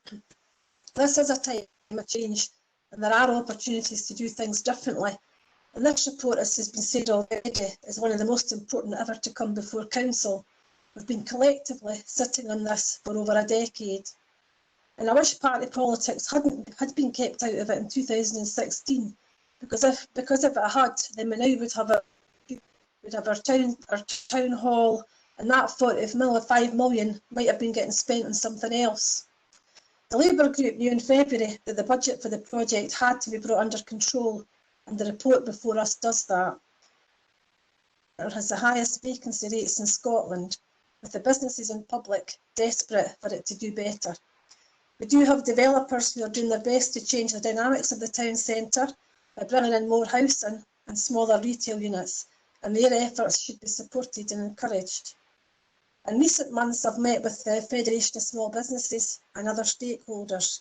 We all agree that small and medium-sized businesses in this post-COVID world need to be supported and nurtured more than before, because those SMEs keep jobs and money in our local economy. As a council, I've said often that we do the big things very well, but we don't pay enough attention to the small things. So I don't think that the report cures all of the town centre's ills.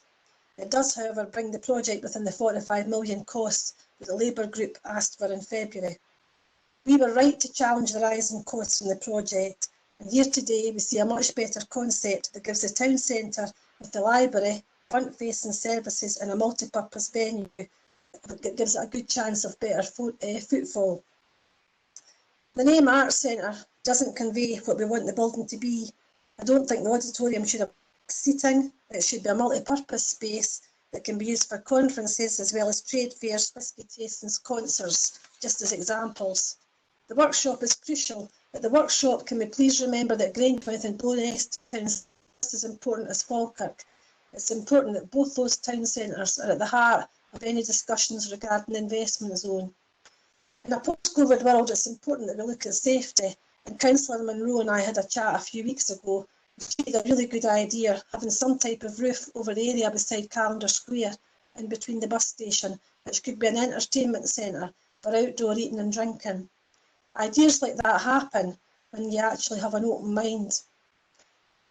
That space could also be used as a covered market during the day, and it could be used for lots of different events.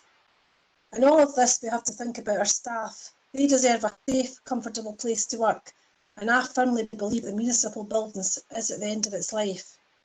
We have to move forward, and we're lucky that the TSC building is available. It means we can get rid of some of our lets, reducing costs, and we can get receipts for buildings that we sell. The stadium office space sat empty for years. Common sense says that we need to get it kitted out and put to use. In conclusion, we need to keep our options open. At the workshop, let's hear what the developers and businesses have to say. We need to embrace new ideas, and we need to be flexible. Finally, I will stress again that this has to be a starting point for regeneration of the area. I ask the Leader of the Council to recognise and agree that the regeneration of both Dangerous town centres has to be a top priority and is urgent. They don't need crumbs, they actually need significant investment. We need to send the message out there that Falkirk District is open for business and that we welcome new ideas. We need to give our young people jobs and we need to give our people hope. And that is why I'll be voting for the motion today, Provost. Thank you. Thank you for that. Who's next want to come into the debate? Councillor Bowes, thank you. Thank you, Provost. It's been interesting listening to the various submissions so far, and particularly looking at the amendment rather than the addendum, and I'll maybe come to that later. The first part of the amendment asks for a new HQ office to be built on the current site. It's just been confirmed that it's similar to what item B1 is, which is 33,434,000. Then you go on to item 2, which says that the spend cost's got to be 45 million. You cannot then build an arts centre under those constrictions. It won't happen. Literally, what we'll have is a head office and a community centre is what we'll end up with. We won't have an arts centre that will attract decent acts into Falkirk's High Street. See, if this was only a decision to build, if the High Street was booming and it was just to build a new office, this is a different debate. This is a debate about the future of our High Street in Falkirk. And I speak to that as a Carskinnaird and Triest councillor, because people in my ward that work in that area and rely on work in that area will not benefit from this in any way whatsoever. Building a big office for us and not actually giving the people an arts centre, it's the worst possible thing to go back to for me to go back to my constituents with. Yeah, we're going to build ourselves a nice big office, but you're getting nothing. It's the worst of all possible ways of doing this. This should be the smaller micro office and a good art centre that's going to attract people into the High Street. You can look at items in the report, the item 9.5 in the report, which talks about the potential spend. And if you look at the bit at the bottom of it, it actually tells you that the big spend comes out of a High Street, 7.3 million, of which 5.5 million is new money. That's not going to happen where it is just now. Building where you are just now, doing the same thing as we've done just now. We're going to do absolutely nothing to help this High Street. There is a change in this world. This High Street needs support. Us just building another new office for ourselves, I'm sorry, and I'm talking as me, myself, rather than even as a member of my party. I really, really worry that we're doing absolutely nothing for the district of Falkirk, because an arts centre, a decent arts centre, will benefit absolutely everybody in every area of Falkirk. It'll be something that we'll actually be giving and spending for the people, rather than actually spending for ourselves. The Larbert temporary office, I don't know. That's the one part that I can agree with. However, the only thing I can disagree with is it being front facing. It's not the town hall at the moment. Sorry, the main offices at the moment is back office. This will be back office.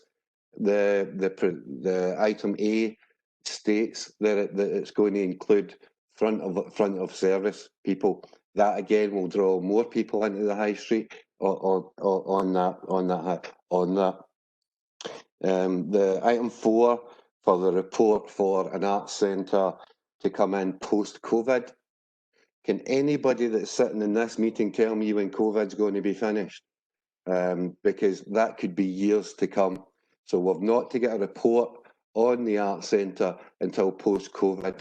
That to me that's not the long grass. You're kicking that into the forest. That just doesn't work for me. I think that is you telling the people of Falkirk, you haven't got an arts centre anymore. We don't care about you, but never mind, we've got some lovely offices. The support, the further support enhancement for other town centres, I can't argue with that. That's something that we should be doing anyway, and I completely agree with Alison's point on that. Smollen, the Stenhouse Muir Town Centre needs that support. I'm sure Denny does, and Grangemouth, Bowness, and every other town centre needs that. So I don't have a problem with that, but it will cost more money. So when you're taking the 33 million and plus, as this tells you here, 28 million for a new town hall, you then need to add on the extra money for that.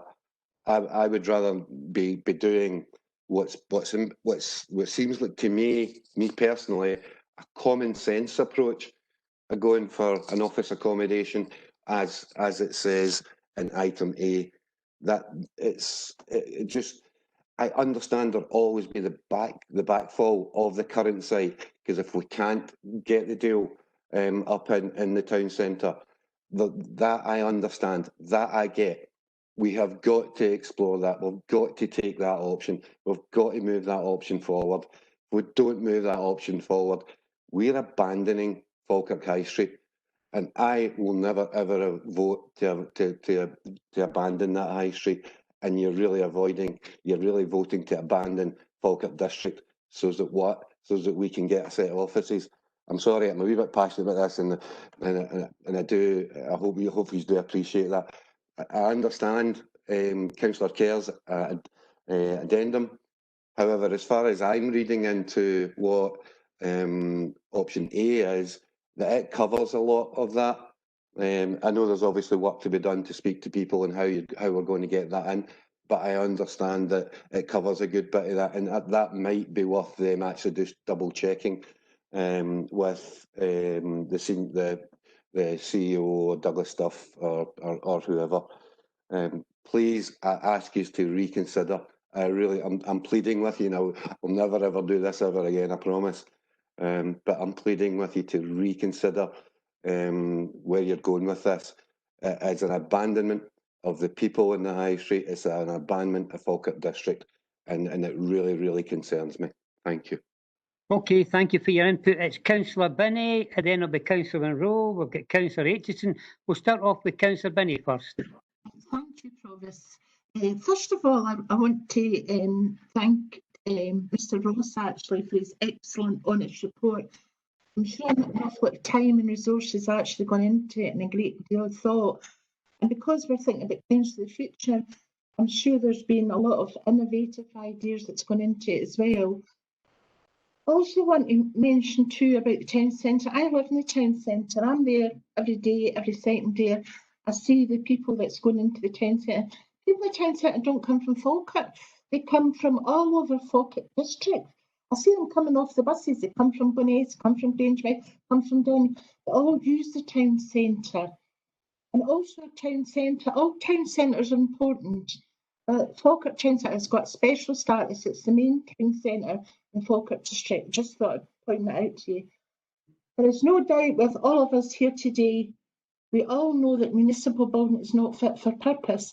I remember being in committees, listening to reports, talking about the municipal building previously, saying it wasn't fit for purpose. I actually had a lot of health and safety risks associated with it. We seem to be forgetting that.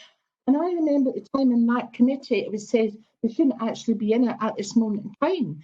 But wherever that report is, it must be somewhere within Falkirk Council. Today we have the opportunity to move forward these recommendations, and I fully support them. And finally, progress is delivery for UHQ and Arts Centre, which is multi-purpose. It's not just an arts centre, it's incorporating a central hub and a library as well. That's incorporating 3 buildings into one. That's innovative. Our communities want this. I know they want it because I go up the high street and I speak to people. And at the moment, as we all know with COVID-19, there's a lot of despair in our high streets, a lot of despair in our communities. They need an impetus at the moment. We need to move on with something. We can't stay in this state forever, going round in circles, having reports, spending resources, having meetings, coming to committees, coming to full council, just to move it along the road again. Our communities need something at this moment in time. COVID-19 has shocked the world, and not even councils could foresee these unexpected circumstances. As we know, has greatly impacted our communities, caused great hardship, and with the restrictions in society, that has an impact on people that they don't really want this. But we do have to adapt. We have to be innovative, and we need to keep us all safe. It's also, as we all know, transformed the way we work. That's propelled us at an amazing speed, and we need to keep on doing that into adapting. And that's really how we think. We don't think about the old ways. We have to think about the new ways, how we can be innovative, especially with regard to buildings and also with our communication channels. Transformation requires real honesty. We really need to be honest, and a desire to embrace this new technology and ways of working, whether it's home working or a blended model. We actually all have to play a part in shaping the future together with others. Culture, we'll talk about culture. I want to talk about the Arts Centre. Culture enhances our quality of life and increases overall well-being for both individuals and communities. It's important to have an Arts Centre from the days that begin the Stone Age, when the people then wrote on the walls, when it was the last war, when we had Vera Lynn singing to our troops and things like that. We need art and culture. It's so important. It's so important now, the way we move forward. We need that as human beings. Our town centre will be revitalised and successful once again. Sorry. Okay. Sorry. I know our high street needs this impetus. As I say, I go there most days, and I think the world should have confidence in our high street, and our community should have confidence as well. And that's why I think we should be going with these recommendations. Thank you. Thank you for your input. It's Councillor Monroe, then Councillor Aitchison, Councillor Alexander and Councillor Murtagh. So it's Councillor Monroe first. Thank you. Thank you, Provost. When the plans for a new HQ were first expressed, we were not facing the most challenging crisis of our time, in which public health needs to be protected, schools need to stay open, and the council has to support communities to come through the biggest challenge of our time. Giving ourselves a new office when everyone is currently working from home doesn't seem to fit with the current needs of our communities. And we have designed a new corporate plan which focuses on the needs of communities as expressed in the summer survey, which doesn't include a new HQ as a priority. But we all know that the current building is very old, and we want everybody to come together. So what are we trying to achieve by this motion? A modest, affordable, spend to save new building to replace the current HQ. Any kind of temporary building would add unnecessary costs in moving, fitting out, and the huge disruption if people actually move from one office to another, then they're not working for the council during this disruption.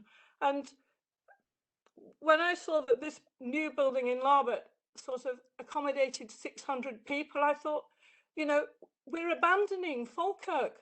600 people no longer working in close proximity to Falkirk, but going to a new office in Marbot. And in my 10 years as a shopkeeper, I experienced the buildings being closed and disappearing from the high street in which I worked and lived. And it can be massively detrimental, and there are huge unintended consequences. And we really need to bear that in mind. And I think, as Councillor Goldie said, we should really think about, for the sake of the town centre in the short term, keeping the present office open and the people who are working in it, because they are, and that is certainly helping the town centre and sending a proper message. And as Alison said, you know, town centres are changing, and the ways in which they work. Shopping malls are really no longer the focus of the high street, and the ones that have survived the best are the ones that have had lots of independent shops. And the challenge of Falkirk High Street is that many of the big shops that were there that are now empty are not suitable for newer, smaller businesses to come into. And in retail, it is very difficult to get started, particularly if you don't have seed corn or startup options, such as markets, as Alison pointed out. I go to the high street all the time in Falkirk, and I have noticed a real change already in the area around Calendar Square, which was formerly deserted, now has a certain kind of buzz, because the shops there and the businesses there find they have this outside exterior space. And as Alison said, this could be repurposed very easily, and were parts of the Calendar Square building more outward facing, that would also accelerate a change and give us a cafe quarter kind of area. And I don't think it requires lots of big things. I think we need small steps that ensure that in what we do, we don't actually decant people and make the situation in Falkirk worse. And so the suggestions we're putting forward are very positive ones, based on our experiences and what we've looked at and what we've read.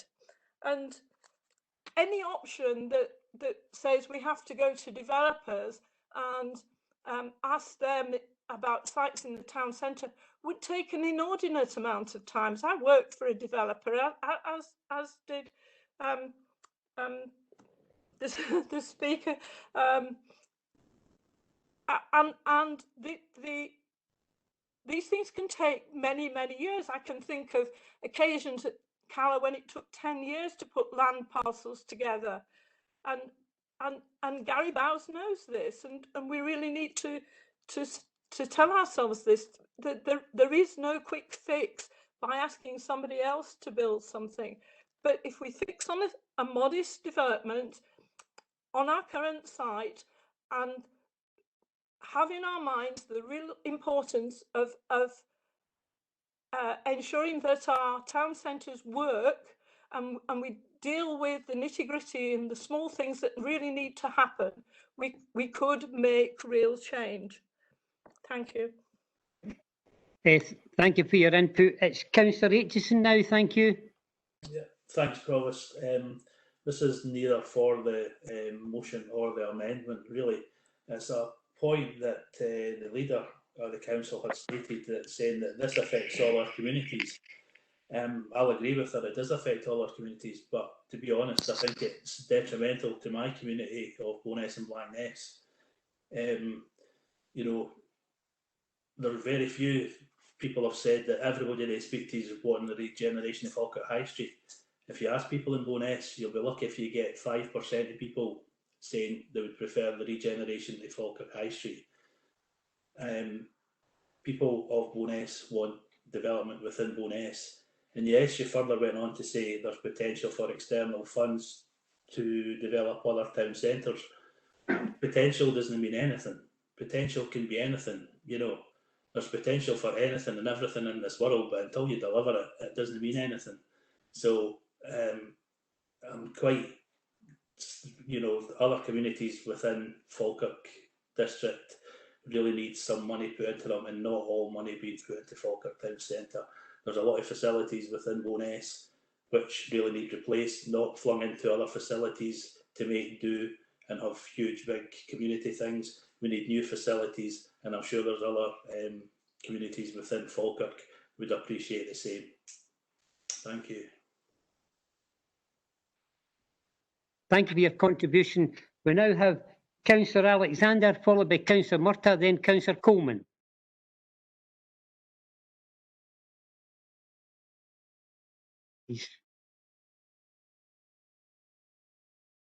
Can you hear him?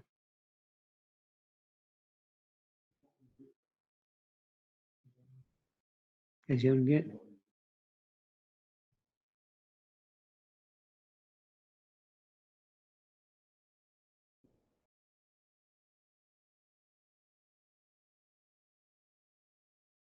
You hear me? Yeah, we can hear you now. Right, right, okay. Thank you.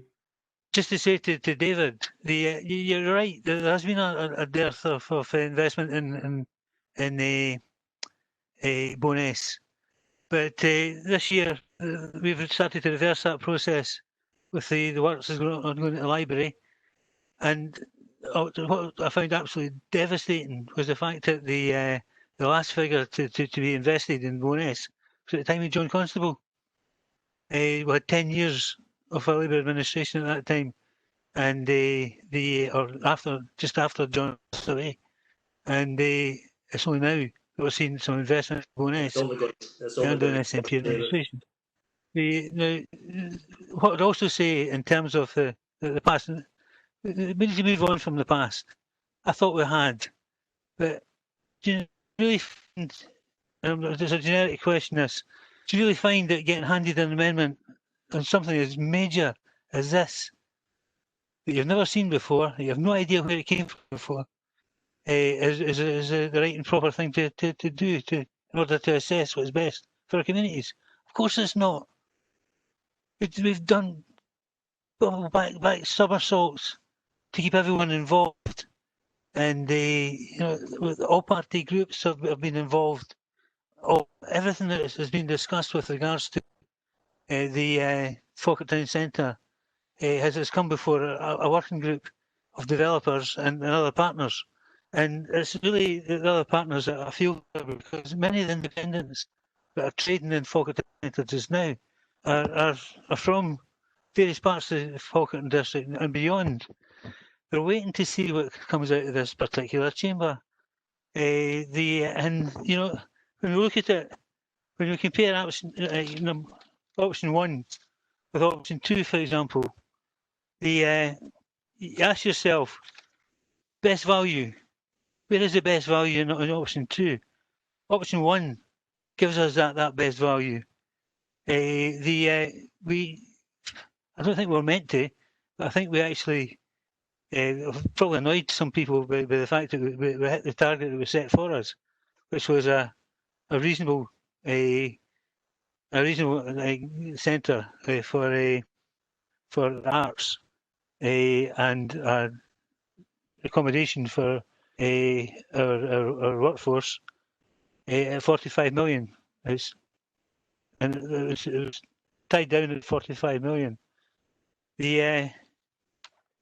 You look at the qualifying criteria of assets such as we have at the moment, where we want to change, we want to bring regeneration, and you look at the criteria for qualification. What's being proposed today by the Labour Group doesn't meet that criteria.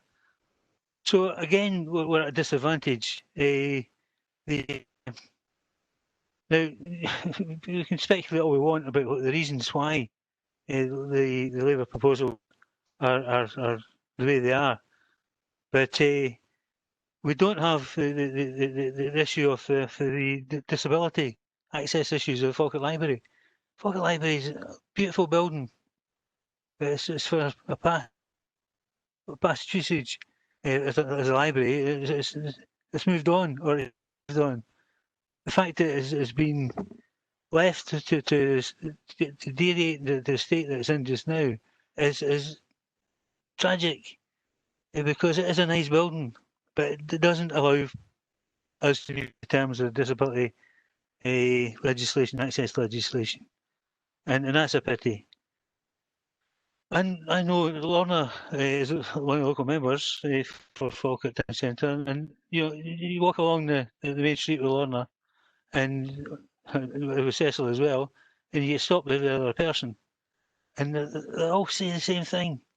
What he's doing to turn this place around, and you've got to hide the frustration that you feel, because you hope that everything will work out on the day. You hope that the members who come along today will see the common sense and see that the lack of sense in other cases for amendments coming in on such an important issue as today, without having the ability to actually even study them before we came in. That's absolutely horrendous.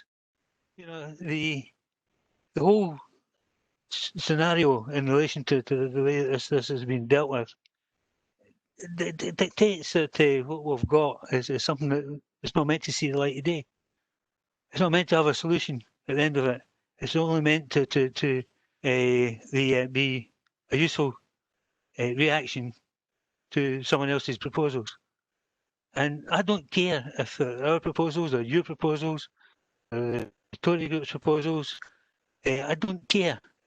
I'm perfectly happy to give up any additional votes, maybe in for us to take on the grounds of the debate so far. More than happy to give up every single one for the regeneration of Falkirk High Street. Now, I'll finish up by saying that we can get that, but not with emotion, not with it came from the group, and certainly not from the amendment that came from the Tory group, because it contradicts the Labour group amendment. And so one of them's going to get knocked out before we go any further. So please reiterate what Gary Bowes said. Please recognise that this is bigger. This is much, much bigger than a 2-hour debate or 3-hour debate in the council chambers. 2007 was the first report I sat through with regards to talk about a new headquarters. 2007. Here we are in 2012. So I hope that the members will support the motion and keep the town centre alive, because let's face it, if we don't, then we're leaving a hell of a legacy for our young people in Falkirk today. Okay, thank you. It's Councillor Murtagh, then Councillor Coleman, and I think Councillor McCluckie had his hand up then. Yeah. Councillor Coombs as well, I believe. Thanks, Provost. And I think, as echoing Councillor Alexander and Councillor Bowes before him, speeches are out the window here. There's no point in any of us trying to state a position based on the paper that we thought was presented last night and the options that are there. We're all here to really look at what is the best going forward for the people of the whole district. And I would echo the pleading nature of the what's been said already, and please take some time to really consider the information that's been given and presented by officers as well today. For me, what's key is when Douglas Duff is saying to us, and the Chief Executive is saying to us, the amendments that are put forward don't represent the best value to be able to go forward. Not only that, they represent significant risk in terms of what we're able to deliver, what we all want to be able to deliver. And I think we are all agreed that we want to deliver a solution that works for everybody in Falkirk, but that, yes, regenerates our town centre.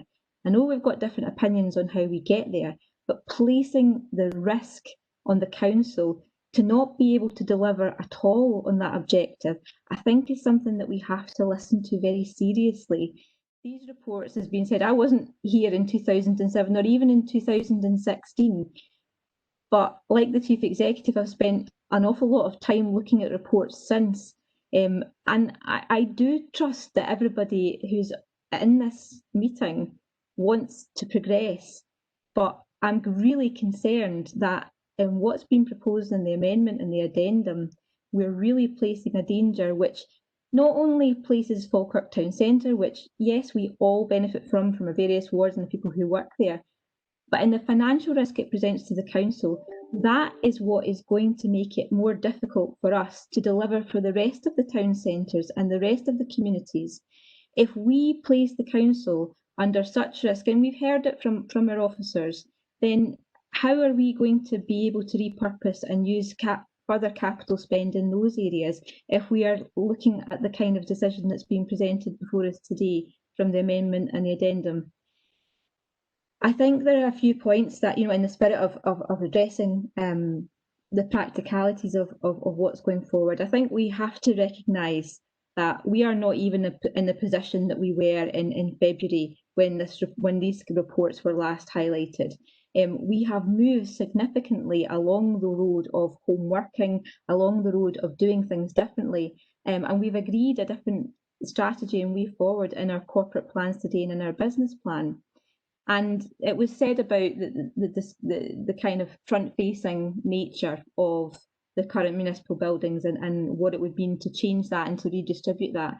But even to take an example from a practical level about something like licensing, which did have an element of people coming to the buildings, I know from my own portfolio, my own experience, that we've put in significant work and officers have worked really hard to try to then change that model and to move away from to have people online, to have traditional communities like taxi drivers who wanted to come to the buildings and pay things in cash, to change that, to have different application processes. And yes, there's challenges in that, and there's equalities issues in that, and we are working through them. But we fundamentally have to acknowledge that we are looking at a different sort of model for a town, for a headquarters building than what we were before.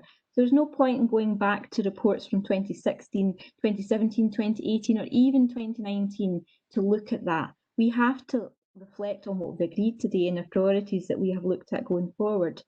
And I think that in understanding that we take cognizance of the kind of financial opportunities that there are to use the Thomas Cook building, to use the stadium, to say we are going to continue to incur rates on those buildings as well. It's not that not doing anything with them is, that in saying that the refurb of them is going to have an additional cost. We have to look at the situation in the whole. And I'd agree with Councillor Alexander that none of us, it's not the best idea to come into this and look at these proposals without knowing what the amendments were and what other groups were thinking. But we are here now, and we know we've had these arguments out, and we've looked at the proposals. And I would plead with colleagues across all parties to take some time and really consider what's before us and really understand what's been said to us by officers so that we can make the best decisions going forward. Because I'm worried that if we go with the amendment and the addendum, it's not going to present the future for the people of Falkirk. It's going to put us at risk, and we really need to reconsider that. So I would ask members to just take that time and think about that going forward, please. Thank you for your input. That's Councillor Coleman, then Councillor McCluskey and Councillor Coombs to come. Thank you. Thank you, Provost. I'm listening to the debate with much interest, and I want to just take a minute to pick up on a couple of points that Councillor Munro had mentioned. She opened her comments with a reference to COVID-19 and our concerns that the proposals in the motion were not particularly suitable because of COVID-19, and that left me with some confusion that the Conservative group are then in support of Section 1 of the Labour group amendment, which refers to the present site being basically the only site for a new HQ. This is a proposal which isn't just worked up before COVID-19, it was worked up before the current council term. It's been looked at, analysed and found wanting. So I find there's a little bit at odds there with that, but perhaps that's just my confusion and we might just have to have a difference of opinion. My concern really around that is that, as officers have said, and I reiterate that to try and get the point across here, that if the Labour group and the Conservatives are going to exclusively look at the current site, then they close off other opportunities, potentially better opportunities. That's a missed opportunity and a disservice to Falkirk District. I'm quite interested in the point Councillor Munro made about additional temporary costs because of moving to Larbert, because being one of the councillors that represent Larbert, I thought about that as well. So fair warning, Mr. Duff, I'm going to ask you to answer a question and cast your mind back, because we had a very robust discussion about the additional costs of moving to Larbert, and I asked you a number of questions and you left me with the impression that basically it would at least break even and potentially be a better financial option, the temporary move to Larbert, and that really there were no excessive additional temporary move costs. So given that Councillor Munro has raised it in a more subjective manner, I'd like to ask Mr. Duff to come in and clarify that. Mr. Duff, please. Okay, Mr. Duff.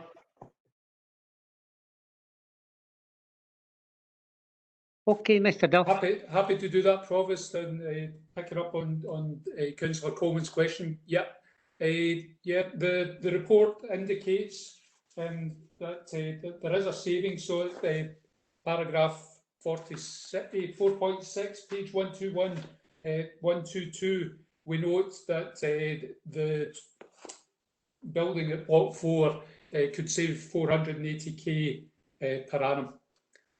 So that's if we proceed with moving the municipal buildings and some of the other office locations into that building. And important to note there also that there is that risk that if we don't do something in that building, then we are still incurring the cost of 120k. I should perhaps also have mentioned that contributing towards the capital cost of the refurbishment and fit out is a sum of 200,000 that we have been given for dilapidations works by Thomas Cook. So it's in our interest to use that money to help to refurbish the building anyway.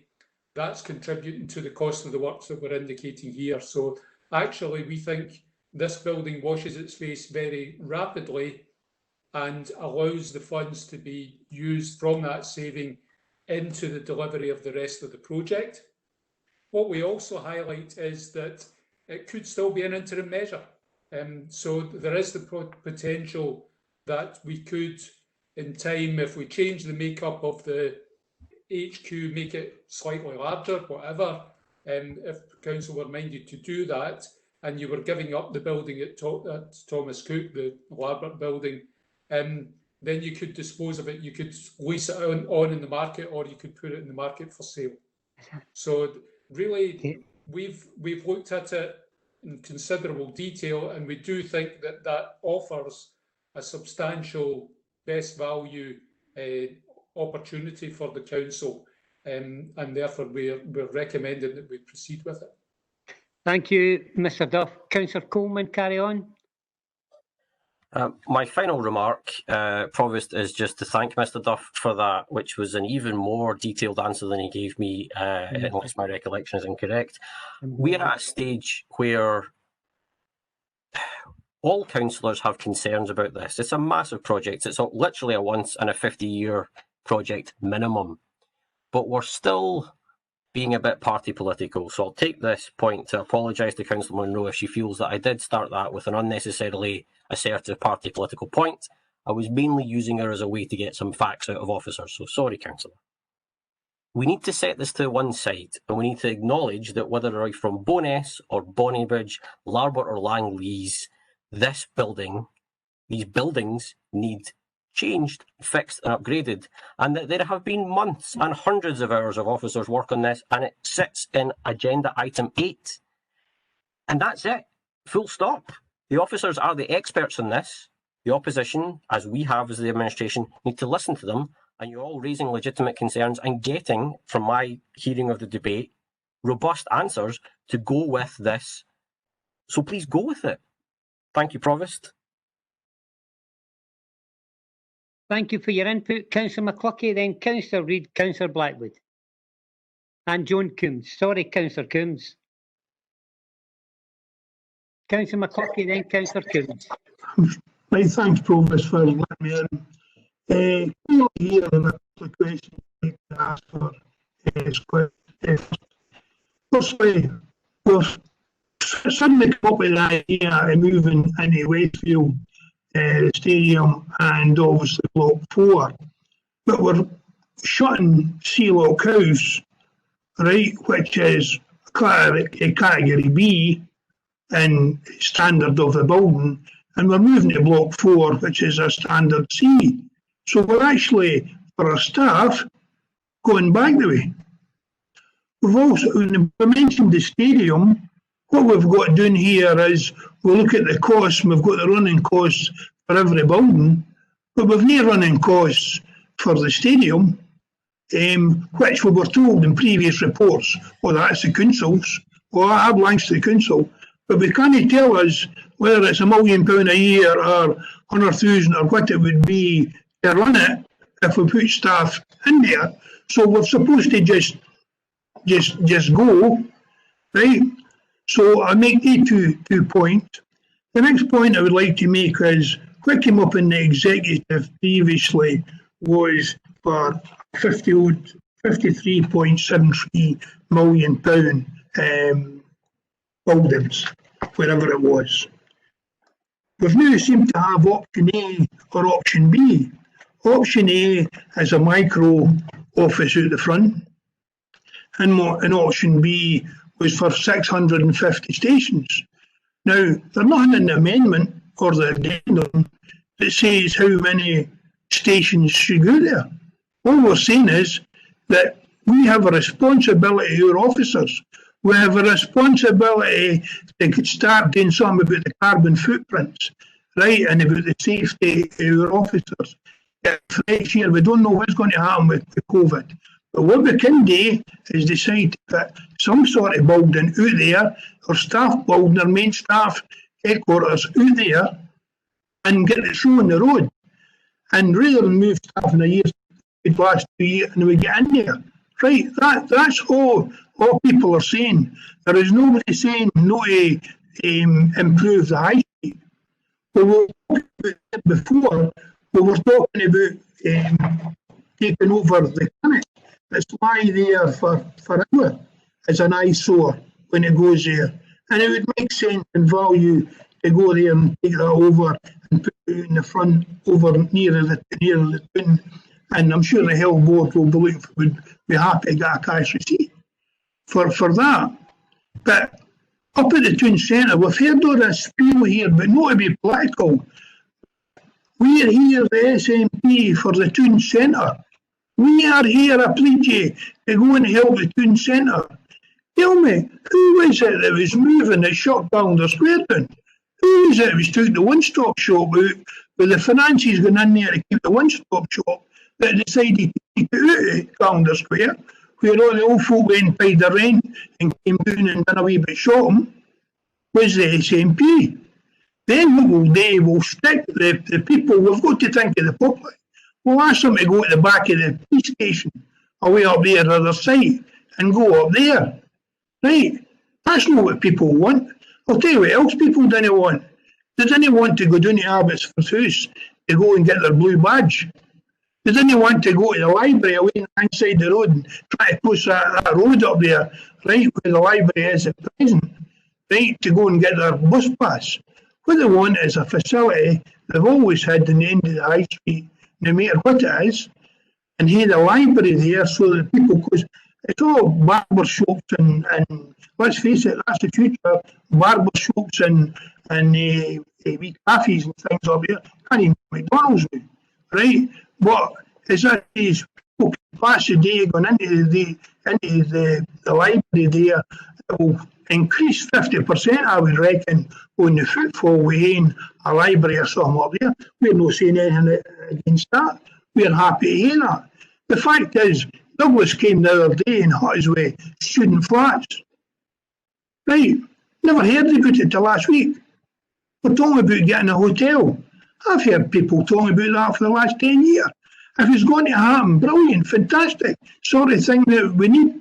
At the present moment, we don't know. We heard councillors earlier on there just half an hour ago. We don't know how many years that COVID would last.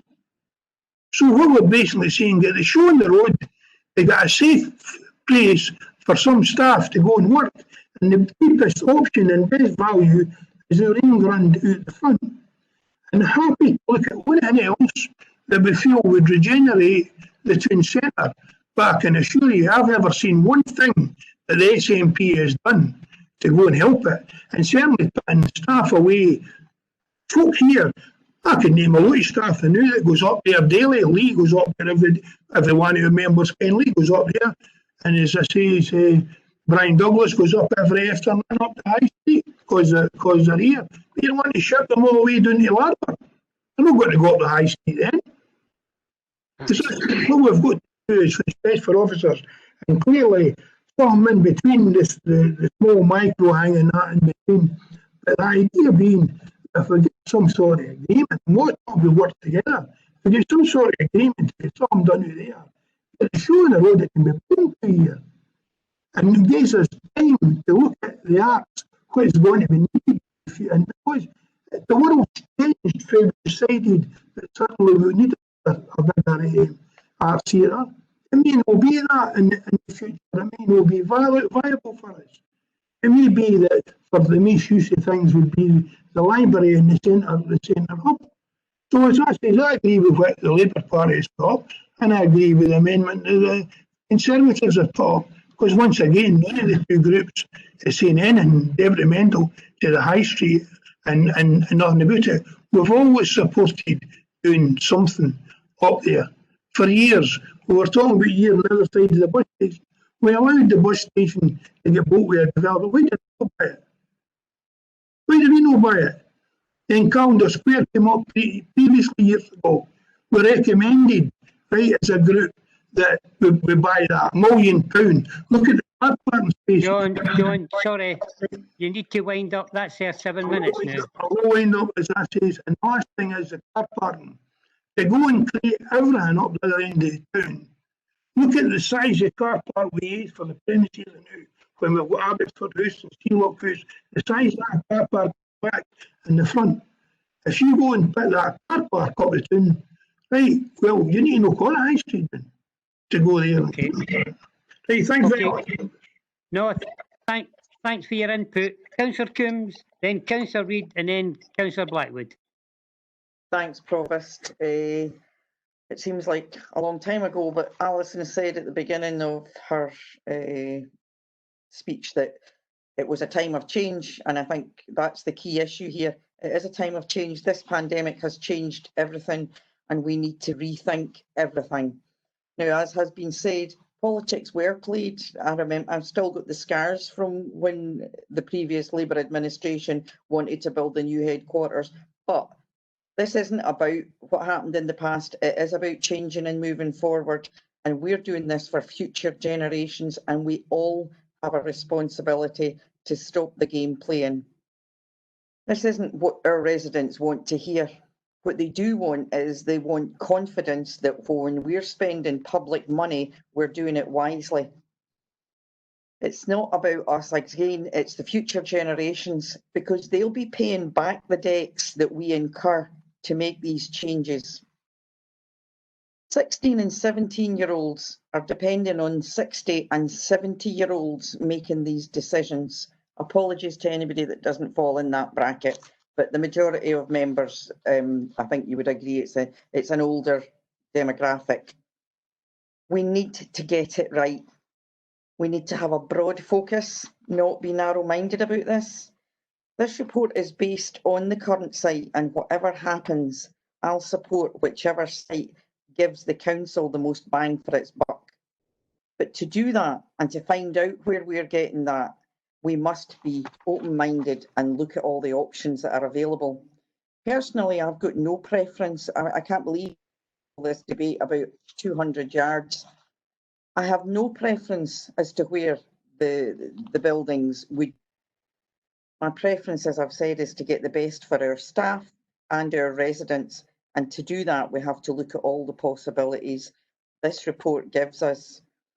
And so for that reason, I'll be supporting the officer's recommendation for option A. It doesn't exclude the present site. It includes all sites and all options, and that's what we need to be looking at. Thanks, Provost. Okay, thank you very much for your It's been a input. long day. We're Councillor past Reid. 5:30. Councillor Reid. Yes, I thought people were mentioning the time there, Provost. Okay. Carry on.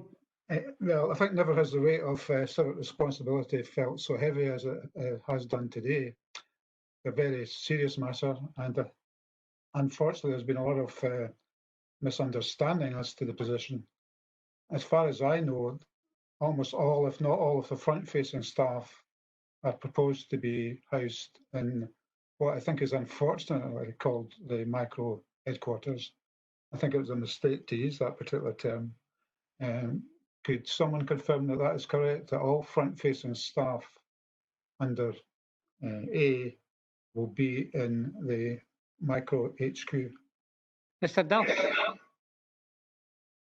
What you would add to it is the central hub, so it would be added in and we would create accommodation as part of the project, but that's been costed into the overall model, Councillor.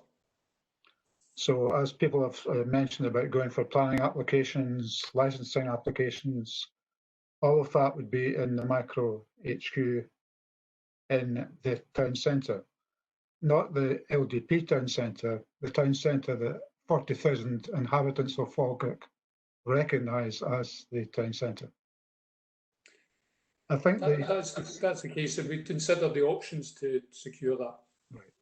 Moving on to the Arts Centre, it's strange that in the various meetings we've had with shopkeepers, some of our own staff think the actual term Arts Centre is an unfortunate term, because in some people's eyes it is something only a minority might enjoy.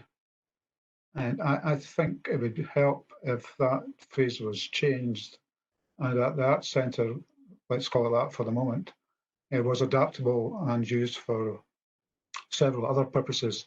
I think to have a fixed theatre has its problems. The current theatre lies empty during the day most of the year. I don't think we can risk that up the town, and I think it would be more difficult to sell to the public if the seats were, for example, not to be retractable. So I think that's just something to think about. Killen's House, just adjacent to us, does that feature anywhere in the plans? Mr. Duff. Not presently, although we are acknowledging that could form part of an overall disposal package. The challenge there is that Killen's House is a common good property, so we need to go through the arrangements for disposal of that and agreement through the common good committee. That can be a long process. It can even go as far as a court of session, but that would be something to consider. And if that were possible to do, then you could be looking at that as part of the scheme. The building that is the most emptiest looking, of course, is the Marks and Spencer's building. The proposal to meet with developers, would that include meeting with Marks and Spencer owners or representatives? We've kept contact with Savills, who are the agents for Marks and Spencer's, and would certainly offer the opportunity for them to take part in this. And it's a challenging building. It's got 3 basements. If it were acquired, it would have a significant rates liability, so you would need to attend to that very, very rapidly. But it's certainly something that we, would want to make sure were considered as part of the options that we would want to explore. Yeah, I think we should keep all our options open. If moving to the stadium, which at the moment the part we propose to go into is owned by FCSL. Yeah, We've been expecting a report on that for at least a year. If that's imminent and the proposal was, or it was possible to transfer it back into council ownership and it remained empty, what would be the rates we would have to pay in that empty building?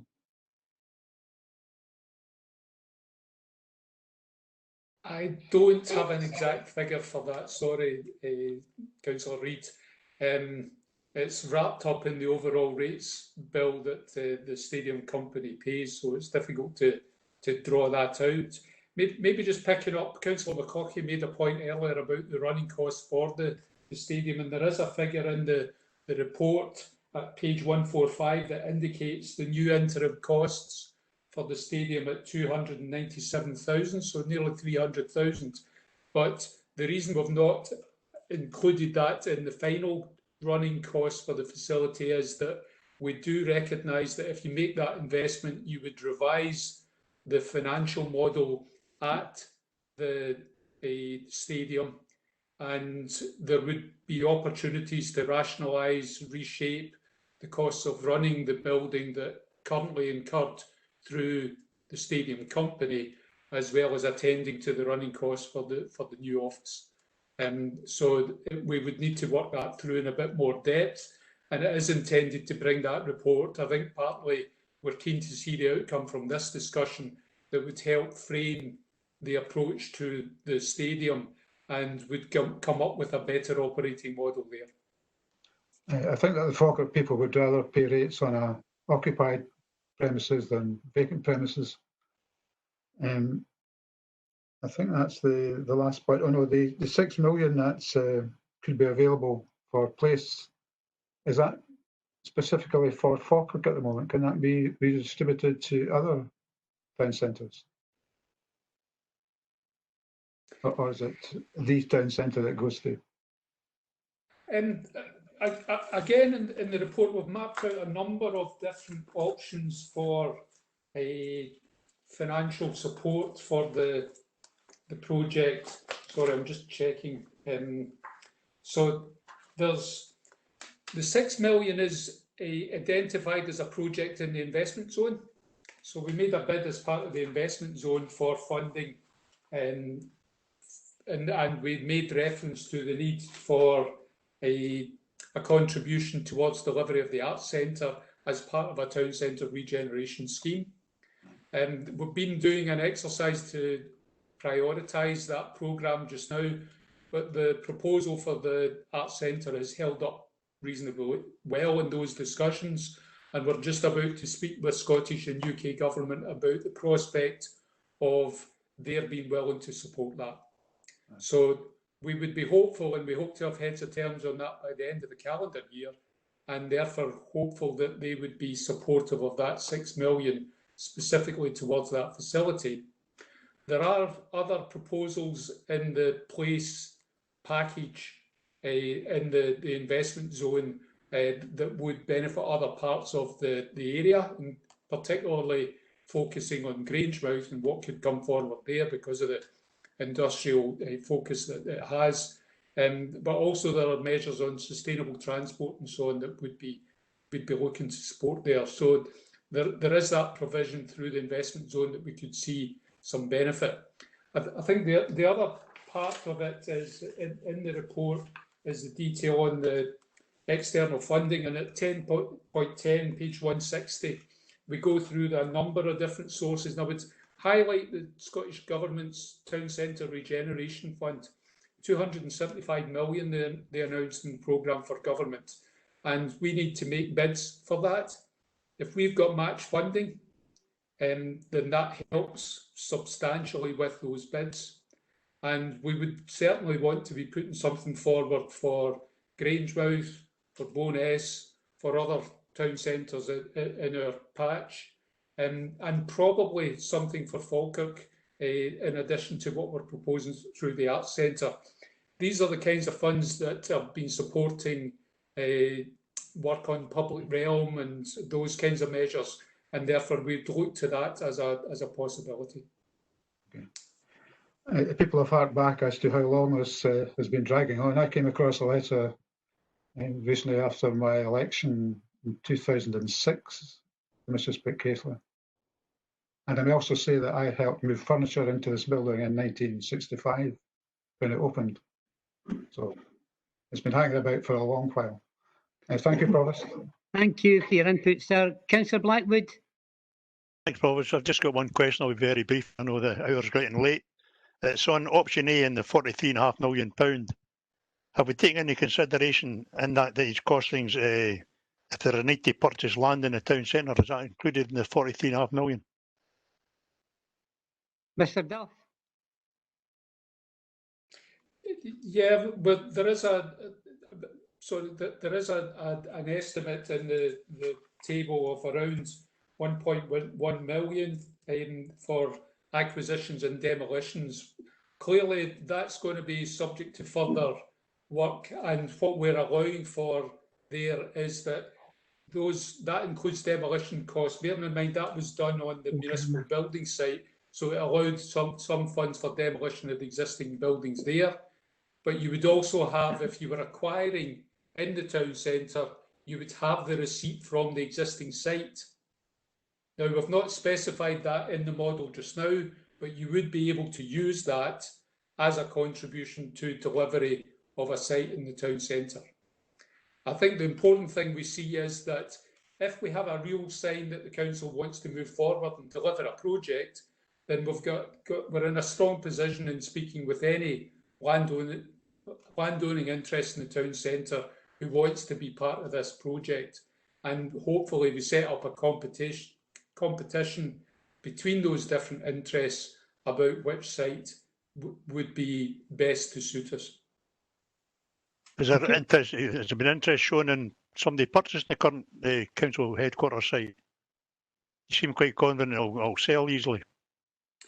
We've had, sporadic interest expressed in the site, and in fact interest in other sites. Just on the publication of this report, we've had a couple of calls about what might be coming forward. So there certainly is interest, and I think we're fairly confident that if a town centre, a high street site, say, were to proceed, then we would be able to dispose of the municipal building site quite comfortably. I think some developers who are working with those high street interests see that they would actually want to work with us in delivering new housing schemes on the municipal building site in tandem with delivery of the HQ. So that could be a combined regeneration, transforming the municipal building site as well as delivering the HQ in the town centre. So we see that as a possible benefit arising from the commitment being made. Thank you. Councillor Garner. Councillor Garner. Thank you, Provost, for letting me in, and I will be quick. I did actually have a 4-page speech written out, and I won't need to go over that because I think every point's been covered well by the elected members here. And I also think this has been one of the most sensible debates that I've taken part in during my time as a councillor. And I think the importance of this to everybody in the area has been well merited, that afforded that luxury. I'd like to just take this time just for a second just to thank Kenneth, Douglas, Leslie, and indeed Rona, who's away from us now, for the time and effort they've put into this and the diligence they've shown through these many years, getting to where we are now. I think we've came to the crux, and we'll soon find out how we are with that. So without the speech, as I say, 4 pages, but hopefully I'll never need it. So thanks. Okay, thank you. I think it's nobody else will go back to the leader to wind up. Oh, Councillor Ritchie got her hand up. Councillor Nimmels get his hand up. Okay, we'll carry on. Councillor Ritchie. Thanks, Provost. Firstly, I have to say, it's like Councillor Aitchison has already says, many people in Bowness aren't in favour of a new civic centre headquarters. But I feel using the properties at Larbert and the Falkirk Stadium will help, as it will bring down costs and get under the figures that have been spoken about. Also, money will be saved when we move the staff from Sealock House, etc. to these buildings. I feel that we've got to go forward today to get more information for Douglas to bring back, and then that way we know what way we are going to go, and then we can make more decisions. So that's really all I want to say. Thank you for your input. Councillor Nimmo. Decision for it's best for the people of Falkirk. And we all have our different views on it, and we're all entitled to our different views.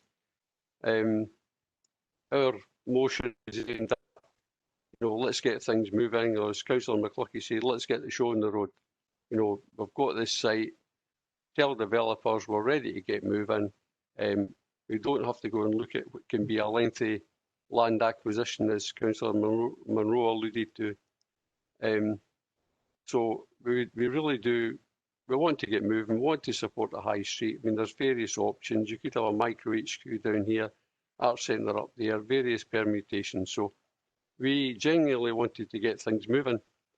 So I don't think I'll say any more, and I think we should maybe perhaps, I'd just like to finally thank every officer that's been involved in getting us to this stage. I know it's been stressful and tense, and tense for everybody, and everybody's a bit tired, and we need to be moving forward, we need to make progress. So I think it's maybe time we headed for the vote. Okay, thank you for your input. I think it's now we'll go to the leader to wind up. Councillor Meikle-John. Thank you, Provost. And can I just say I'm pleased it's been a relatively good-natured debate and a thorough debate, although we have had history rewritten a couple of times. But that's something that to be set aside. Some really good points, and I would just like to say to Councillor Black in relation to Grangemouth and Bowness, Mr Duff gave the answer to that, that we are actively working on developing plans around Grangemouth. We want to set up a partnership forum, as we have done for Falkirk Town Centre, that will be inclusive of the local members and indeed the community. To look at how we can master plan that, and with the Town Centre Regeneration Fund of 275 million, we can develop plans around the likes of Bowness, about if the Larbert, Stennismuir, Denny, all around those, that if we can develop plans around investment, we can get bids into that can be matched by the council, and that is something that I'm happy to give a commitment to, and it's always been there. I've said this on more than one occasion, and it's disappointing that I'm obviously not being able to articulate that as clearly as because people don't seem to know about that, but certainly that is the case. We do want to focus on jobs. We want to retain jobs within all our town centres, but in the case of the particular subject matter we're talking about is around Falkirk Town Centre. We want to engage with other investors, private investment, to get that into the town centre that will help develop it further around housing, around other facilities, around the hospitality trade. Absolutely take Councillor Reid's point around, and I think it was Councillor Coombs as well, around Arts Centre and the connotations that perhaps gives, and I've tried to change that to a replacement town hall. Not quite sure what we want to call it yet, but it's not just about the arts, it's about a much more flexible space that can be utilised and a much more widely opportunity for a variety of events. And I'll take people back to a statement I made in 2018 around what I thought would be for the town centre, and Councillor Munro has pinched that because I spoke about an outdoor arts facility, an outdoor space that could be used, and a civic square that could have activities taking place on it, and actually create that vibrancy within our town centre, and that kind of European setting that can be done despite the fact we're in Scotland and the weather can be rubbish. because you can't, as I said, you can't put a canopy up. It's been done elsewhere. So I'm really pleased to see that there's some vision and some enthusiasm for that. So I think as an administration we have listened. We've taken on board the concerns around the rising costs. We've gone back to the plans. We've come up with a package that has the potential to really go somewhere. We want to engage with the developers within the town centre to have the discussions about what's deliverable, look at all of the sites, have the assessment of the sites before we were able to make that final decision there. I think the issues around land acquisition is a bit of a red herring. I think there's been a lot of land acquisition already going on in some of these sites, with the potential opportunities around. I think the developers would bite your hand off right now. But if we leave it another 6 months, then we could have lost them. They could have disposed or gone off elsewhere. So timing is really quite critical. The issues that were raised around the stadium company, there is a report coming, as has been said, and I think there's an opportunity there to utilise a facility that's been lying empty and has been costing us money as a council through the stadium company. Remember that that's wholly owned by Falkirk Council, so it's still our money that's in there. By having that lying there as an asset costing us money, that's not best value. We need to move forward and do something around that. We have a real opportunity to send out a clear message to the town centre, the retailers, to the market. Falkirk's open for business, and as I said, it's not just Falkirk town centre. There's opportunities right across the district. The lens is on us right now. Because of the investment and because of the opportunities, because of our location in central Scotland. And if we don't harness that, then we are not doing the best for the people of Falkirk District. And I would really urge members to get behind this proposal. Let us move forward. Let us have something positive to take out to all our communities, because while we've discussed, the HQ and the Arts Centre here today, there's other aspects that I think are really, really positive, and we need to be sharing that much more widely. And I'd ask people to support the motion. Okay, thank you for that. We'll not take any more time. We'll go straight to Mr. Moody and we'll go to the vote. Thank you, Mr. Moody. Provost, can I call a roll call vote, please? I don't know how that works online, so. Provost, we're going to have a roll call vote in any event, so I think that deals with Councillor Nimmo's request. Thank you. So, Provost, we have the motion which is moved by Councillor Meiklejohn and seconded by Councillor Alexander, which consists of the recommendations at paragraph 2 of the report before you, against which we have an amendment moved by Councillor Goldie and seconded by Councillor Bissett, which also incorporates the words proposed by Councillor Kerr at part 5 of the amendment. Provost Buchanan. Amendment. Deputy Provost Ritchie. Motion. Councillor Aitchison. Abstain. Councillor Alexander.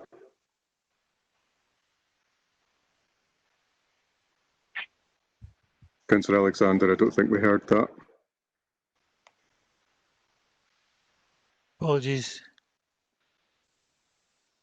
Can you hear me now? Yes, thank you. Right, the motion. Thank you. Councillor Balfour. The motion. Councillor Binney. Motion. Councillor Bissett. Amendment. Councillor Black. Motion. Councillor Blackwood. Amendment. Councillor Bowes. Motion. Councillor Coleman. The motion. Councillor Colley. Motion. Councillor Coombs. The motion. Councillor Flynn.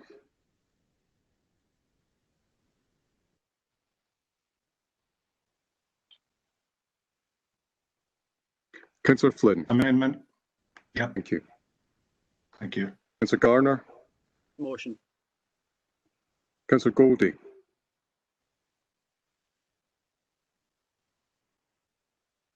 Amendment. thank you. Councillor Grant, Amendment. Councillor Harris, The amendment. Councillor Hughes, The motion. Councillor Kerr, Amendment. Councillor McHugh, For the motion. Councillor McCluckie, Amendment. Councillor Meiklejohn, Motion. Councillor Monroe, Councillor Monroe.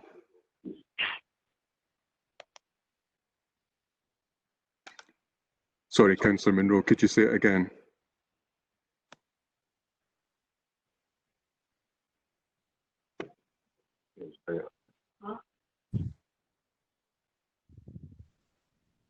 The amendment. Thank you, Councillor Monroe. Councillor Murtagh, The motion. Councillor Nicholl, The amendment. Councillor Nimmo, Amendment. Councillor Patrick, Amendment. Councillor Reid,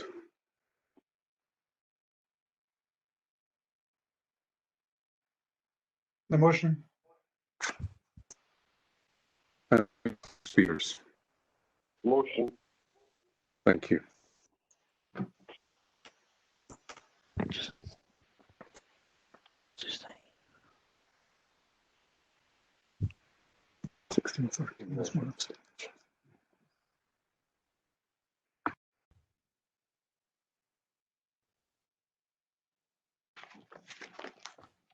Provost, there are 16 votes for the motion, there are 13 for the amendment and 1 abstention, and the motion accordingly is carried. Okay, thanks everybody. That's going to finish off tonight's meeting. Remember, it's a 10 o'clock start tomorrow morning. You will be sent out a WebEx invitation this evening. Other than that, I'd like to thank you all for your respect showed to one another today, and we'll see you all tomorrow. Thank you very much. Thank you, Provost.